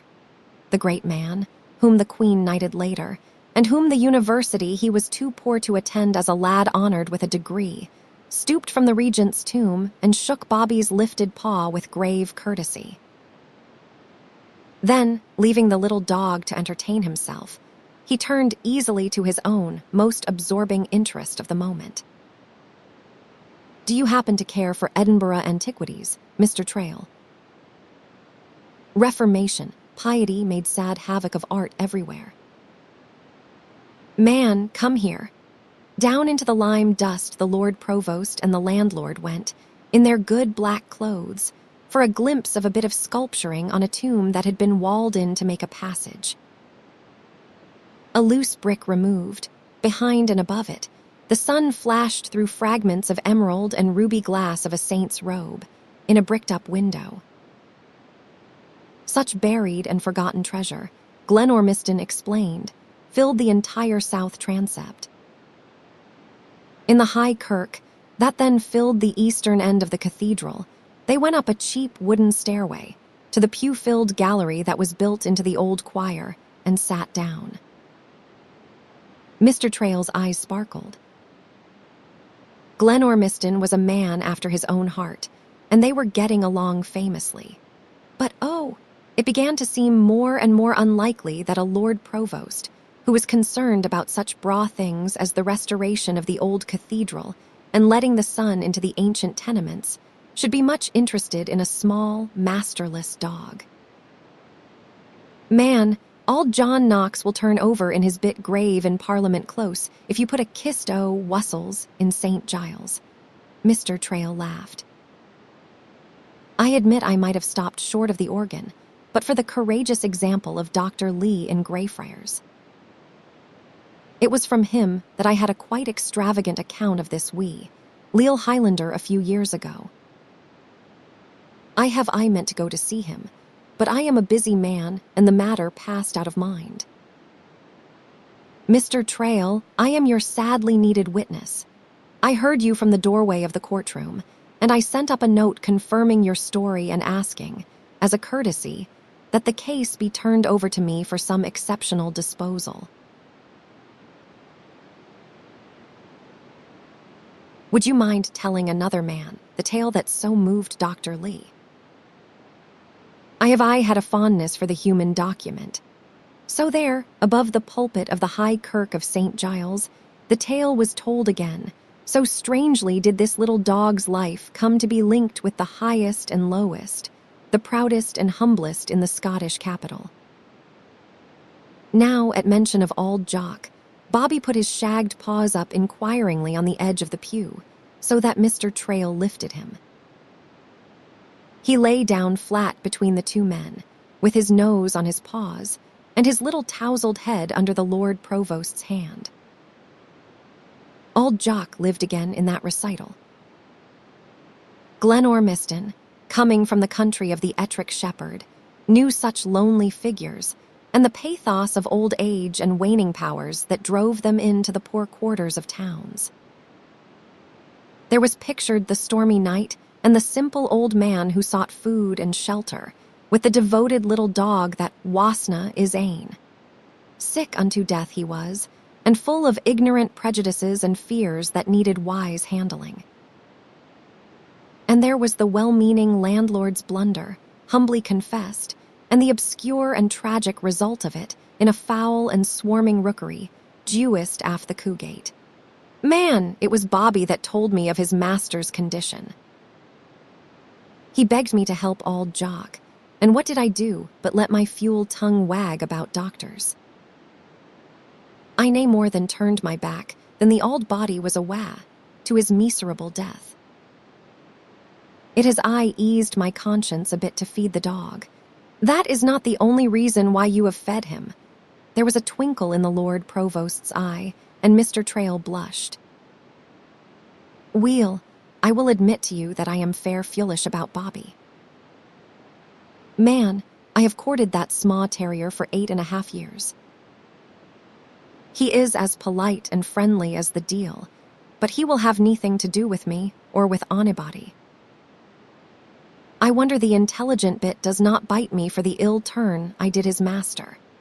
Then there was the story of Bobby's devotion to Auld Jock's memory, to be told the days when he faced starvation rather than desert that grave, the days when he lay cramped under the fallen table tomb, and his repeated, dramatic escapes from the Pentland farm.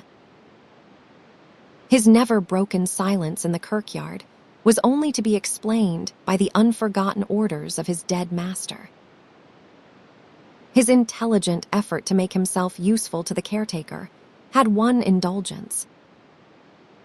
His ready obedience, good temper, high spirits, and friendliness had made him the special pet of the tenement children and the Harriet laddies. At the very last, Mr. Trail repeated the talk he had had with the non-commissioned officer from the castle, and confessed his own fear of some forlorn end for Bobby.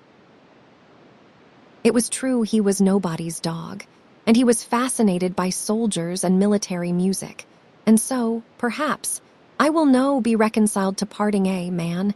That is what Auld Jock himsel said when he was telling me that the bit dog must be returned to the sheep farm. It will be sair partin'. Tears stood in the unashamed landlord's eyes. Glenormiston was pulling Bobby's silkily fringed ears thoughtfully. Through all this talk about his dead master, the little dog had not stirred. For the second time that day, Bobby's veil was pushed back, first by the most unfortunate laddie in the decaying tenements about Greyfriars, and now by the Lord Provost of the ancient royal burgh and capital of Scotland. And both made the same discovery. Deep brown pools of love, young Bobby's eyes had dwelt upon Auld Jock. Pools of sad memories they were now, looking out wistfully and patiently upon a masterless world. Are you thinking he would be reconciled to be anywhere away from that grave? Look, man, Lord forgive me. I thought the wee doggy happy enough. After a moment, the two men went down the gallery stairs in silence. Bobby dropped from the bench and fell into a subdued trot at their heels. As they left the cathedral by the door that led into High Street, Glenormiston remarked, with a mysterious smile, I am thinking Edinburgh can do better by wee Bobby than to banish him to the castle. But wait a bit, man. A kirk is not the place for settling a small dog's affairs. The Lord Provost led the way westward along the cathedral's front. On High Street, St. Giles had 3 doorways. The middle door then gave admittance to the police office. The western opened into the little kirk, popularly known as Hatto's Hole.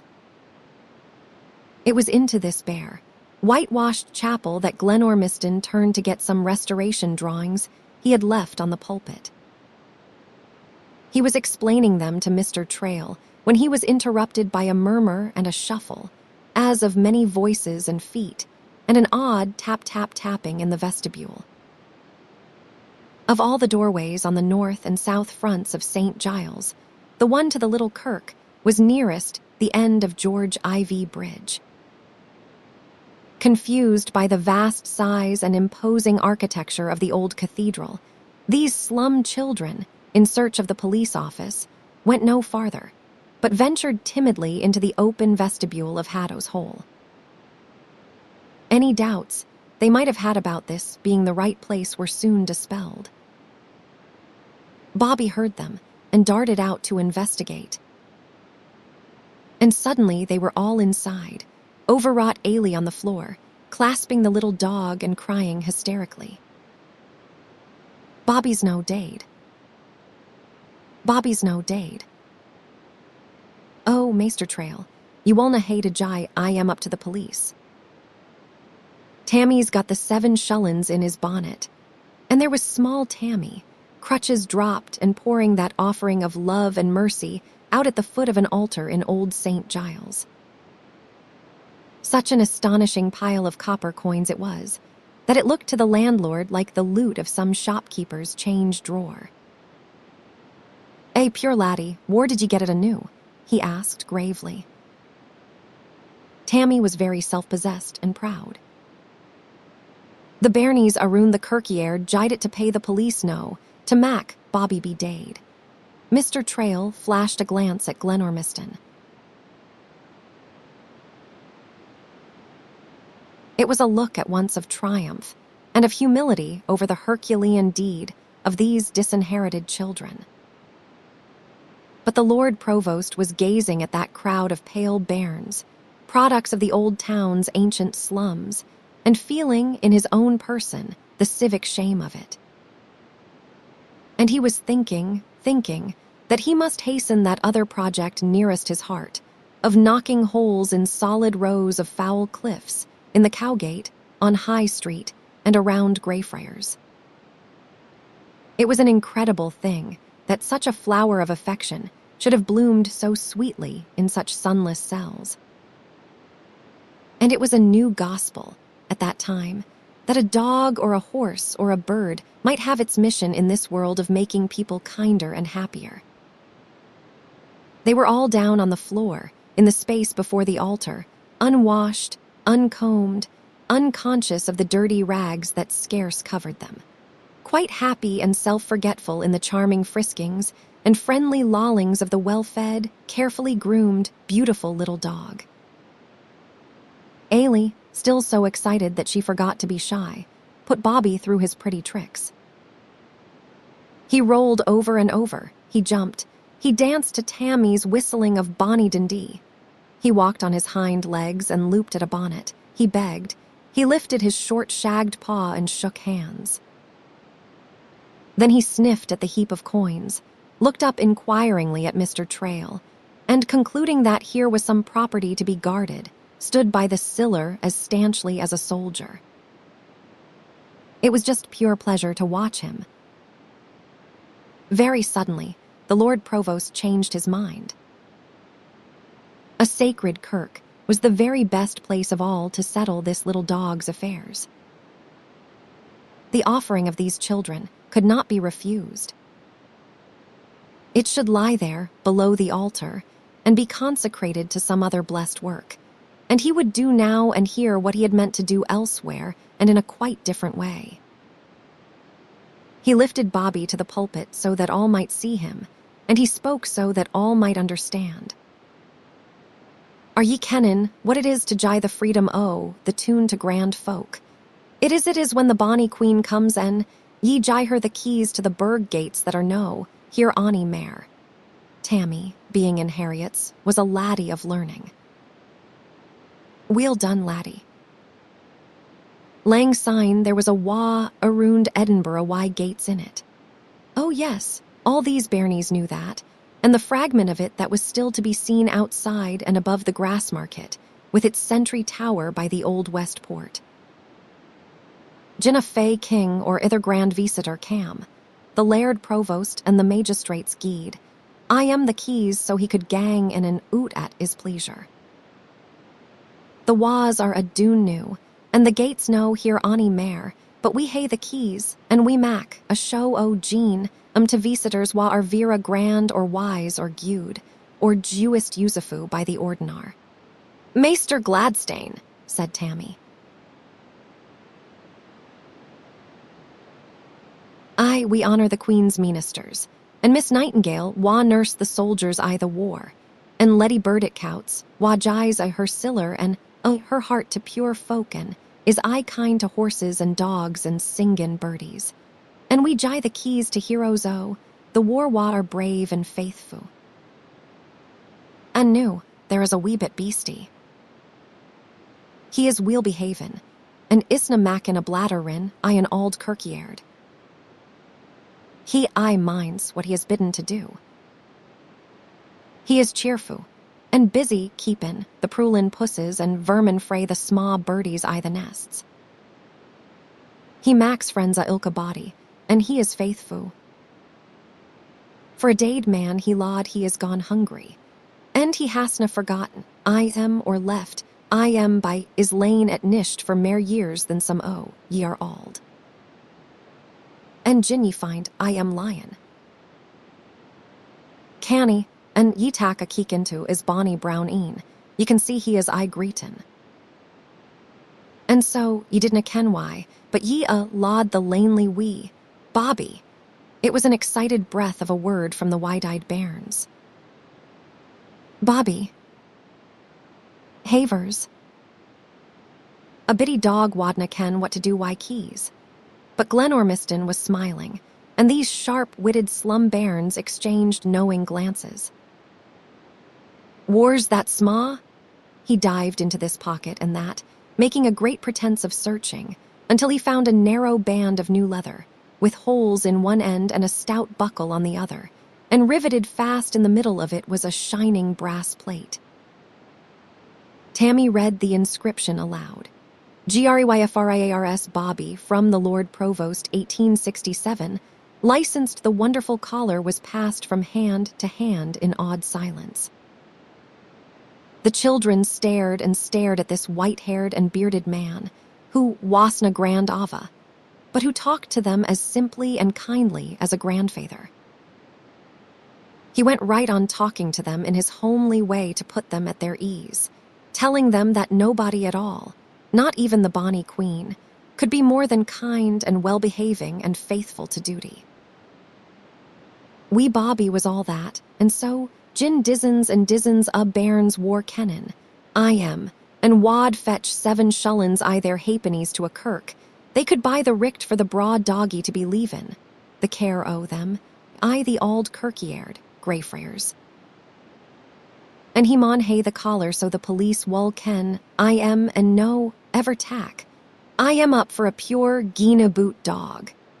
The children quite understood the responsibility they assumed, and their eyes shone with pride at the feeling that, if more fortunate friends failed, this little creature must never be allowed to go hungry. And when he came to die in a very, very few years, for they must remember that a doggy isna as lang leven as folk. They must not forget that Bobby would not be permitted to be buried in the kirkyard. "We will jye I am a grand burying," said Tammy.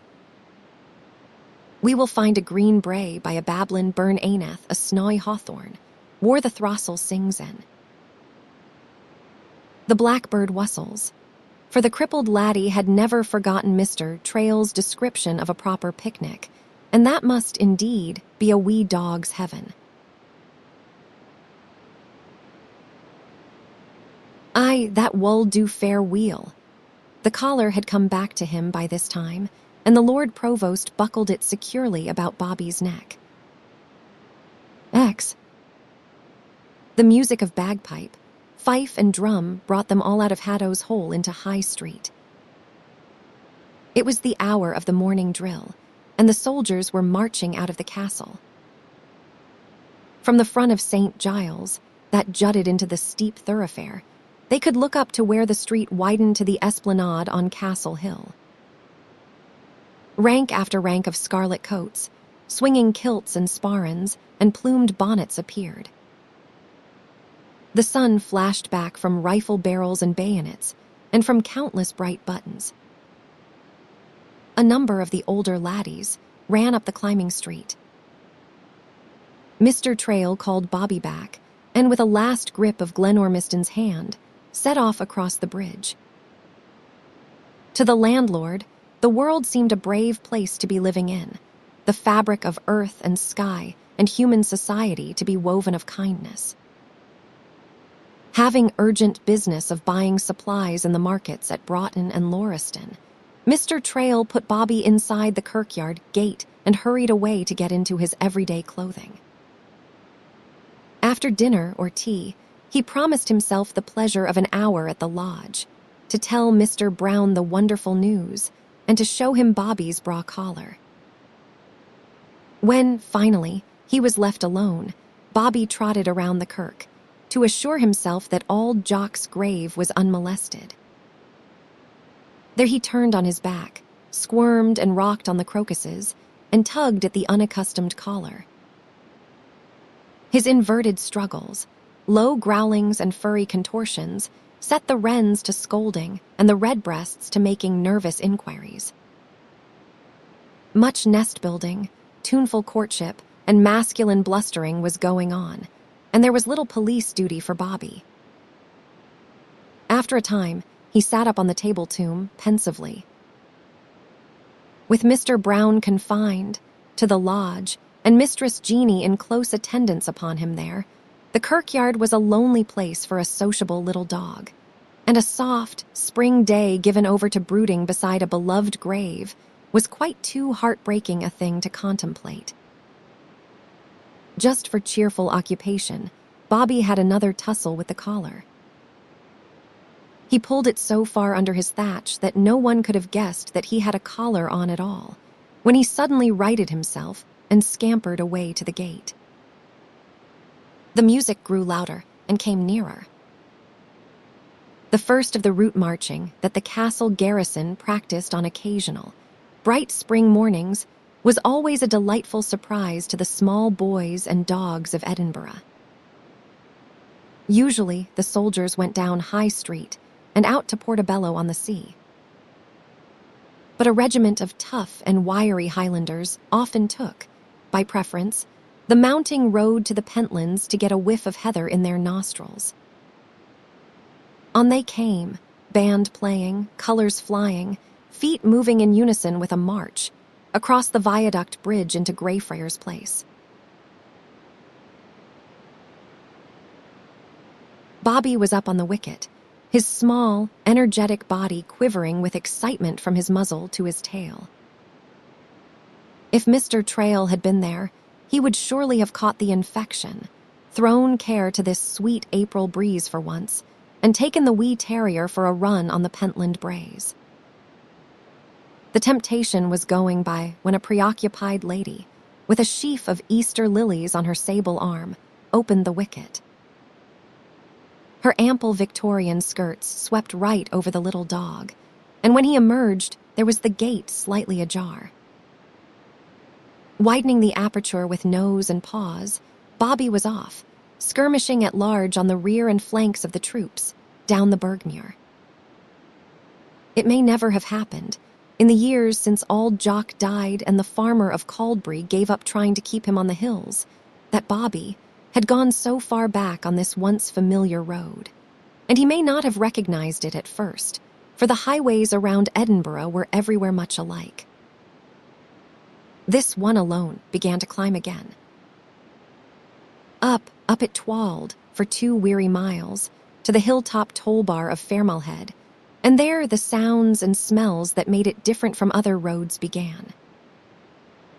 5 miles out of the city, the halt was called, and the soldiers flung themselves on the slope. Many experiences of route marching had taught Bobby that there was an interval of rest before the return. So, with his nose to the ground, he started up the brae on a pilgrimage to old shrines. Just as in his puppyhood days, at Auld Jock's heels, there was much shouting of men, barking of collies, and bleating of sheep all the way up. Once he had to leave the road, until a driven flock had passed. Behind the sheep walked an old laborer in hodden grey, woolen bonnet, and shepherd's 2-fold plaid, with a lamb in the pouch of it. Bobby trembled at the apparition, sniffed at the hobnailed boots, and then, with drooped head and tail, trotted on up the slope. Men and dogs were all out on the billowy pastures, and the farmhouse of Caldbury lay on the level terrace, seemingly deserted and steeped in memories. A few moments before, a tall lassie had come out to listen to the military music. A couple of 100 feet below, the coats of the soldiers looked to her like poppies scattered on the heather.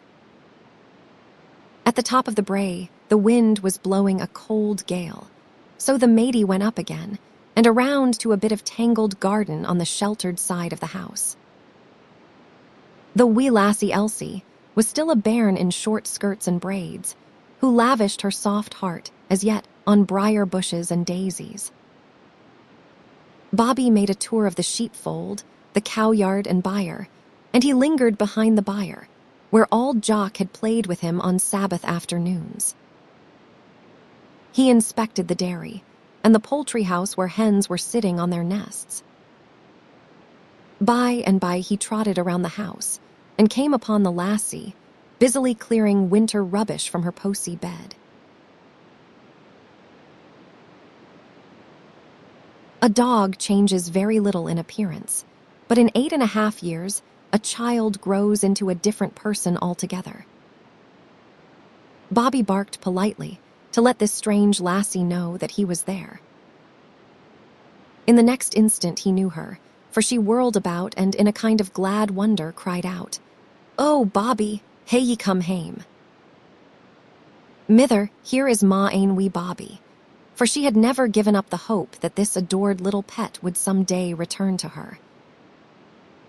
"Havers, lassie, year I see in Bobby I ilka Hieland terrier, and there is money them a boot." The gudewife looked from an attic window in the steep gable, and then hurried down. "Weel, nu, ye're recht Elsie. He wad be common why, the regiment frae the castle. Biddy doggies, and laddies are fair daft aboot the soldiers. Aye, he is bonny, and weel cared for by the ordinar. I wonder gin he is still leavin' the grand auld kirkyard." Wary of her remembered endearments, Bobby kept a safe distance from the matey, but he sat up and lolled his tongue, quite willing to pay her a friendly visit. From that she came to a wrong conclusion. Sin he cam. His ain accord he is like to bide. Her eyes were blue stars. "I wadna be coontin' on that lassie. And I wadna speck a door on I am another time." Grin he wanted to get oot. He would dig Ainath a floor-o. "Stain. Look at that new. The bonny wee is greetin' for Auld Jock." It was true, for on entering the kitchen, Bobby went straight to the bench in the corner and lay down flat under it. Elsie sat beside him, just as she had done of old. Her eyes overflowed so in sympathy that the mother was quite distracted. This would not do at all. "Lassie, are ye no rememberin' Bobby was fair fond o' more hens' eggs fried why bits o' cheese? He wulna be gettin' thee things, and it wad be mayest michty, new, gin ye couldna win the biddy dog awa frae the reeky auld tune. Gang oot why, I hem and rin on the brae and bid I hem find the nests aineth the winds." In a moment they were out on the heather, and it seemed indeed as if Bobby might be one. He frisked and barked at Elsie's heels, chased rabbits and flushed the grouse, and when he ran into a peat-darkened tarp, rimmed with moss, he had such a cold and splashy swim as quite to give a little dog a distaste for warm, soapy water in a Cleese tub. He shook and ran himself dry, and he raced the laughing child until they both dropped panting on the wind-rippled heath. Then he hunted on the ground under the gorse for those nests that had a dozen or more eggs in them. He took just one from each in his mouth, as Auld Jock had taught him to do. On the kitchen hearth, he ate the savory meal with much satisfaction and polite waggings. But when the bugle sounded from below to form ranks, he pricked his drop ears and started for the door. Before he knew what had happened, he was inside the poultry house. In another instant, he was digging frantically in the soft earth under the door. When the lassie lay down across the crack, he stopped digging, in consternation. His sense of smell told him what it was that shut out the strip of light, and a bairn's soft body is not a proper object of attack for a little dog, no matter how desperate the emergency. There was no time to be lost, for the drums began to beat the march. Having to get out very quickly, Bobby did a forbidden thing. Swiftly and noisily he dashed around the dark place, and there arose such wild squawkings and rushings of wings as to bring the gudewife out of the house in alarm. "Lassie, I canna hae the biddy dog and why the broodin' chuckies." She flung the door wide. Bobby shot through and into Elsie's outstretched arms. She held to him desperately while he twisted and struggled and strained away, and presently something shining worked into view through the disordered thatch about his neck. The mother had come to the help of the child, and it was she who read the inscription on the brazen plate aloud. "Preserve us, Lassie, he has been taken by the Laird Provost and Jean the name o' the Auld Kirkyard.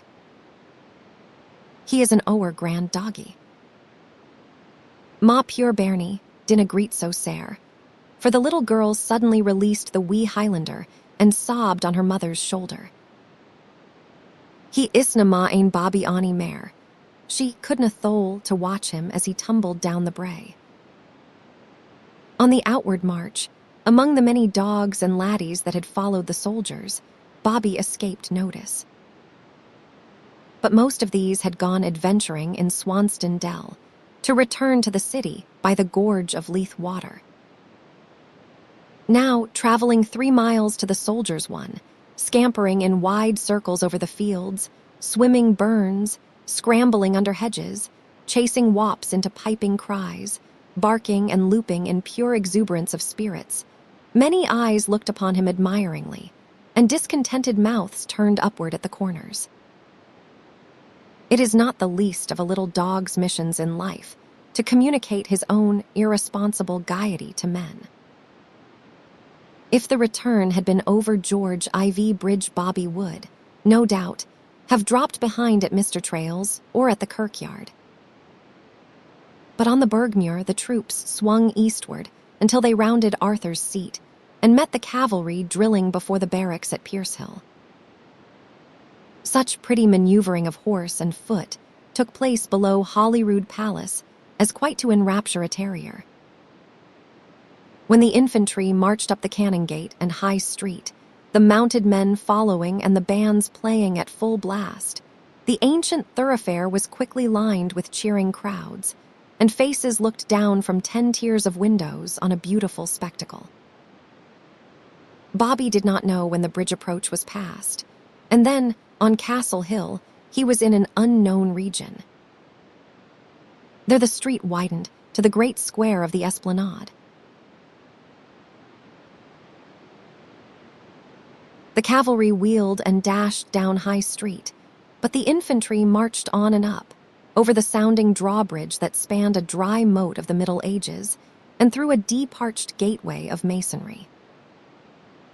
The outer gate to the castle was wider than the opening into many an Edinburgh wind, but Bobby stopped, uncertain as to where this narrow roadway, that curved upward to the right, might lead. It was not a dark fissure in a cliff of houses, but was bounded on the outer side by a loopholed wall, and on the inner by a rocky ledge of ascending levels. Wherever the shelf was of sufficient breadth, a battery of cannon was mounted, and such a flood of light fell from above and flashed on polished steel and brass as to make the little dog blink in bewilderment. And he whirled like a rotary sweeper in the dusty road, and yelped when the time gun, in the half-moon battery at the left of the gate and behind him, crashed and shook the massive rock. He barked and dashed toward the insulting clamor. The dauntless little dog and his spirited protest were so out of proportion to the huge offense that the guard laughed, and other soldiers ran out of the guardhouses that flanked the gate. They would have put the noisy terrier out at once, but Bobby was off, up the curving roadway into the castle. The music had ceased, and the soldiers had disappeared over the rise. Through other dark arches of masonry he ran.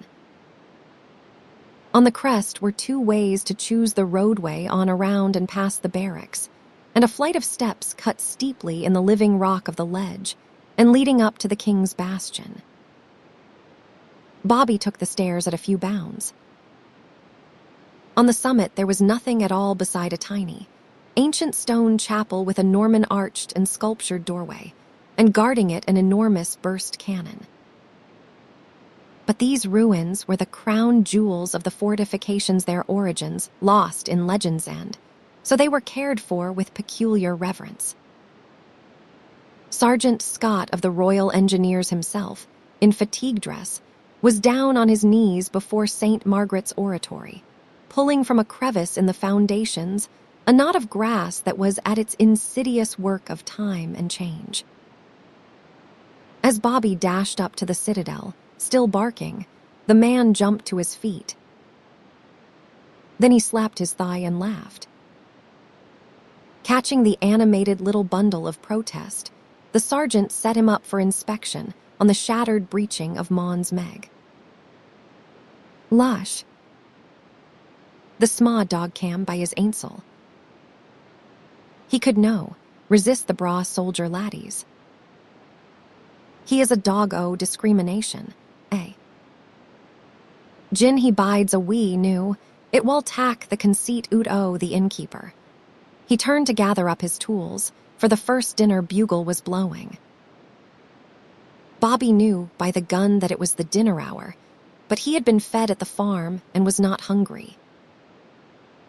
He might as well see a bit more of life.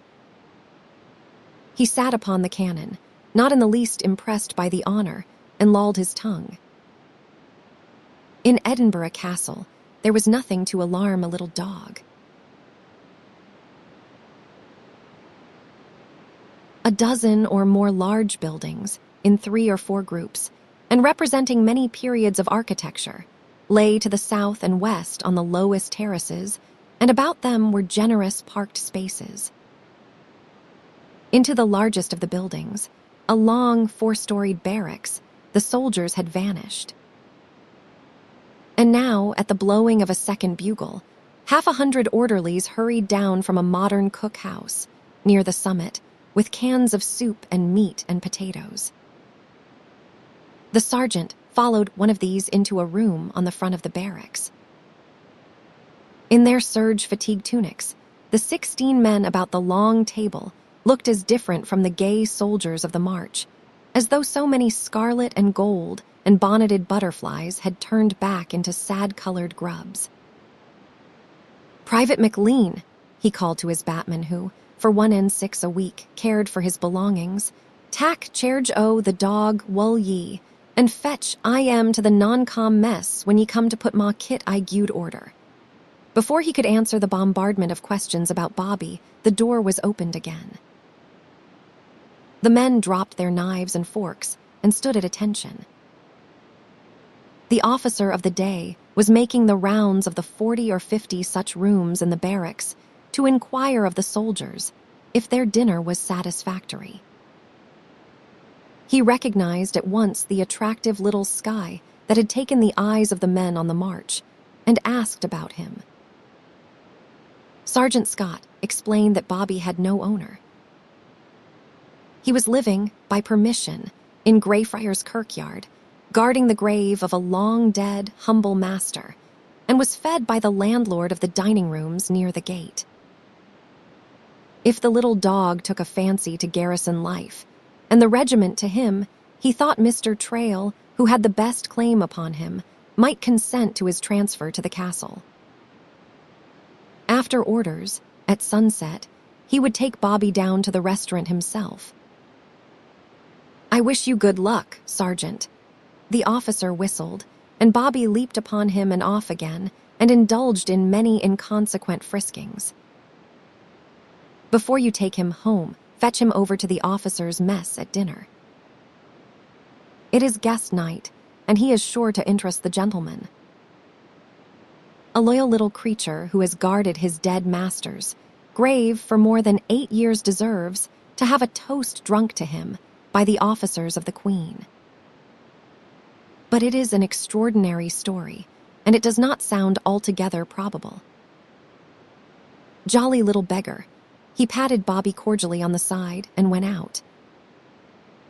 The news of his advent and fragments of his story spread so quickly through the barracks that mess after mess swarmed down from the upper moors and out into the roadway to see Bobby. Private McLean stood in the door, smoking a cutty pipe, and grinning with pride in the merry little ruffian of a terrier, who met the friendly advances of the soldiers more than halfway. Bobby's guardian would have liked very well to have sat before the canteen in the sun and gossiped about his small charge. However, in the sergeant's sleeping quarters above the mess room, he had the little dog all to himself, and Bobby had the liveliest interest in the boxes and pots, brushes and sponges, and in the processes of polishing, burnishing, and pipe-claying a soldier's boots and buttons and belts. As he worked at his valeting, the man kept time with his foot to rude ballads that he sang in such a hissing Celtic that Bobby barked, scandalized by a dialect that had been music in the ears of his ancestors. At that private, McLean danced a Highland fling for him, and wee Bobby came near bursting with excitement. When the sergeant came up to make a magnificent toilet for tea, and for the evening in town, the soldier expressed himself with enthusiasm.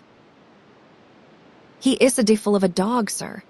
He was thought to be a diffle of a dog in the mess, where the non-com officers had tea at small writing and card tables. They talked and laughed very fast and loud, tried Bobby out on all the pretty tricks he knew, and taught him to speak and to jump for a lump of sugar balanced on his nose. They did not fondle him, and this rough, masculine style of pampering and petting was very much to his liking. It was a proud thing, too, for a little dog, to walk out with the sergeant's shining boots and twirled walking stick, and be introduced into one strange place after another all around the castle.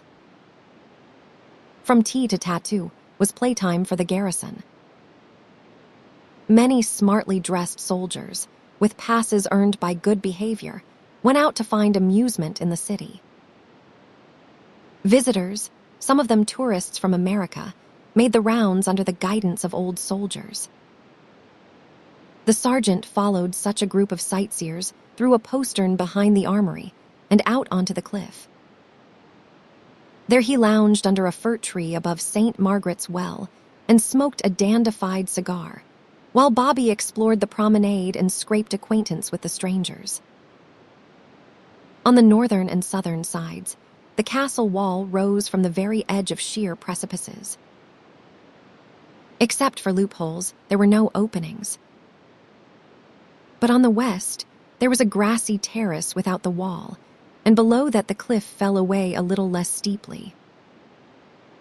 The declivity was clothed sparsely with hazel shrubs, thorns, whins, and thistles, and now and then a stunted fir or rowan tree or a group of white-stemmed birks was stoutly rooted on a shelving ledge.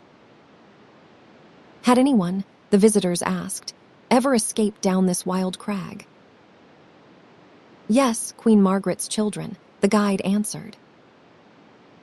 Their father dead in battle, their saintly mother dead in the sanctuary of her tiny chapel, the enemy battering at the gate, soldiers had lowered the royal lady's body in a basket and got the orphaned children down, in safety and away, in a fog over Queen's Ferry to Dunfermline in the Kingdom of Fife.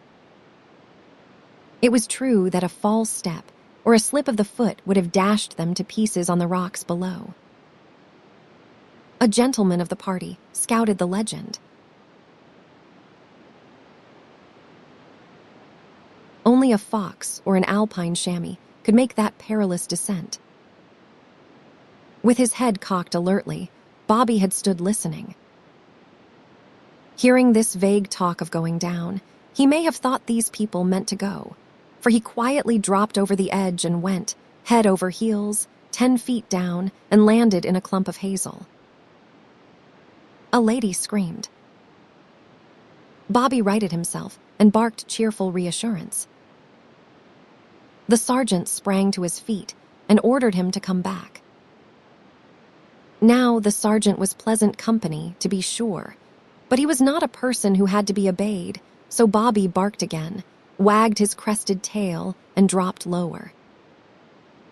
The people who shuddered on the brink could see that the little dog was going cautiously enough, and presently he looked doubtfully over a sheer fall of 20 feet, turned and scrambled back to the promenade. He was cried and exclaimed over by the hysterical ladies, and scolded for a bitty fuel by the sergeant. To this Bobby returned ostentatious yawns of boredom and nonchalant lollings, for it seemed a small matter to be so fashed about. At that a gentleman remarked, testily, to hide his own agitation, that dogs really had very little sense. The sergeant ordered Bobby to precede him through the postern, and the little dog complied amiably. All the afternoon bugles had been blowing. For each signal, there was a different note, and at each, uniformed men appeared and hurried to new points. Now, near sunset, there was the fanfare for officers' orders for the next day. The sergeant put Bobby into Queen Margaret's chapel, bade him remain there, and went down to the palace yard. The chapel on the summit was a convenient place for picking the little dog up on his way to the officers' mess. Then he meant to have his own supper cozily at Mr. Trail's and to negotiate for Bobby. A dozen people would have crowded this ancient oratory, but, small as it was fitted with a chancel rail and a font for baptizing the Bobbies born in the castle. Through the window above the altar, where the sainted queen was pictured in stained glass, the sunlight streamed and laid another jeweled image on the stone floor. Then the colors faded, until the holy place became an austere cell. The sun had dropped behind the western highlands. Bobby thought it quite time to go home.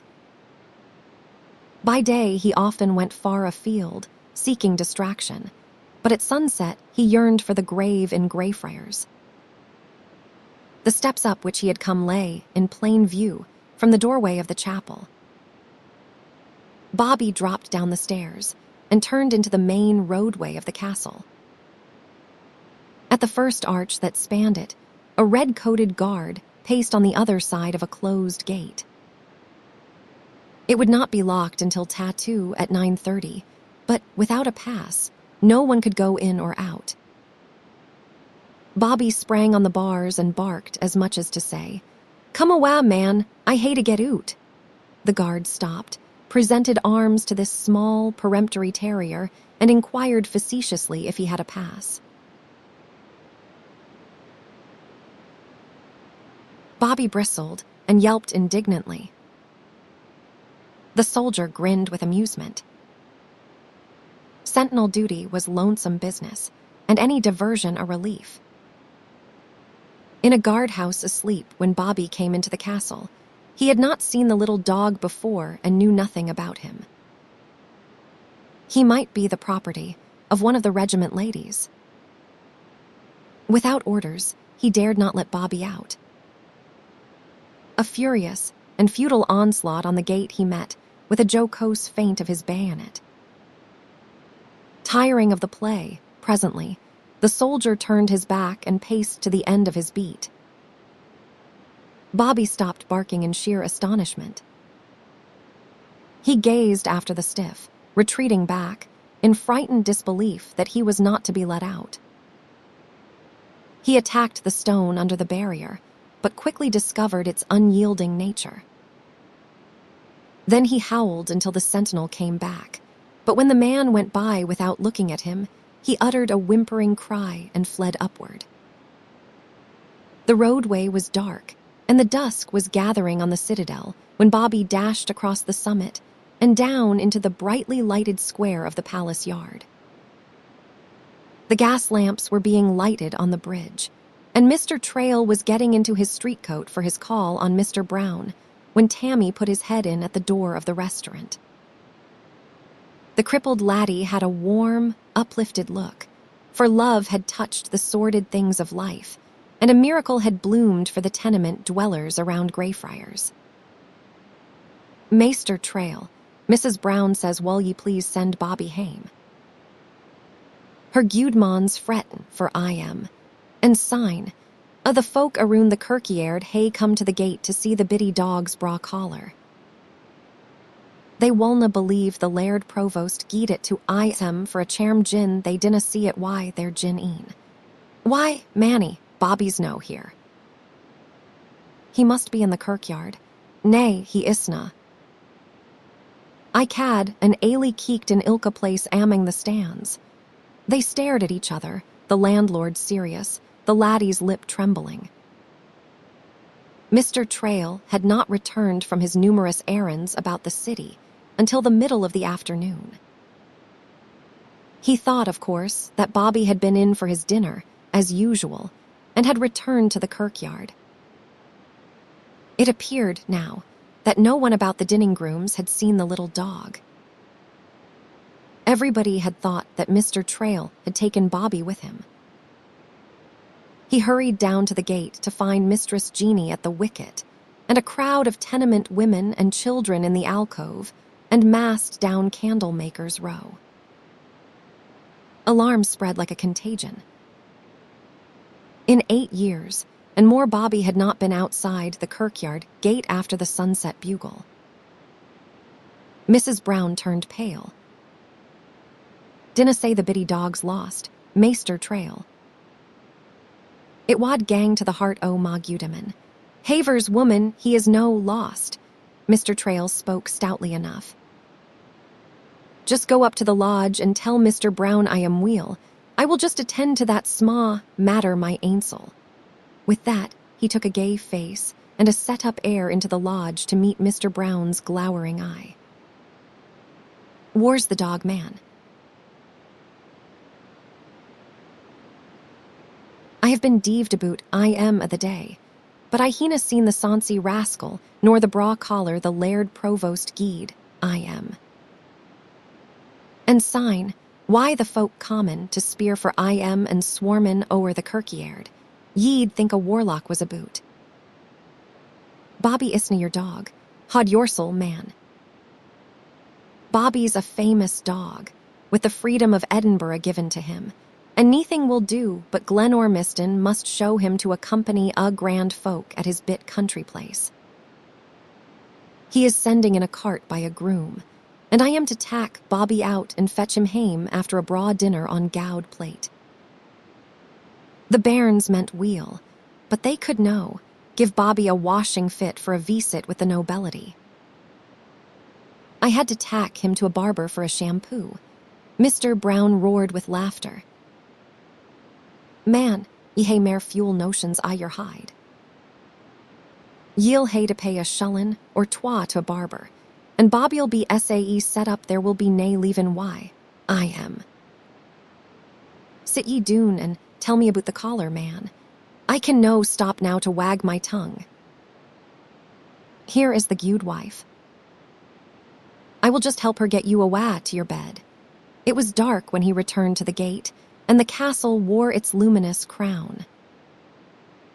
The lights from the street lamps flickered on the upturned, anxious faces. Some of the children had begun to weep. Women offered loud suggestions. There were surmises that Bobby had been run over by a cart in the street, and angry conjectures that he had been stolen. Then Ailey wailed, "Oh, Maester Trail, the biddy dog's daid. Haver's lassie. I'm ashamed o' ye for a foolish bairn.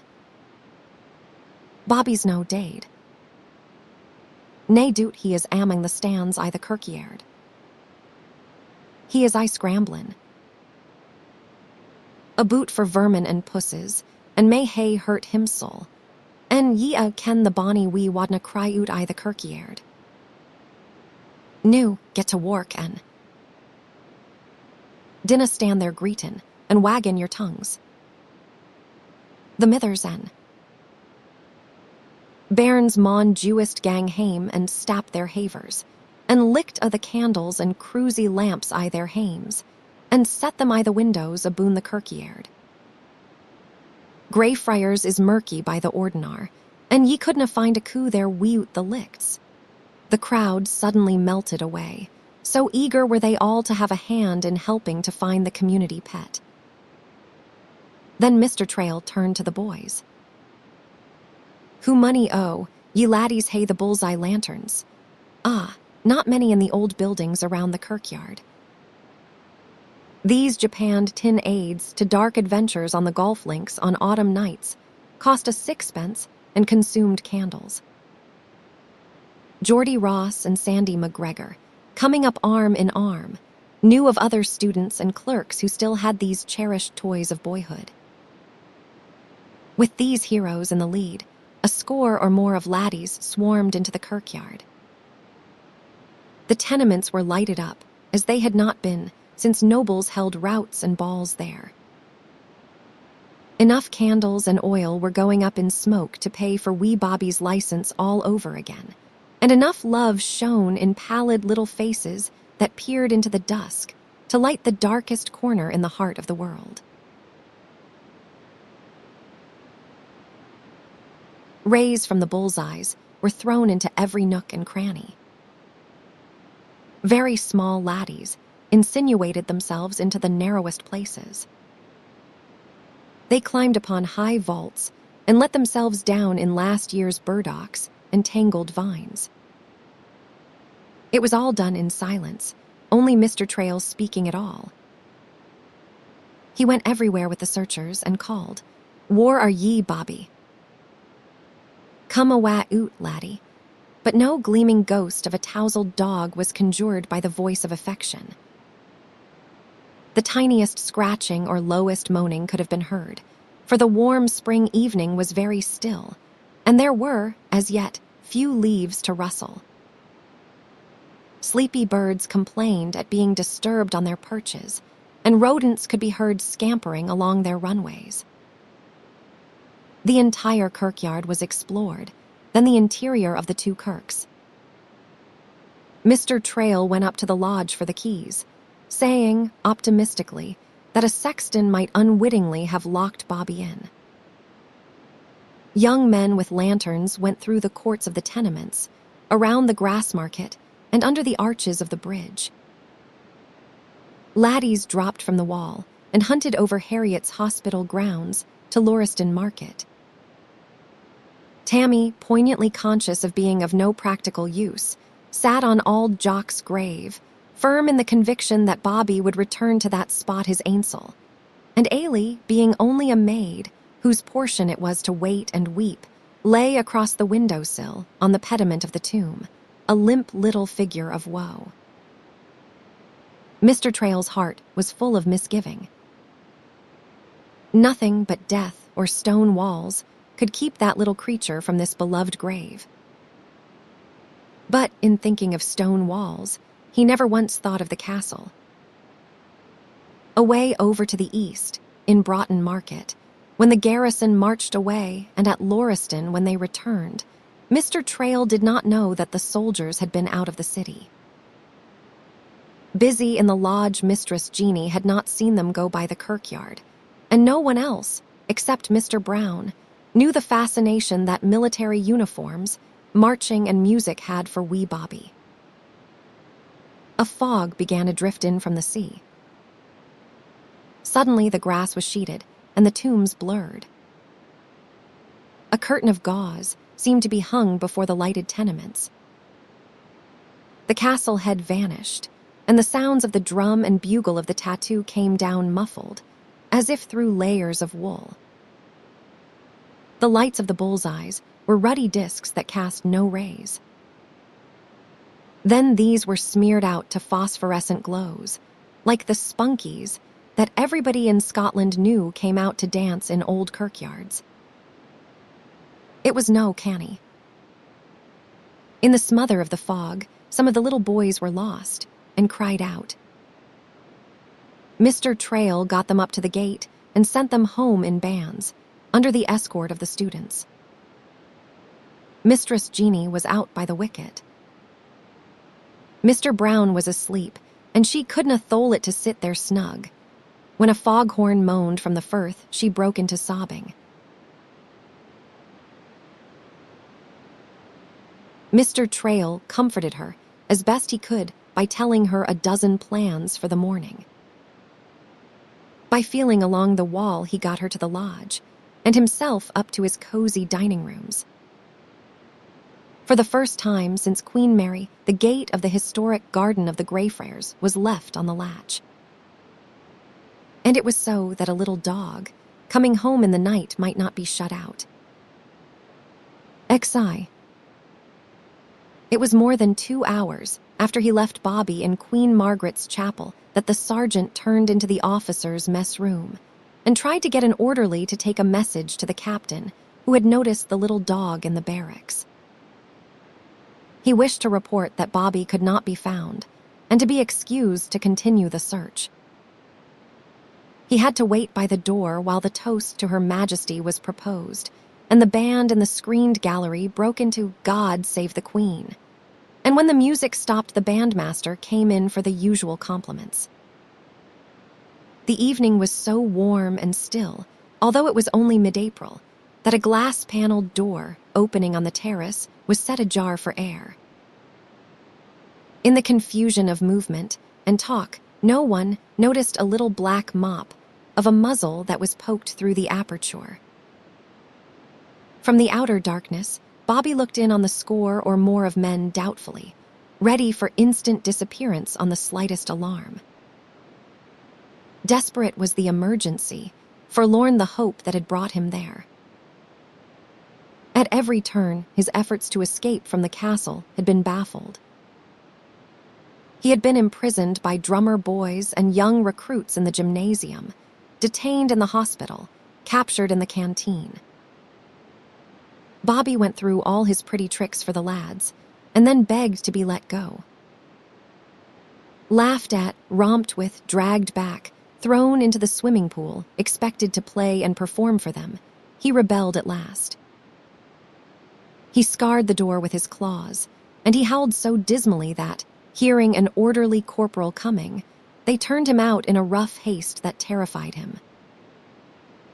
In the old banqueting hall on the palace yard, that was used as a hospital and dispensary, he went through that travesty of joy again, in hope of the reward. Sharply rebuked and put out of the hospital, at last, Because of his destructive clawing and mournful howling, Bobby dashed across the palace yard and into a crowd of good-humored soldiers who lounged in the canteen. Rising on his hind legs to beg for attention and indulgence, he was taken unaware from behind by an admiring soldier who wanted to romp with him. Quite desperate by that time, he snapped at the hand of his captor and sprang away into the first dark opening. Frightened by the man's cry of pain, and by the calls and scuffling search for him without, he slunk to the farthest corner of a dungeon of the Middle Ages, under the royal lodging. When the hunt for him ceased, Bobby slipped out of hiding and made his way around the sickle-shaped ledge of rock, and under the guns of the half-moon battery, to the outer gate. Only a cat, a fox, or a low, weasel-like dog could have done it. There were many details that would have enabled the observant little creature to recognize this barrier as the place where he had come in. Certainly he attacked it with fury, and on the guards he lavished every art of appeal that he possessed. But there he was bantered, and a feint was made of shutting him up in the guardhouse as a disorderly person. With a heartbroken cry, he escaped his tormentors and made his way back under the guns to the citadel. His confidence in the good intentions of men shaken, Bobby took to furtive ways. Avoiding lighted buildings and voices, he sped from shadow to shadow and explored the walls of solid masonry. Again and again, he returned to the postern behind the armory, but the small back gate that gave to the cliff was not opened. Once he scrambled up to a loophole in the fortifications and looked abroad at the scattered lights of the city set in the void of night. But there, indeed, his stout heart failed him. It was not long before Bobby discovered that he was being pursued. A number of soldiers and drummer boys were out hunting for him, contritely enough, when the situation was explained by the angry sergeant. Wherever he went, voices and footsteps followed. Had the sergeant gone alone and called in familiar speech, "Come awa oot, Bobby," he would probably have run to the man. But there were so many calls in English, in Celtic, and in various dialects of the lowlands that the little dog dared not trust them. From place to place, he was driven by fear, and when the calling stopped and the footsteps no longer followed, he lay for a time where he could watch the postern. A moment after he gave up the vigil there, the little back gate was opened. Desperation led him to take another chance with men. Slipping into the shadow of the old governor's house, the headquarters of commissioned officers on the terrace above the barracks, he lay near the open door to the mess room, listening and watching. The pretty ceremony of toasting, the bandmaster brought all the company about the table again, and the polite pause in the conversation, on his exit, gave an opportunity for the captain to speak of Bobby before the sergeant could get his message delivered. "Gentlemen, your indulgence for a moment, to drink another toast to a little dog that is said to have slept on his master's grave in Greyfriars churchyard for more than 8 years. Sergeant Scott, of the Royal Engineers, vouches for the story and will present the hero." The sergeant came forward then with the word that Bobby could not be found. He was somewhere in the castle and had made persistent and frantic efforts to get out. Prevented at every turn and forcibly held in various places by well-meaning but blundering soldiers, he had been frightened into hiding. Bobby heard every word, and he must have understood that he himself was under discussion. Alternately hopeful and apprehensive, he scanned each face in the room that came within range of his vision, until one arrested and drew him. Such faces, full of understanding, love, and compassion for dumb animals, are to be found among men, women, and children in any company and in every corner of the world. Now, with the dog's instinct for the dog lover, Bobby made his way about the room unnoticed and set his short, shagged paws up on this man's knee. "Bless my soul, gentlemen, here is the little dog now, and a beautiful specimen of the drop-eared Skye he is. Why did not you say that the bitty dog was of the Highland breed, Sergeant? You may well believe any extravagant tale you may hear of the fidelity and affection of the Skye terrier." And with that wee Bobby was set upon the polished table, his own silver image glimmering among the reflections of candles and old plate. He kept close under the hand of his protector, but waiting for the moment favorable to his appeal. The company crowded around with eager interest, while the man of expert knowledge and love of dogs talked about Bobby. "You see he is a well-knit little rascal, long and low, hardy and strong. His ancestors were bred for bolting foxes and wildcats among the rocky headlands of the subarctic islands. The intelligence, courage, and devotion of dogs of this breed can scarcely be overstated. There is some faraway crossing here that gives this one a greater beauty and grace and more engaging manners, making him a sport among rough farm dogs, but look at the length and strength of the muzzle. He is as determined as the deal. You would have to break his neck before you could break his purpose. For love of his master he would starve, or he would leap to his death without an instant's hesitation. All this time, the man had been stroking Bobby's head and neck.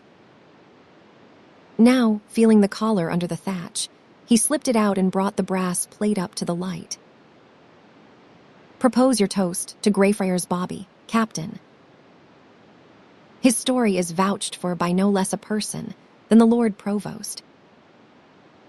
The bitty dog seems to have won a sort of canine Victoria Cross. The toast was drunk standing, and a cheer given. The company pressed close to examine the collar and to shake Bobby's lifted paw. Then, thinking the moment had come, Bobby rose in the begging attitude, prostrated himself before them, and uttered a pleading cry. His new friend assured him that he would be taken home. "Bide a wee, Bobby. Before he goes, I want you all to see his beautiful eyes. In most breeds of dogs with the veil you will find the hairs of the face discolored by tears, but the Skye terriers are not, and his eyes are living jewels, as sunny a brown as cairngorms in pebble brooches, but soft and deep, and with an almost human intelligence." For the third time that day Bobby's veil was pushed back. One shocked look by this lover of dogs, and it was dropped. "Get him back to that grave, man, or he is like to die." His eyes are just two cairngorms of grief. In the hush that fell upon the company, the senior officer spoke sharply. "Take him down at once, Sergeant. The whole affair is most unfortunate, and you will please tender my apologies at the churchyard and the restaurant, as well as your own, and I will see the Lord Provost." The military salute was given to Bobby when he leaped from the table at the sergeant's call. "Come awa, Bobby. I will tack ye to Auld Jock I the kirkyard knew." He stepped out onto the lawn to wait for his pass. Bobby stood at his feet, quivering with impatience to be off, but trusting in the man's given word. The upper air was clear, and the sky studded with stars. 20 minutes before the May light, that guided the ships into the Firth, could be seen far out on the edge of the ocean, and in every direction the lamps of the city seemed to fall away in a shower of sparks, as from a burst meteor. But now, while the stars above were as numerous and as brilliant as before, the lights below had vanished. As the sergeant looked, the highest ones expired in the rising fog. The island rock appeared to be sinking in a waveless sea of milk. A startled exclamation from the sergeant brought other men out on the terrace to see it. The senior officer withheld the pass in his hand and scouted the idea of the sergeants going down into the city. As the drum began to beat the tattoo and the bugle to rise on a crescendo of lovely notes, soldiers swarmed toward the barracks. Those who had been out in the town came running up the roadway into the castle, talking loudly of adventures they had had in the fog. The sergeant looked down at anxious Bobby, who stood agitated and straining as at a leash, and said that he preferred to go. "Impossible. A foolish risk, Sergeant, that I am unwilling you should take. Edinburgh is too full of pitfalls for a man to be going about on such a night. Our guests will sleep in the castle, and it will be safer for the little dog to remain until morning." Bobby did not quite understand this good English, but the excited talk and the delay made him uneasy. He whimpered piteously. He lay across the sergeant's feet, and through his boots, the man could feel the little creature's heart beat. Then he rose and uttered his pleading cry. The sergeant stooped and patted the shaggy head consolingly and tried to explain matters. "Be a gude doggy noo. Dinna fash yersel, aboot what canna be helped. I can attack ye to the kirkyard the nisht. I will take charge of Bobby, Sergeant." The dog-loving guest ran out hastily, but with a wild cry of reproach and despair, Bobby was gone. The group of soldiers who had been out on the cliff were standing in the postern, a moment to look down at the opaque flood that was rising around the rock. They felt some flying thing sweep over their feet and caught a silvery flash of it across the promenade. The sergeant cried to them to stop the dog, and he and the guest were out in time to see Bobby go over the precipice. For a time, the little dog lay in a clump of hazel above the fog, between two terriers. He could see the men and the lights moving along the top of the cliff, and he could hear the calls. Someone caught a glimpse of him, and the sergeant lay down on the edge of the precipice and talked to him, saying every kind and foolish thing he could think of to persuade Bobby to come back. Then a drummer boy was tied to a rope and let down to the ledge to fetch him up. But at that, without any sound at all, Bobby dropped out of sight. Through the smother came the loud moaning of foghorns in the firth.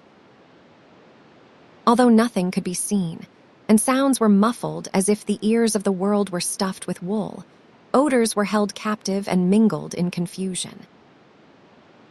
There was nothing to guide a little dog's nose, everything to make him distrust his most reliable sense.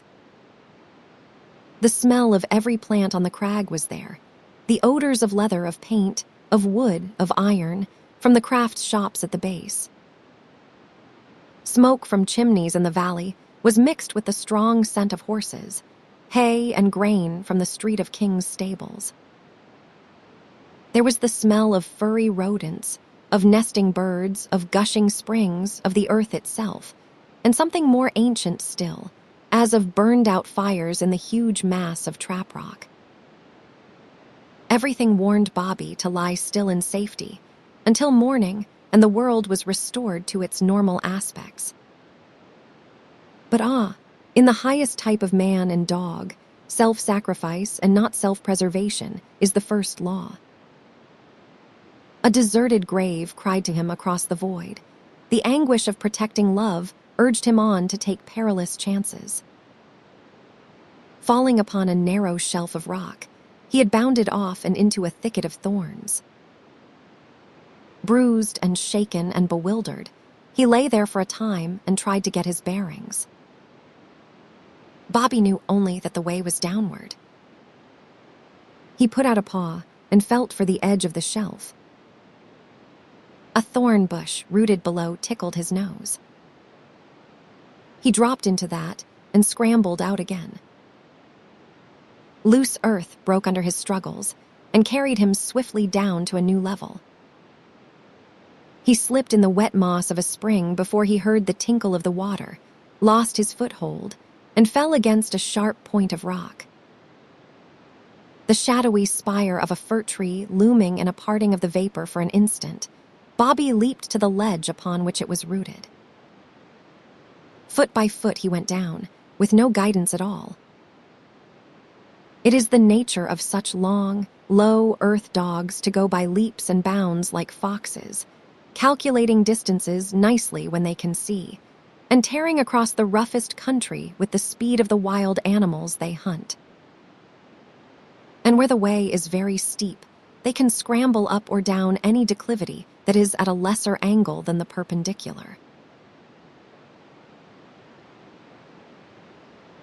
Head first they go downward, setting the four paws forward, the claws clutching around projections and in fissures, the weight hung from the stout hindquarters, the body flattened on the earth.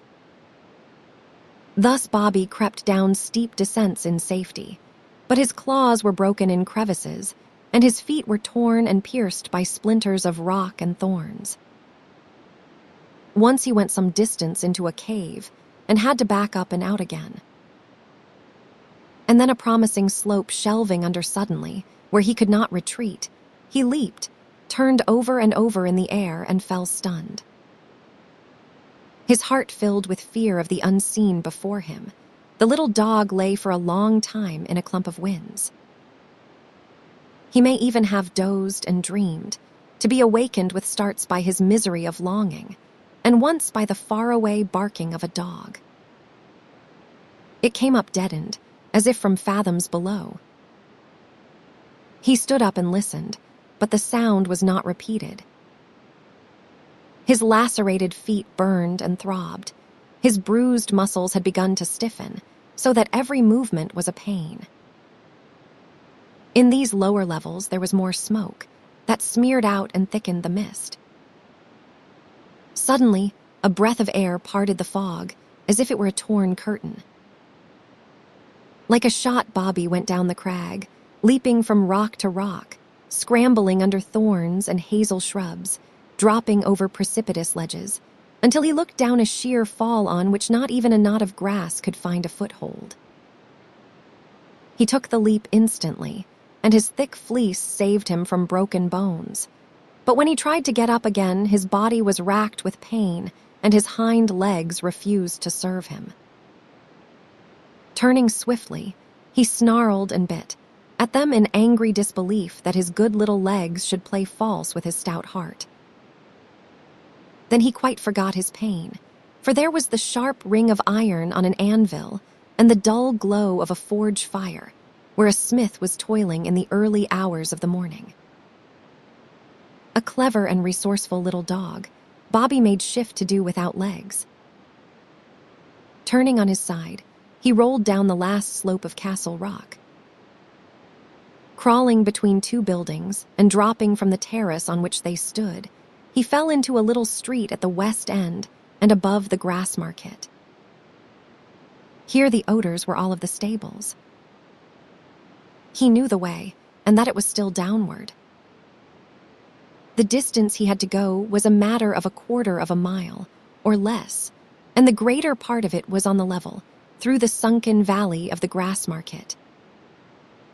But Bobby had literally to drag himself now, and he had still to pull himself up by his four paws over the wet and greasy cobblestones of Candlemaker's Row.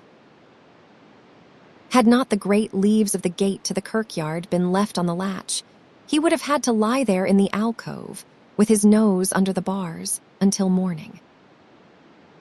But the gate gave way to his push, and so he dragged himself through it and around the kirk, and stretched himself on Auld Jock's grave.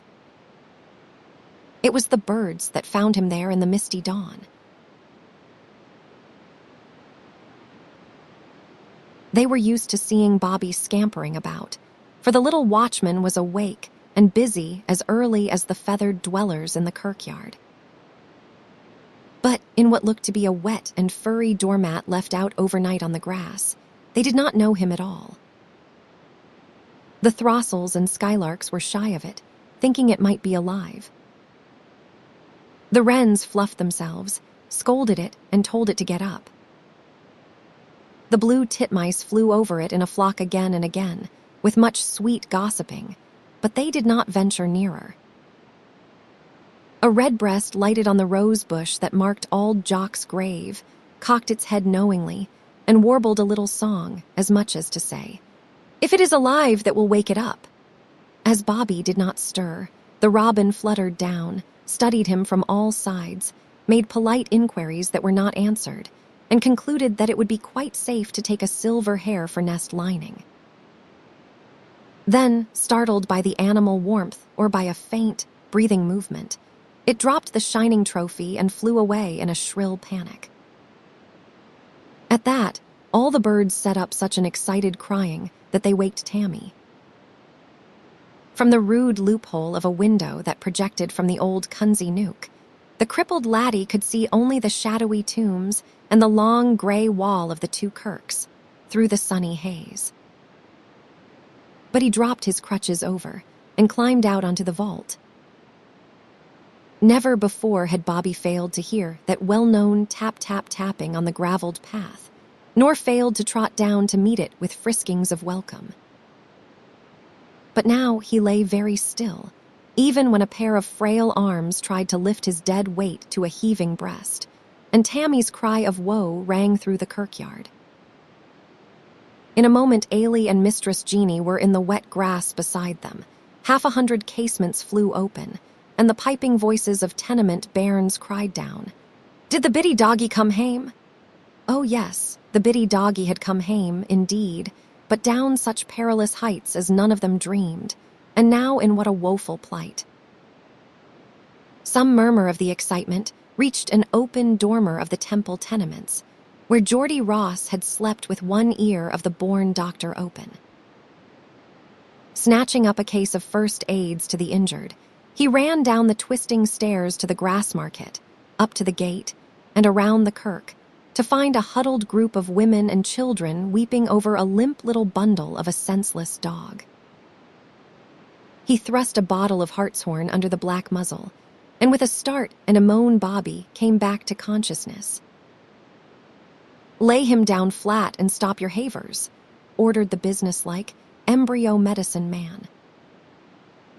"Bobby's no dead."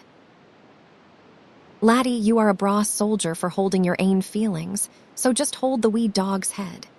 Then, in the reassuring dialect, "Hoots, Bobby, open the bit moo new, en." Tack the medicine like a manny. Down the tiny red cavern of a throat Geordie poured a dose that galvanized the small creature into life. "New then, Loop, ye bonny rascal."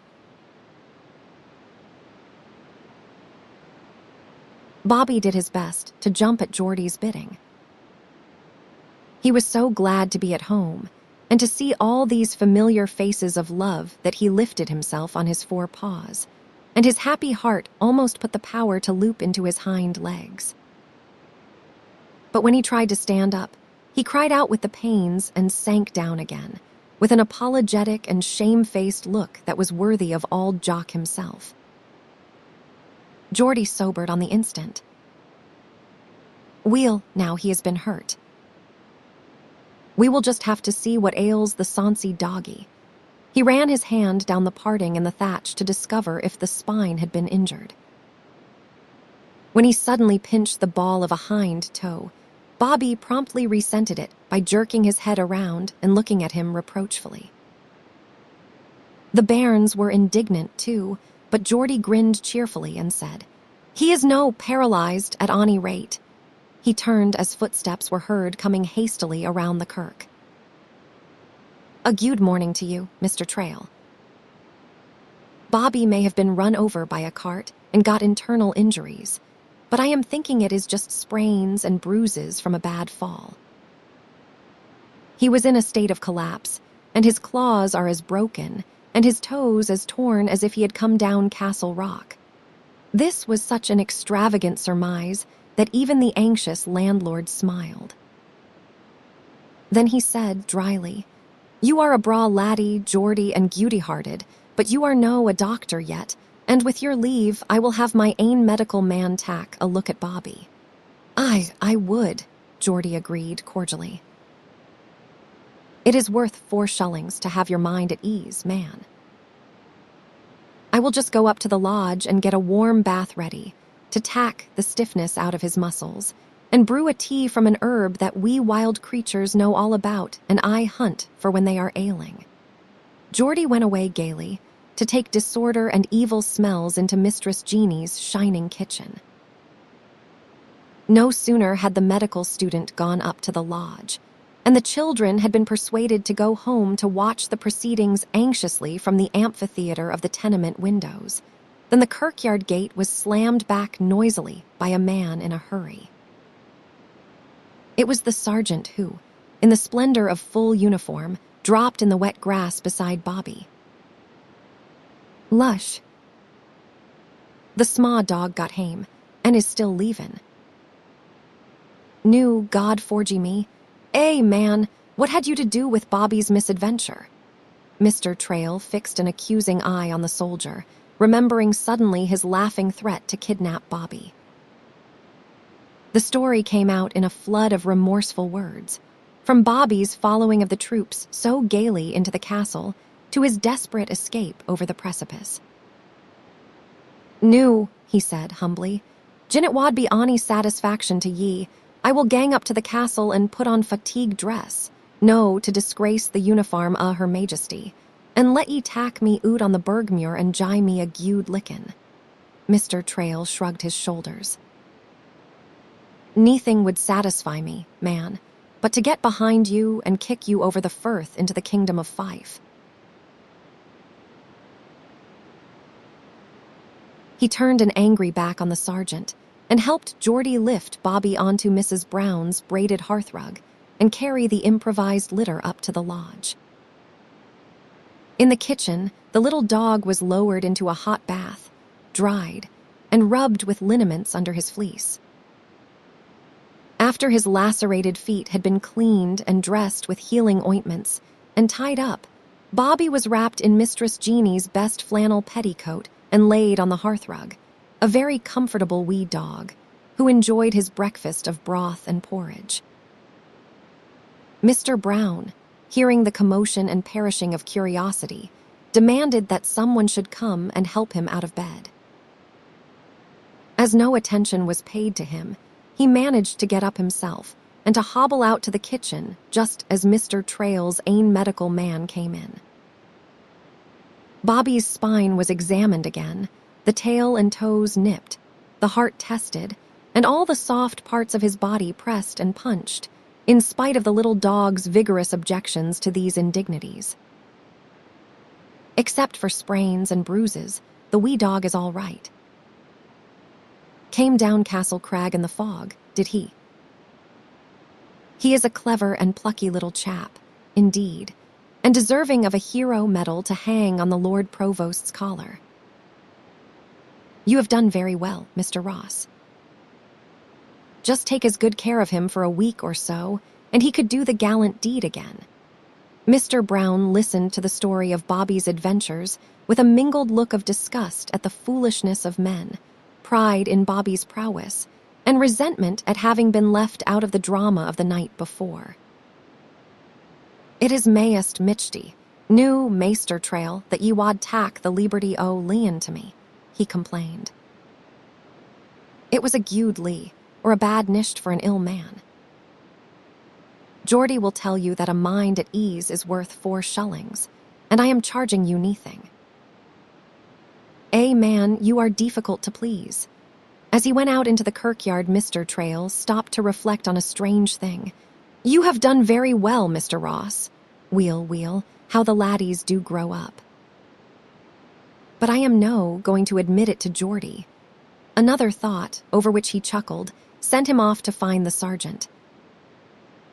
The soldier was tramping gloomily about in the wet, to the demoralization of his beautiful boots.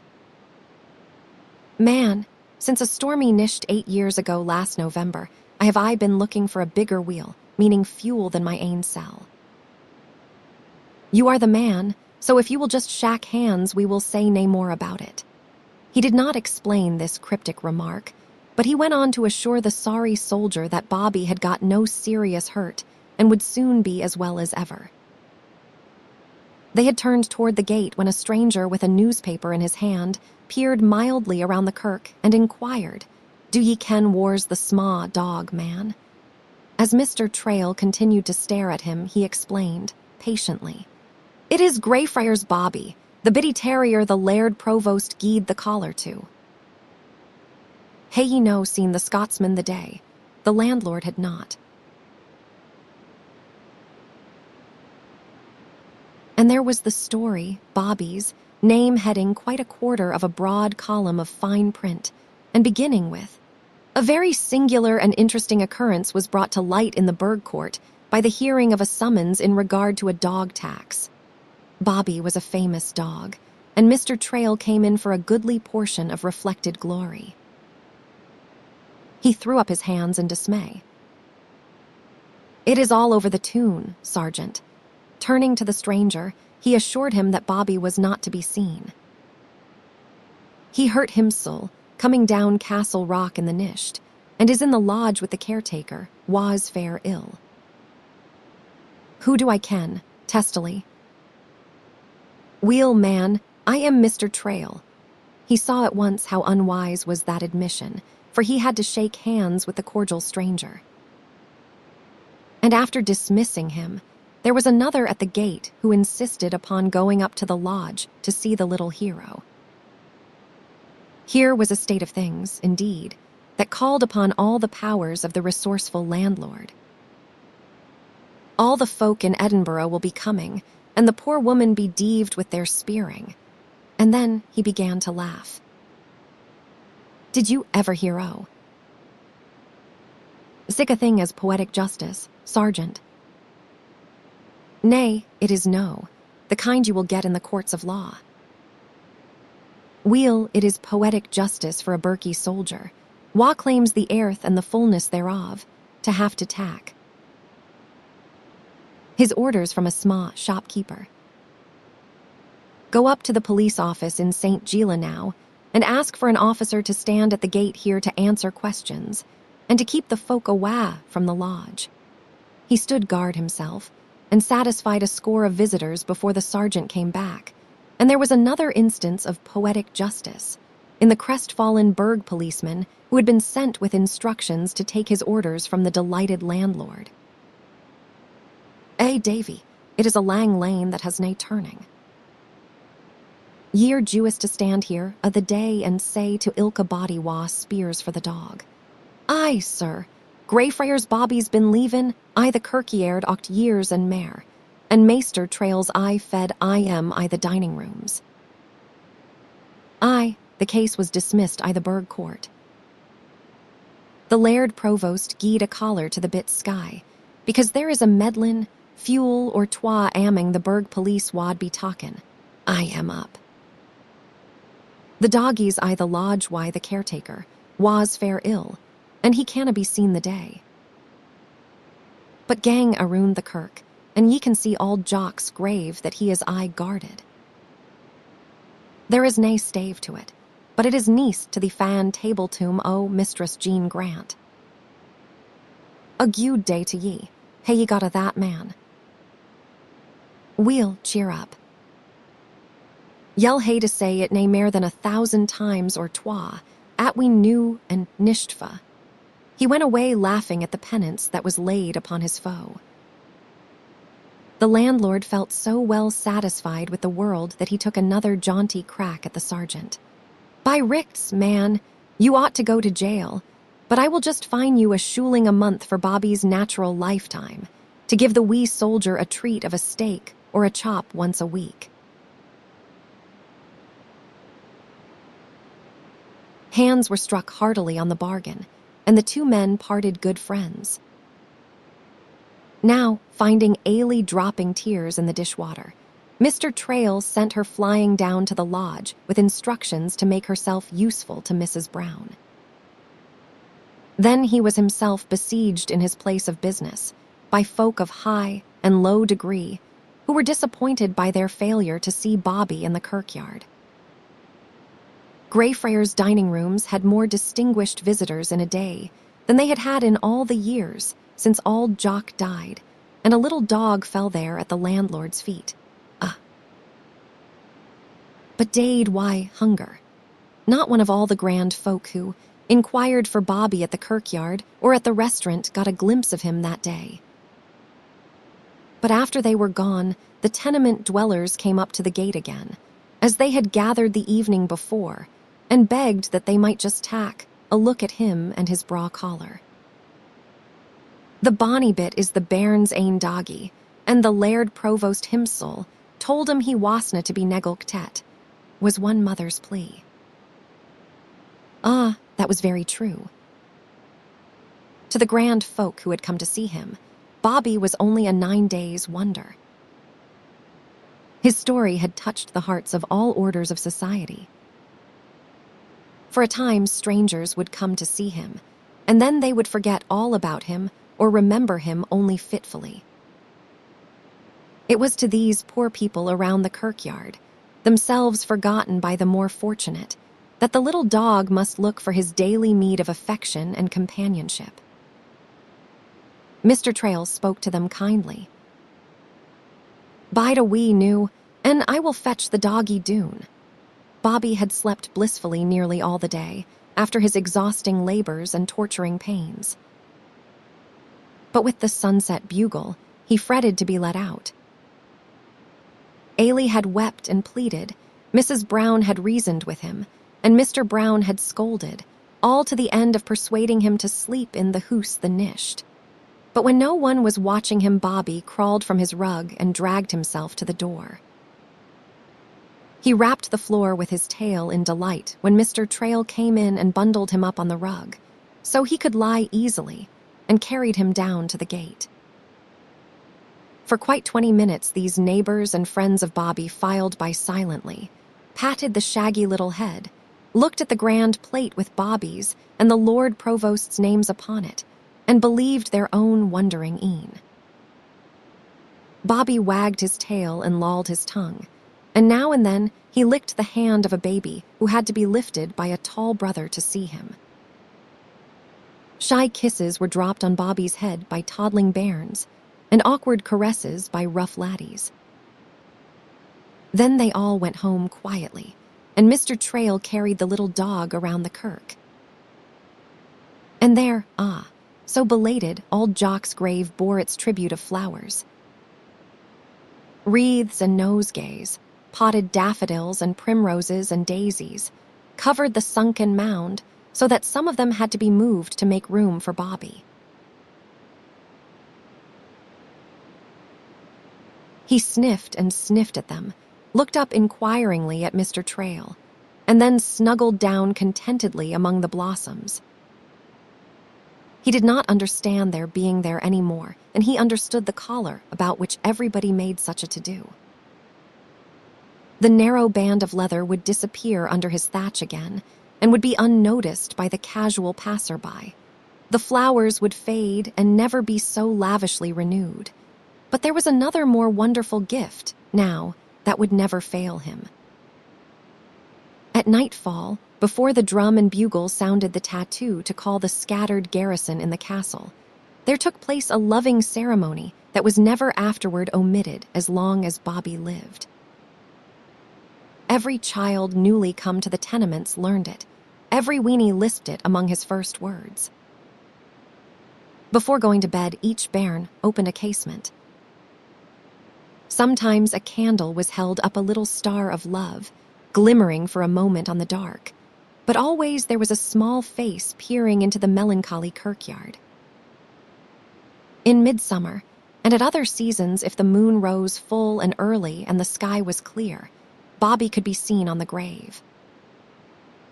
And when he recovered from these hurts, he trotted about, making the circuit below the windows. He could not speak there, because he had been forbidden, but he could wag his tail and look up to show his friendliness. And whether the children saw him or not, they knew he was always there after sunset, keeping watch and ward, and lamely because his master had gone away to heaven, and so they called out to him sweetly and clearly, A gude to ye, Bobby, XII. In one thing, Mr. Trail had been mistaken. The grand folk did not forget Bobby. At the end of 5 years, the Leal Highlander was not only still remembered, but he had become a local celebrity.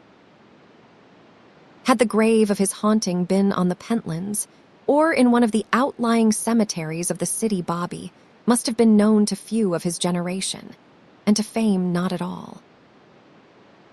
But among Churchyard's Greyfriars was distinguished. One of the historic showplaces of Edinburgh, and in the very heart of the old town, it was never missed by the most hurried tourist, seldom left unvisited from year to year by the oldest resident. Names on its old tombs had come to mean nothing to those who read them, except as they recalled memorable records of love, of inspiration, of courage, of self-sacrifice. And this being so, it touched the imagination to see, among the marbles that crumbled toward the dust below, a living embodiment of affection and fidelity. Indeed, it came to be remarked, as it is remarked today, although 4 decades have gone by, that no other spot in Greyfriars was so much cared for as the grave of a man of whom nothing was known, except that the life and love of a little dog was consecrated to his memory. At almost any hour, Bobby might be found there. As he grew older, he became less and less willing to be long absent, and he got much of his exercise by nosing about among the neighboring thorns. In fair weather, he took his frequent naps on the turf above his master, or he sat on the fallen table tomb in the sun.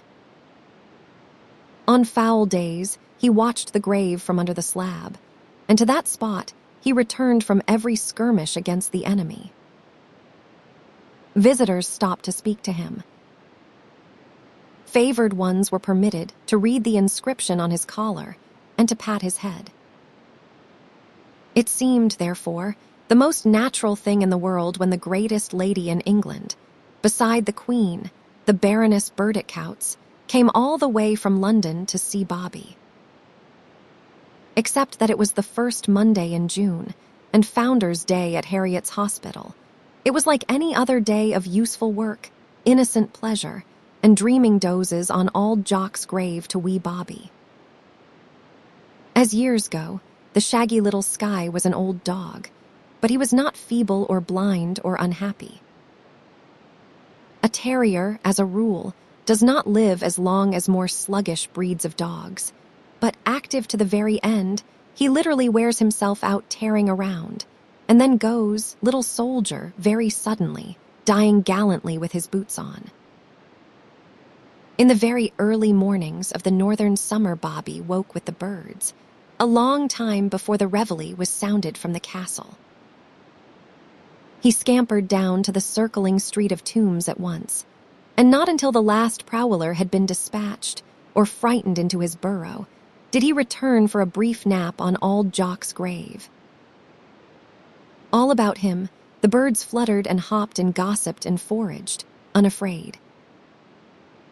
They were used, by this time, to seeing the little dog lying motionless, his nose on his paws.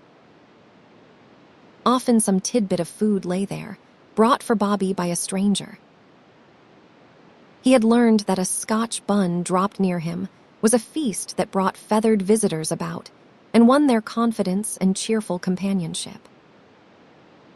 When he awoke, he lay there lolling and blinking, following the blue rovings of the titmice and listening to the foolish squabbles of the sparrows and the shrewish scoldings of the wrens. He always started when a lark sprang at his feet and a cataract of melody tumbled from the sky. But best of all, Bobby loved a comfortable and friendly robin redbreast, not the American thrush that is called a robin, but the smaller old world warbler. It had its nest of grass and moss and feathers, and many a silver hair shed by Bobby, low in a nearby thorn bush. In sweet and plaintive talking notes, it told its little dog companion all about the bobbies that had left the nest and the new brood that would soon be there. On the morning of that wonderful day of the Grand Letty's first coming, Bobby and the Redbreast had a pleasant visit together before the casements began to open and the tenement bairns called down their morning greeting. "A gude day to ye, Bobby." By the time all these courtesies had been returned, Tammy came in at the gate with his college books strapped on his back. The old Cunsick Nuke had been demolished by Glenormiston, and Tammy, living in better quarters, was studying to be a teacher at Harriet's. Bobby saw him settled, and then he had to escort Mr. Brown down from the lodge. The caretaker made his way about stiffly with a cane, and with the aid of a young helper who exasperated the old gardener by his cheerful inefficiency, kept the Auld kirkyard in beautiful order. Ye gude fornethan tyke," he said to Bobby, in transparent pretense of his uselessness. "Get to work, or I will hae a young dog into gie ye a lift, and sign warrel ye be." Bobby jumped on him in open delight at this, as much as to say, "Ye may be as dour as ye like, but ilka body kens ye are gude-hearted." Morning and evening numerous friends passed the gate, and the wee dog waited for them on the wicket. Dr. George Ross and Mr. Alexander McGregor shook Bobby's lifted paw and called him a sonsie rascal. Small merchants, students, clerks, factory workers, house servants, laborers and vendors, all honest and useful people, had come up out of these old tenements within Bobby's memory, and others had gone down, alas, into the cowgate. But Bobby's tail wagged for these unfortunates, too, and some of them had no other friend in the world beside that uncalculating little dog. When the morning stream of old acquaintance had gone by, and none forgot, Bobby went up to the lodge to sit for an hour with Mistress Jeanie. There he was called Crudlin Dew, which was altogether absurd by the fond old woman. As neat of plumage, and as busy and talkative about small domestic matters as the robin, Bobby loved to watch the Whiffy stirring savory messes over the fire, watering her posies, cleaning the fluttering skylark's cage, or just sitting by the hearth or in the sunny doorway with him, knitting warm stockings for her rheumatic Gudemon. Out in the kirkyard, Bobby trotted dutifully at the caretaker's heels. When visitors were about, he did not venture to take a nap in the open unless Mr. Brown was on guard, and by long and close companionship with him, the aging man could often tell what Bobby was dreaming about. At a convulsive movement and a jerk of his head, the caretaker would say to the Whiffy, if she chanced to be near, "Look at that, noo, wull ye." The sparity bit was talkin', thee foo. Vermin, and again, when the muscles of his legs worked rhythmically, "He is rinnin' why the laddies or the braw soldiers on the braes." Bobby often woke from a dream with a start, looked dazed, and then foolish at the vivid imaginings of sleep. But when, in a doze, he half stretched himself up on his short, shagged forepaws, flattened out, and then awoke and lay so very still, for a time, it was Mistress Jeanie who said, "Preserve us The bonny wee was dreamin', his meester's death, and knew he as greetin' sair." At that she took her little stool and sat on the grave beside him. But Mr. Brown bit his teeth in his pipe, limped away, and stormed at his daft helper laddie, who did not appear to know a violet from a burdock. Who can doubt that, so deeply were scene and word graven on his memory, Bobby often lived again the hour of his bereavement and heard Auld Jock's last words. "Gang awa hame, laddie." Homeless on earth, gude Auld Jock had gone to a place prepared for him. But his faithful little dog had no home. This sacred spot was merely his tarrying place, where he waited until such a time as that mysterious door should open for him, perchance to an equal sky, and he could slip through and find his master. On the morning of the day, When the grand lady came, Bobby watched the holiday crowd gather on Harriet's hospital grounds. The mothers and sisters of hundreds of boys were there, looking on at the great match game of cricket. Bobby dropped over the wall and scampered about, taking a merry part in the play. When the pupils' procession was formed, and the long line of grinning and nudging laddies marched in to service in the chapel and dinner in the hall, he was set up over the kirkyard wall. Hundreds of hands were waved to him, and voices called back, "Farewell, Bobby!" Then the time gun boomed from the castle, and the little dog trotted up for his dinner and nap under the settle and his daily visit with Mr. Trail. In fair weather, when the last guest had departed and the music bells of St. Giles had ceased playing, the landlord was fond of standing in his doorway, bareheaded and in shirt sleeves and apron, to exchange opinions on politics, literature, and religion, or to tell Bobby's story to what passers by he could beguile into talk. At his feet, there, was a fine place for a sociable little dog to spend an hour. When he was ready to go, Bobby set his paws upon Mr. Trail and waited for the landlord's hand to be laid on his head, and the man to say, in the dialect the little dog best understood, "Bide a wee. Ye're no needin' to gang sae soon, laddie." At that he dropped, barked politely, wagged his tail, and was off. If Mr. Trail really wanted to detain Bobby, he had only to withhold the magic word, "laddie," that no one else had used toward the little dog since Auld Jock died. But if the word was too long in coming, Bobby would thrash his tail about impatiently, look up appealingly, and finally rise and beg and whimper. "We'll then bide wy me, and ye'll get it ilka hour o' the day, ye sonsie wee talon bit. What are ye hangin' around for?" We'll gang awa why, ye laddie." The landlord sighed and looked down reproachfully. With a delighted yelp and a lick of the lingering hand, Bobby was off. It was after 3 o'clock on this day when he returned to the kirkyard. The caretaker was working at the upper end, and the little dog was lonely. But long enough absent from his master, Bobby lay down on the grave, in the stillness of the mid-afternoon.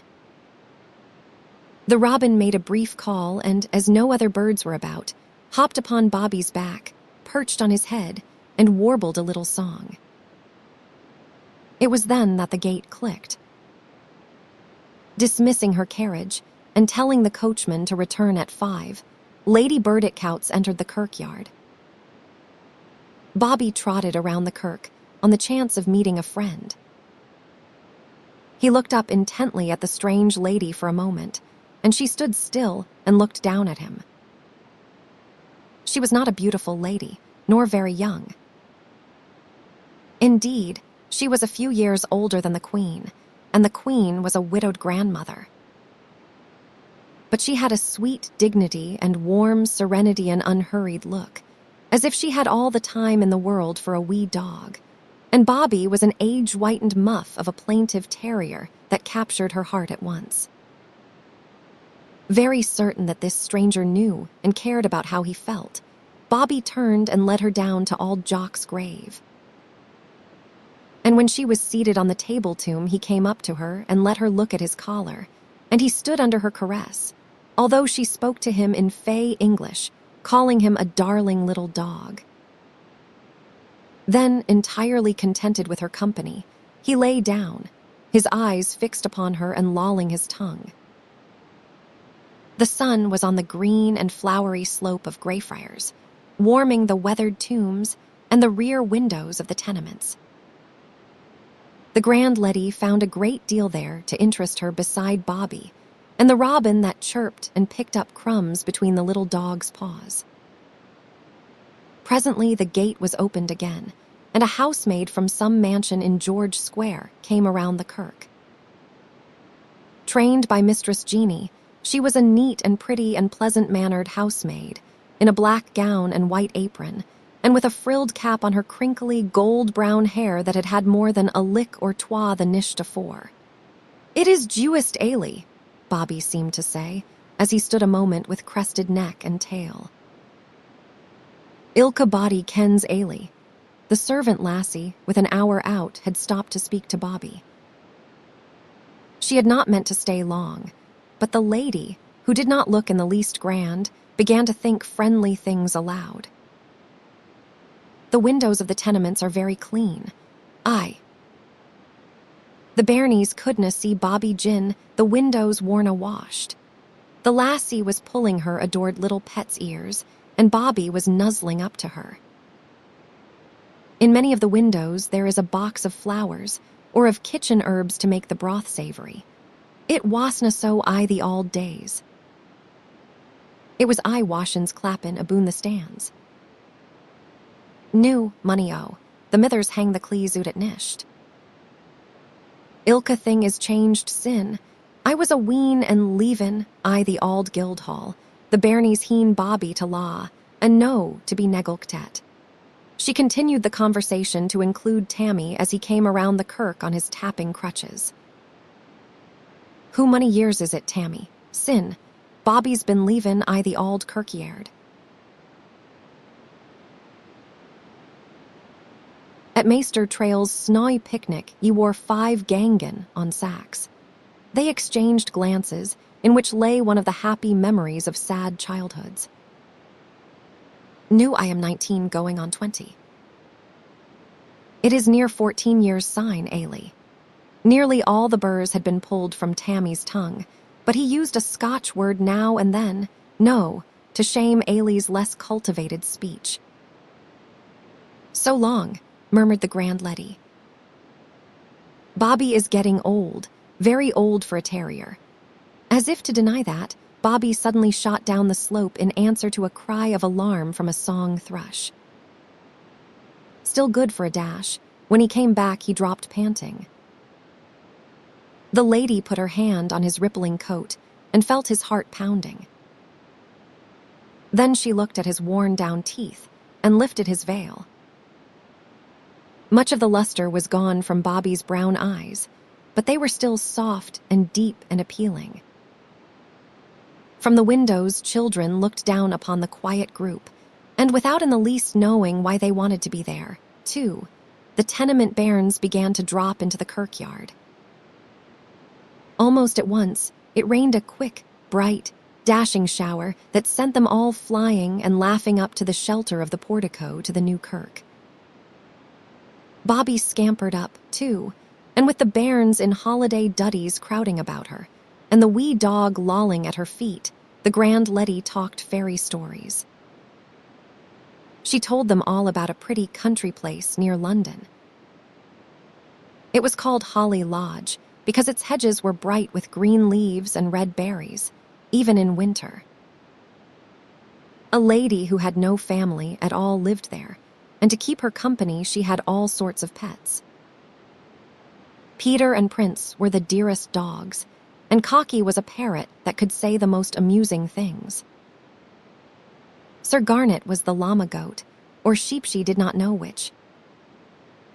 There was a fat and lazy old pony that had long been pensionied off on oats and clover, and oh yes, the white donkey must not be forgotten. Oh. I didna ken there wad be ony white donkeys, cried a big-eyed laddie. There cannot be many, and there is a story about how the lady came to have this one. One day, driving in a poor street, she saw a coster that is a London peddler beating his tired donkey that refused to pull the load.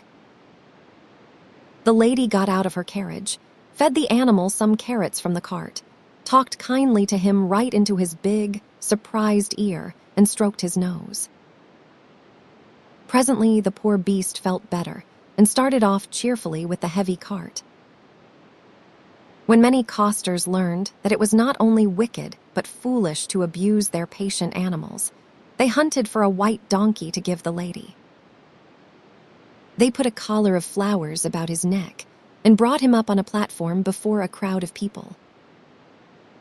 Everybody laughed, for he was a clumsy and comical beast to be decorated with roses and daisies. But the lady is proud of him, and now that pampered donkey has nothing to do but pull her bath chair about when she is at Holly Lodge and kick up his heels on a clover pasture. Are ye kennin' another tale, Letty? Oh, a number of them. Prince, the fox terrier, was ill once, and the doctor who came to see him said his mistress gave him too much to eat. That was very probable, because that lady likes to see children and animals have too much to eat. There are dozens and dozens of poor children that the lady knows and loves. Once they lived in a very dark and dirty and crowded tenement, quite as bad as some that were torn down in the Cowgate and the Grassmarket. It max effect ain't another, said one laddie, soberly. Gin, they had a sonsie doggy like Bobby to law, and an auld kirkyard why posies in. Birdies to look into, they wadna affect sae muckle. I am very sure of that. Well, the lady built a new tenement with plenty of room and light and air, and a market so they can get better food more cheaply, and a large church. That is also a kind of school where big and little people can learn many things. She gives the children of the neighborhood a Christmas dinner and a gay tree, and she strips the hedges of Holly Lodge for them, and then she takes Peter and Prince and Cocky the parrot to help along the fun, and she tells her newest stories. Next Christmas, she means to tell the story of Greyfriars Bobby, and how all his little Scotch friends are better behaving and cleaner and happier because they have that wee dog to love. Ilka body laws Bobby. He wasna ever mistreated or neglected, said Ailey thoughtfully. Oh, my dear. That is the very best part of the story. The grand Letty had a shining look. The rain had ceased, and the sun come out, and the children began to be called away. There was quite a little ceremony of lingering leave-taking with the lady and with Bobby, and while this was going on, Ailey had a serious confidence for her old playfellow. Tammy, as the lady says, Bobby's gettin' auld. I ken where's a snowy hawthorn aboon the burn in Swanston Dell. The throstles nest there, and the blackbirds whistle bonny. It isna so far, but the bairnies could march oot why posies. She turned to the lady, who had overheard her. We gied a promise to the Laird Provost to gie Bobby a grand funeral. Ye ken he wullna be permitted to be buried I the kirkyard. Will he not? I had not thought of that. Her tone was at once hushed and startled. Then she was down in the grass, brooding over the little dog, and Bobby had the pathetic look of trying to understand what this emotional talk, that seemed to concern himself, was about. Tammy and Ailey were down, too. Are ye thinkin', Bobby Wall be kennin', the difference?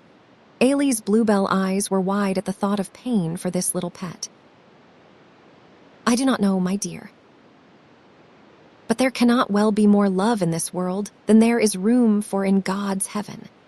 She was silent all the way to the gate, some thought in her mind already working toward a gracious deed. At the last, she said, the little dog is fond of you both. Be with him all you can, for I think his beautiful life is near its end. After a pause, during which her face was lighted by a smile, as if from a lovely thought within, she added, Do not let Bobby die before my return from London. In a week she was back, and in the meantime letters and telegrams had been flying, and many wheels set in motion in wee Bobby's affairs. When she returned to the churchyard, very early one morning, no less a person than the Lord Provost himself was with her.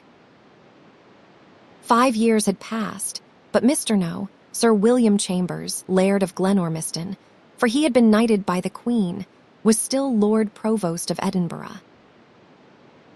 Almost immediately Mr. Trail appeared, by appointment, and was made all but speechless for once in his loquacious life by the honor of being asked to tell Bobby's story to the Baroness Burdickouts. But not even a tenement child or a London coster could be ill at ease with the grand Letty for very long, and presently the three were in close conference in the portico. Bobby welcomed them, and then dozed in the sun and visited with the robin on Auld Jock's grave. Far from being tongue-tied, the landlord was inspired. What did he not remember from the pathetic renunciation? Bobby isna ma ain dog, down to the Leal Highlander's last, near tragic reminder to men that in the nameless grave lay his unforgotten master. He sketched the scene in Haddow's Hole, where the tenement bairns poured out as pure a gift of love and mercy and self-sacrifice as had ever been laid at the foot of a Scottish altar. He told of the search for the lately ransomed and lost terrier by the lavish use of oil and candles, of Bobby's coming down Castle Rock in the fog, battered and bruised for a month's careful tending by an old Harriet laddie. His feet still showed the scars of that perilous descent. He himself, remorseful, had gone with the Bible reader from the medical mission in the Cowgate to the dormer-lighted closet in College Wynd, where Auld Jock had died. Now he described the classic fireplace of white freestone, with its boxed-in bed, where the Pentland shepherd lay like some effigy on a bier, with the wee guardian dog stretched on the flagged hearth below. What a subject for a monument! The grand Letty looked across the top of the slope at the sleeping Skye. I suppose there is no portrait of Bobby. Aye, your ladyship, I have a drawing in the dining rooms, sketched by Mr. Daniel Maclies. He was here a year or twa ago, just before his death, doing some commission, and often had his tea in my bit place. I told him Bobby's story, and he made the sketch for me as a souvenir of his visit. I am sure you prize it, Mr. Trail. Mr. Maclies was a talented artist, but he was not especially an animal painter. There really is no one since Landseer paints no more.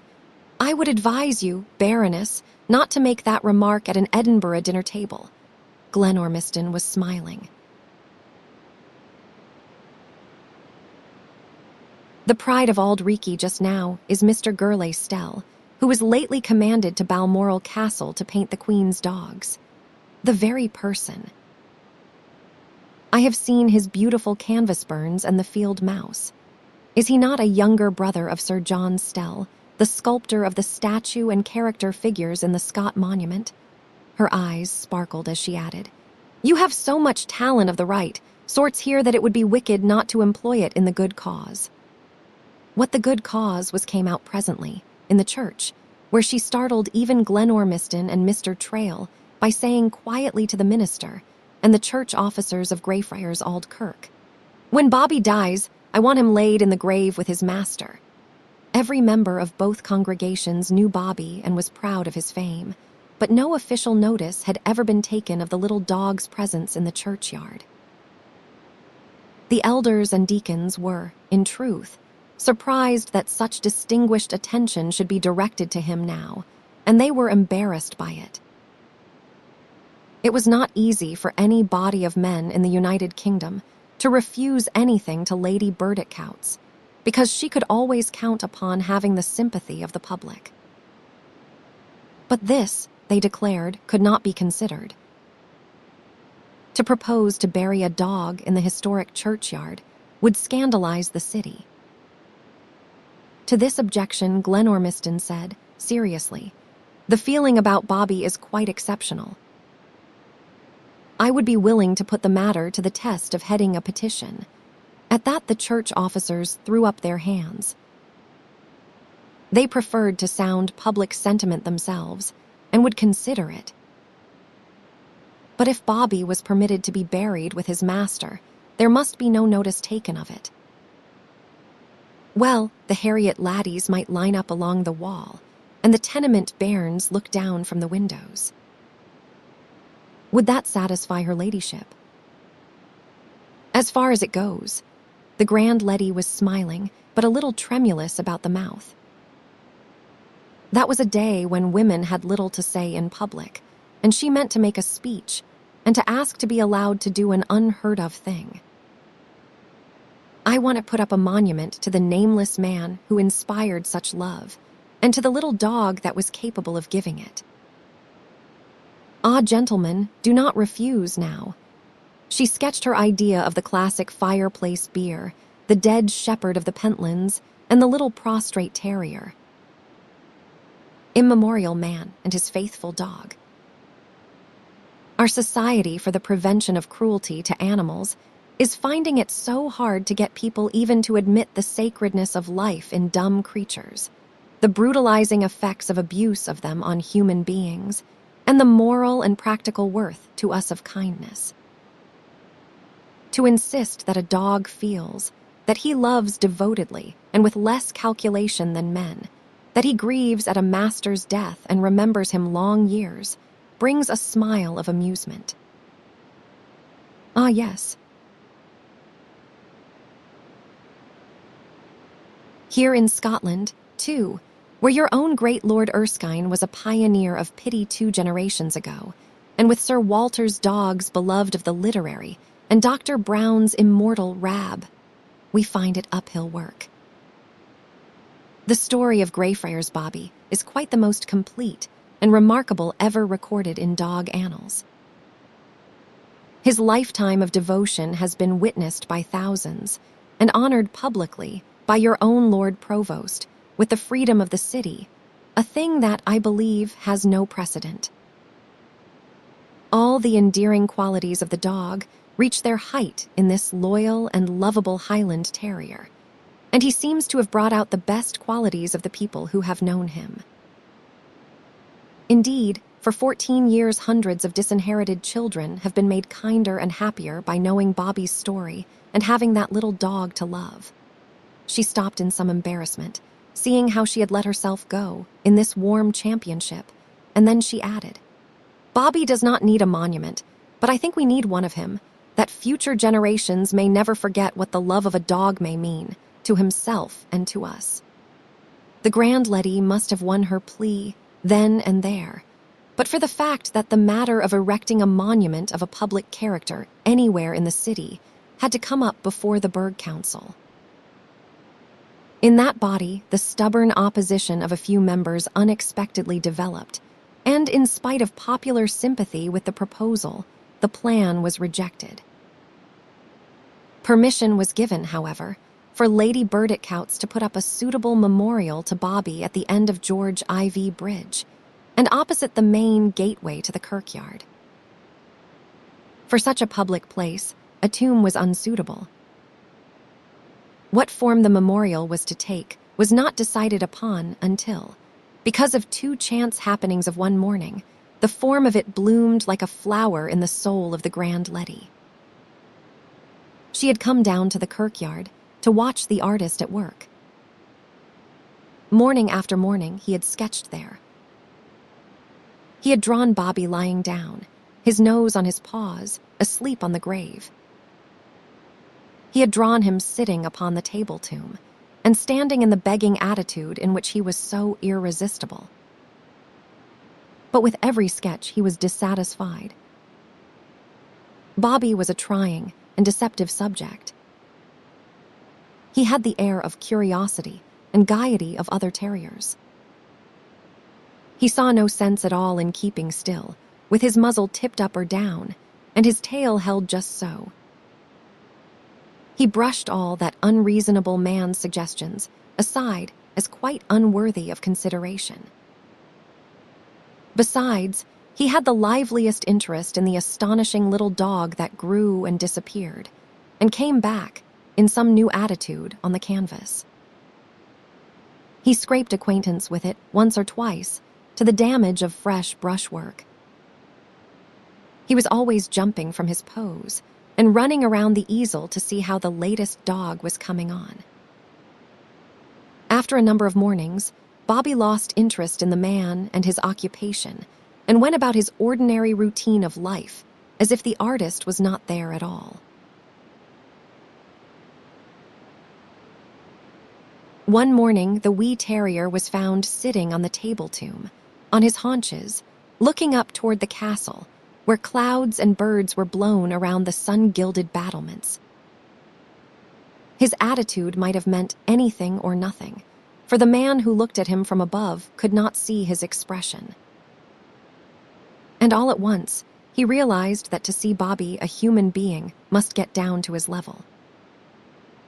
To the scandal of the children, he lay on his back on the grass and did nothing at all but look up at Bobby until the little dog moved.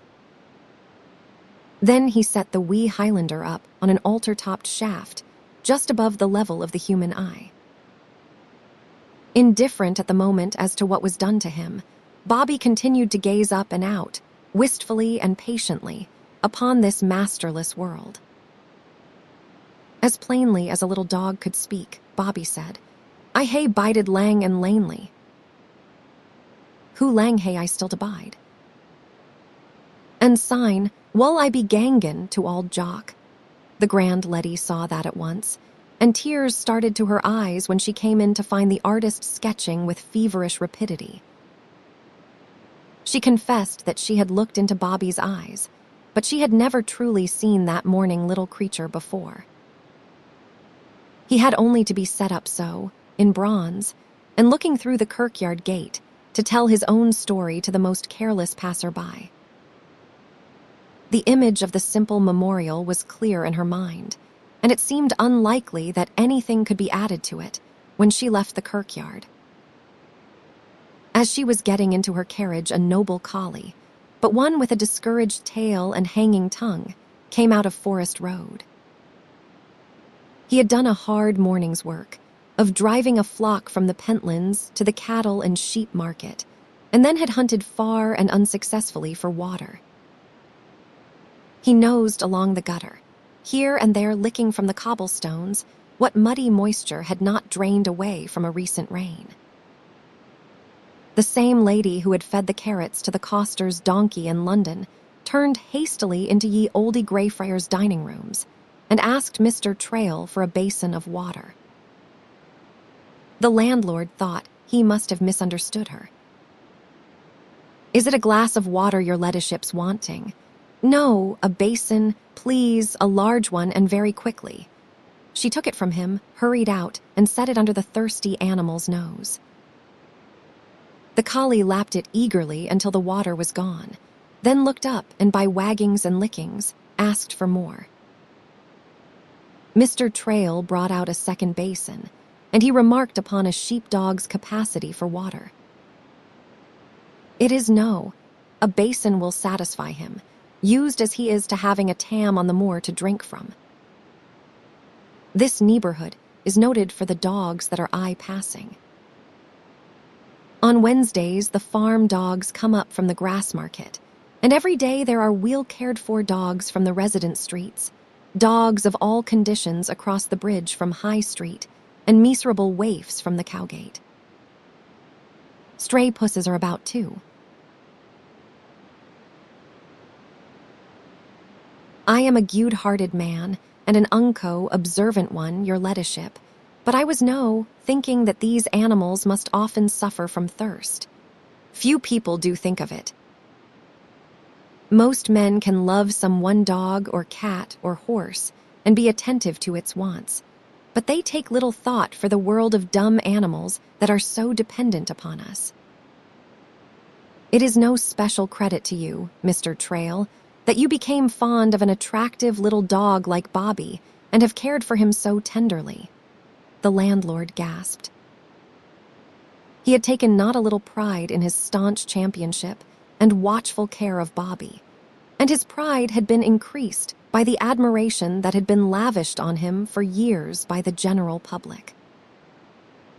Now, as he afterward confessed to Mr. Brown, "Her ladyship made me feel I would done neathing by the ordinar, but mayesly to please my ainsel. Man, she made me sing sma." When the collie had finished drinking, he looked up gratefully, rubbed against the Good Samaritans, waved his plumed tail like a banner, and trotted away. After a thoughtful moment, Lady Birditcout said, The suitable memorial here, Mr. Trail, is a fountain, with a low basin level with the curb, and a higher one, and Bobby sitting on an altar-topped central column above, looking through the kirkyard gate. It shall be his mission to bring men and small animals together in sympathy by offering to both the cup of cold water. She was there once again that year. On her way north, she stopped in Edinburgh overnight to see how the work on the fountain had progressed. It was in Scotland's best season, most of the days dry and bright and sharp. But on that day it was misting, and yellow leaves were dropping on the wet tombs and beaded grass, when the grand Letty appeared at the kirkyard late in the afternoon with a wreath of laurel to lay on Auld Jock's grave. Bobby slipped out, dry as his own delectable bone, from under the tomb of Mistress Jean Grant, and nearly wagged his tail off with pleasure. Mistress Jeanie was set in a proud flutter when the grand Letty rang at the lodge kitchen, and asked if she and Bobby could have their tea there with the old couple by the cozy grate fire. They all drank tea from the best blue cups, and ate buttered scones and strawberry jam on the scoured deal table. Bobby had his porridge and broth on the hearth. The coals snapped in the grate, and the firelight danced merrily on the skylark's cage and the copper kettle. Mr. Brown got out his fife and played Bonnie Dundee. Silver-white Bobby tried to dance, but he tumbled over so lamentably once or twice that he hung his head apologetically, admitting that he ought to have the sense to know that his dancing days were done. He lay down and lolled and blinked on the hearth until the grand Letty rose to go. I am on my way to Bremer to visit for a few days at Balmoral Castle. I wish I could take Bobby with me to show him to the dear Queen. Preserve me! Cried Mistress Jeanie, and Mr. Brown's pet pipe was in fragments on the hearth. Bobby leaped upon her and whimpered, saying "Dinna gang, Letty," as plainly as a little dog could say anything. He showed the pathos at parting with one he was fond of, now that an old and affectionate person shows. He clung to her gown, rubbed his rough head under her hand, and trotted disconsolately beside her to her waiting carriage. At the very last she said, sadly, "The Queen will have to come to Edinburgh to see Bobby. The bonny wee wad be a prude doggy, your ladyship," Mistress Jeanie managed to stammer, but Mr. Brown was beyond speech. The grand Letty said nothing. She looked at the foundation work of Bobby's memorial fountain, swathed in canvas against the winter, and waiting for the spring, when the waters of the earth should be unsealed again. Waiting until Finnis could be written to a story on a bronze table tomb. Waiting for the effigy of a shaggy Skye terrier to be cast and set up. Waiting when the Queen came to see Bobby, it was unlikely that he would know anything about it. He would know nothing of the crowds to gather there on a public occasion, massing on the bridge, in Greyfriars Place, in Broad Chambers Street, and down Candlemakers row the magistrates and burgh council, professors and students from the university, soldiers from the castle, the neighboring nobility in carriages, farmers and shepherds from the Pentlands, the Harriet laddies marching from the school, and the tenement children in holiday duddies all to honor the memory of a devoted little dog. He would know nothing of the military music and flowers, the prayer of the minister of Greyfriars Auld Kirk, the speech of the Lord Provost. Nothing of the happy tears of the grand Letty when a veil should fall away from a little bronze dog that gazed wistfully through the kirkyard gate, and water gush forth for the refreshment of men and animals. "Goodbye, goodbye, goodbye, Bobby, most loving and lovable, darlingest wee dog in the world," she cried, and a shower of bright drops and sweet little sounds fell on Bobby's tousled head. Then the carriage of the grand Letty rolled away in the rainy dusk. The hour bell of St. Giles was rung, and the sunset bugle blown in the castle. It took Mr. Brown a long time to lift the wicket, close the tall leaves, and lock the gate. The wind was rising, and the air hardening. One after one, the gas lamps flared in the gusts that blew on the bridge. The huge bulk of shadow lay, velvet black, in the drenched quarry pit of the Grassmarket. The caretaker's voice was husky with a sudden, called-in is hide. "Ye're an auld dog, Bobby, and ye canna deny it. Ye'll jewist hae to sleep I the hoose the misty nisht." Loath to part with them, Bobby went up to the lodge with the old couple and saw them within the cheerful kitchen. But when the door was held open for him, he wagged his tail in farewell and trotted away around the kirk. All the concession he was willing to make to old age and bad weather was to sleep under the fallen table tomb. Greyfriars on a dripping autumn evening. A pensive hour and season, everything memorable brooded there. Crouched back in shadowy ranks, the old tombs were draped in mystery. The mist was swirled by the wind and smoke smeared out over their dim shapes. Where families sat close about scant suppers, the lights of candles and cruisy lamps were blurred. The faintest halo hung above the castle head. Infrequent footsteps hurried by the gate. There was the rattle of a belated cart, the ring of a distant church bell. But even on such nights, the casements were opened, and little faces looked into the melancholy kirkyard. Candles glimmered for a moment on the mirk, and sweetly and clearly the tenement bairns called down, "A gude nish to ye, Bobby." They could not see the little dog, but they knew he was there. They knew now that he would still be there when they could see him, no more his body a part of the soil, his memory a part of all that was held dear and imperishable in that old garden of souls. They could go up to the lodge and look at his famous collar, and they would have his image in bronze on the fountain. And sometime, when the mysterious door opened for them, they might see Bobby again, a soncy doggy running on the green pastures and beside the still waters at the heels of his shepherd master. For, if there is not more love in this world than there is room for in God's heaven, Bobby would just have gien awa hame.